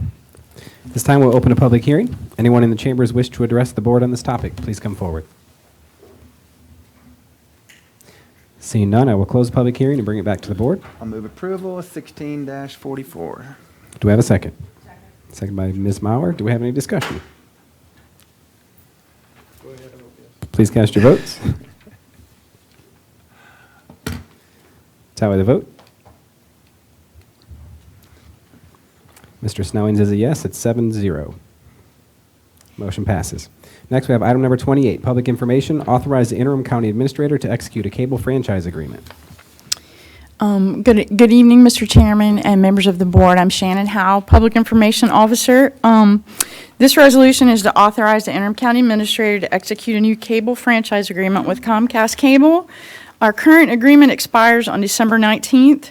The Telecommunications Commission Franchise Negotiation Subcommittee was appointed by the TCC to negotiate a new agreement, and Brian Reinstead and Katie Holzweiler served on that, and we hired a telecommunications attorney, Mr. Ames, to assist with negotiating the agreement. They held several meetings with Ms. Marie Schuler, Director of Government Affairs for Comcast, to negotiate the new agreement. On October 17, 2016, Comcast and the subcommittee came to an agreement on the terms for the new franchise, and the highlights of those are we'll retain our 20 homes per linear mile. All homes within 300 feet of the right-of-way, that's right, highway, will be counted, and before, they only counted homes that were within 150 feet. The beginning and end points of the measurement are defined in the agreement. We didn't have it defined before, which was a point of contention. Comcast is going to extend service to some specified addresses in settlement of a dispute that we already had under our prior agreement. Comcast is going to extend in other areas if residents are willing to share the cost per a formula that we agreed upon. We're going to have 3 existing PEG channels. Before we had 2 with the right to request a third, but we requested CVTV, and now we'll keep those 3. Comcast is going to maintain a physical office in the county for at least 3 years. If they decide to relocate after that, they'll meet with the county to discuss. They're going to provide a $50,000 letter of credit as security, and they will pay liquidated damages after notice and opportunity to cure for any material violation of the agreement. The agreement is for 5 years with an option to extend for 5 more. And then At a meeting of the Telecommunications Commission on Monday, November 7th, the chairman of the TCC moved that the TCC recommend that the board authorize the interim county administrator to execute a franchise agreement with Comcast. The vote was 6-0. It was unanimous. Staff recommends approval of proposed resolution R16-328, which authorizes the interim county administrator to execute a franchise agreement with Comcast of California, Maryland, Pennsylvania, Virginia, and West Virginia, and the effective date would be today. And the only other thing I want to say is I would like to thank Marie Schuler for all of her cooperation. We really had some good negotiating conferences, which is not typically how we didn't start that way, but we ended up that way. And I'd like to thank Mike Cannon, our Chief Technology Officer, for all his help with it, and Dave Capaz of GIS, who helped us with maps, figuring out where people weren't served in the county. Okay, do we have any questions? Okay, thank you.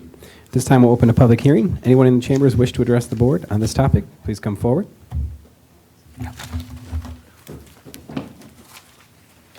Please state your name and address for the record.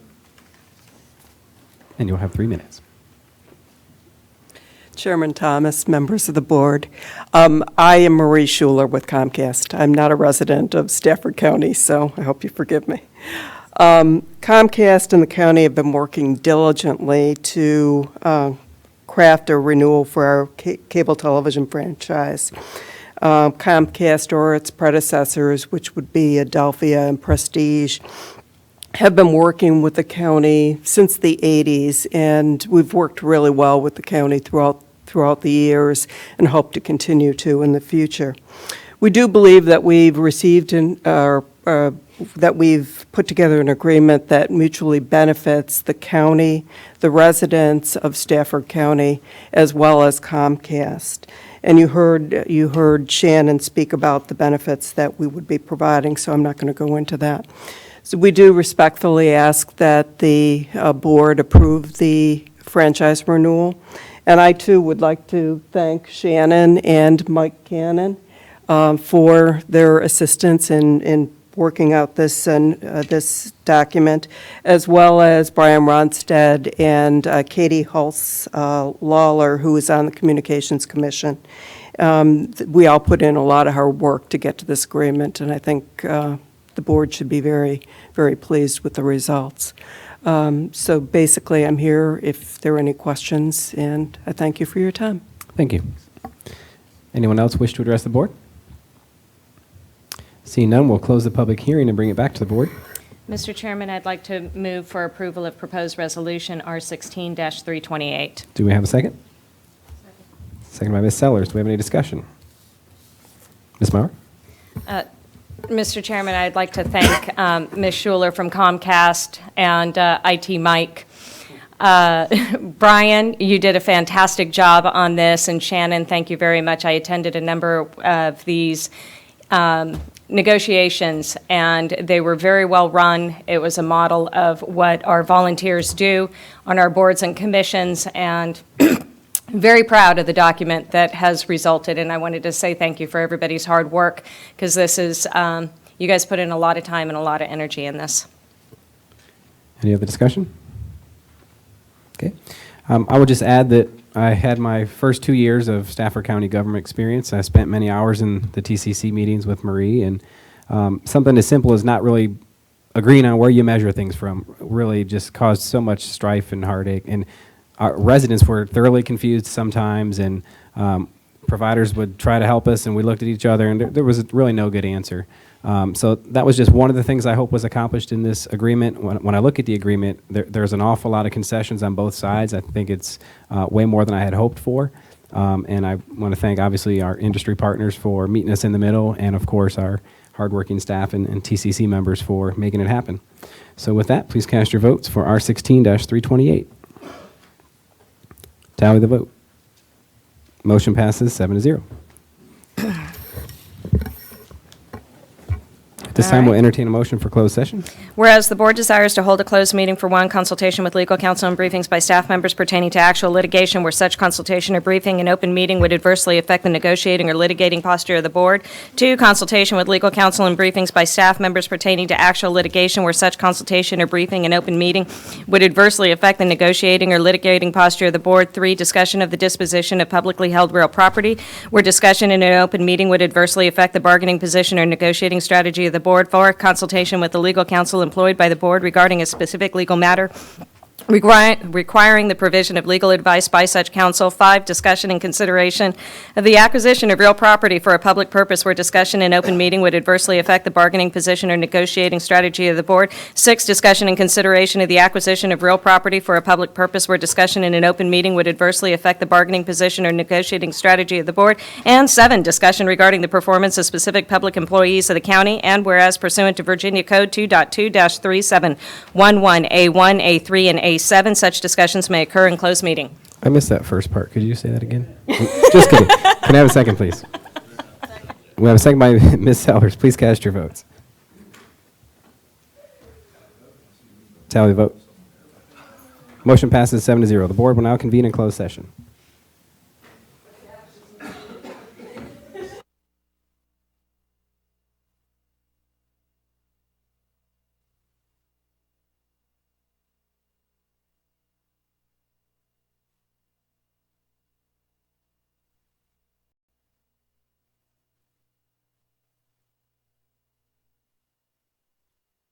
By the closed meeting?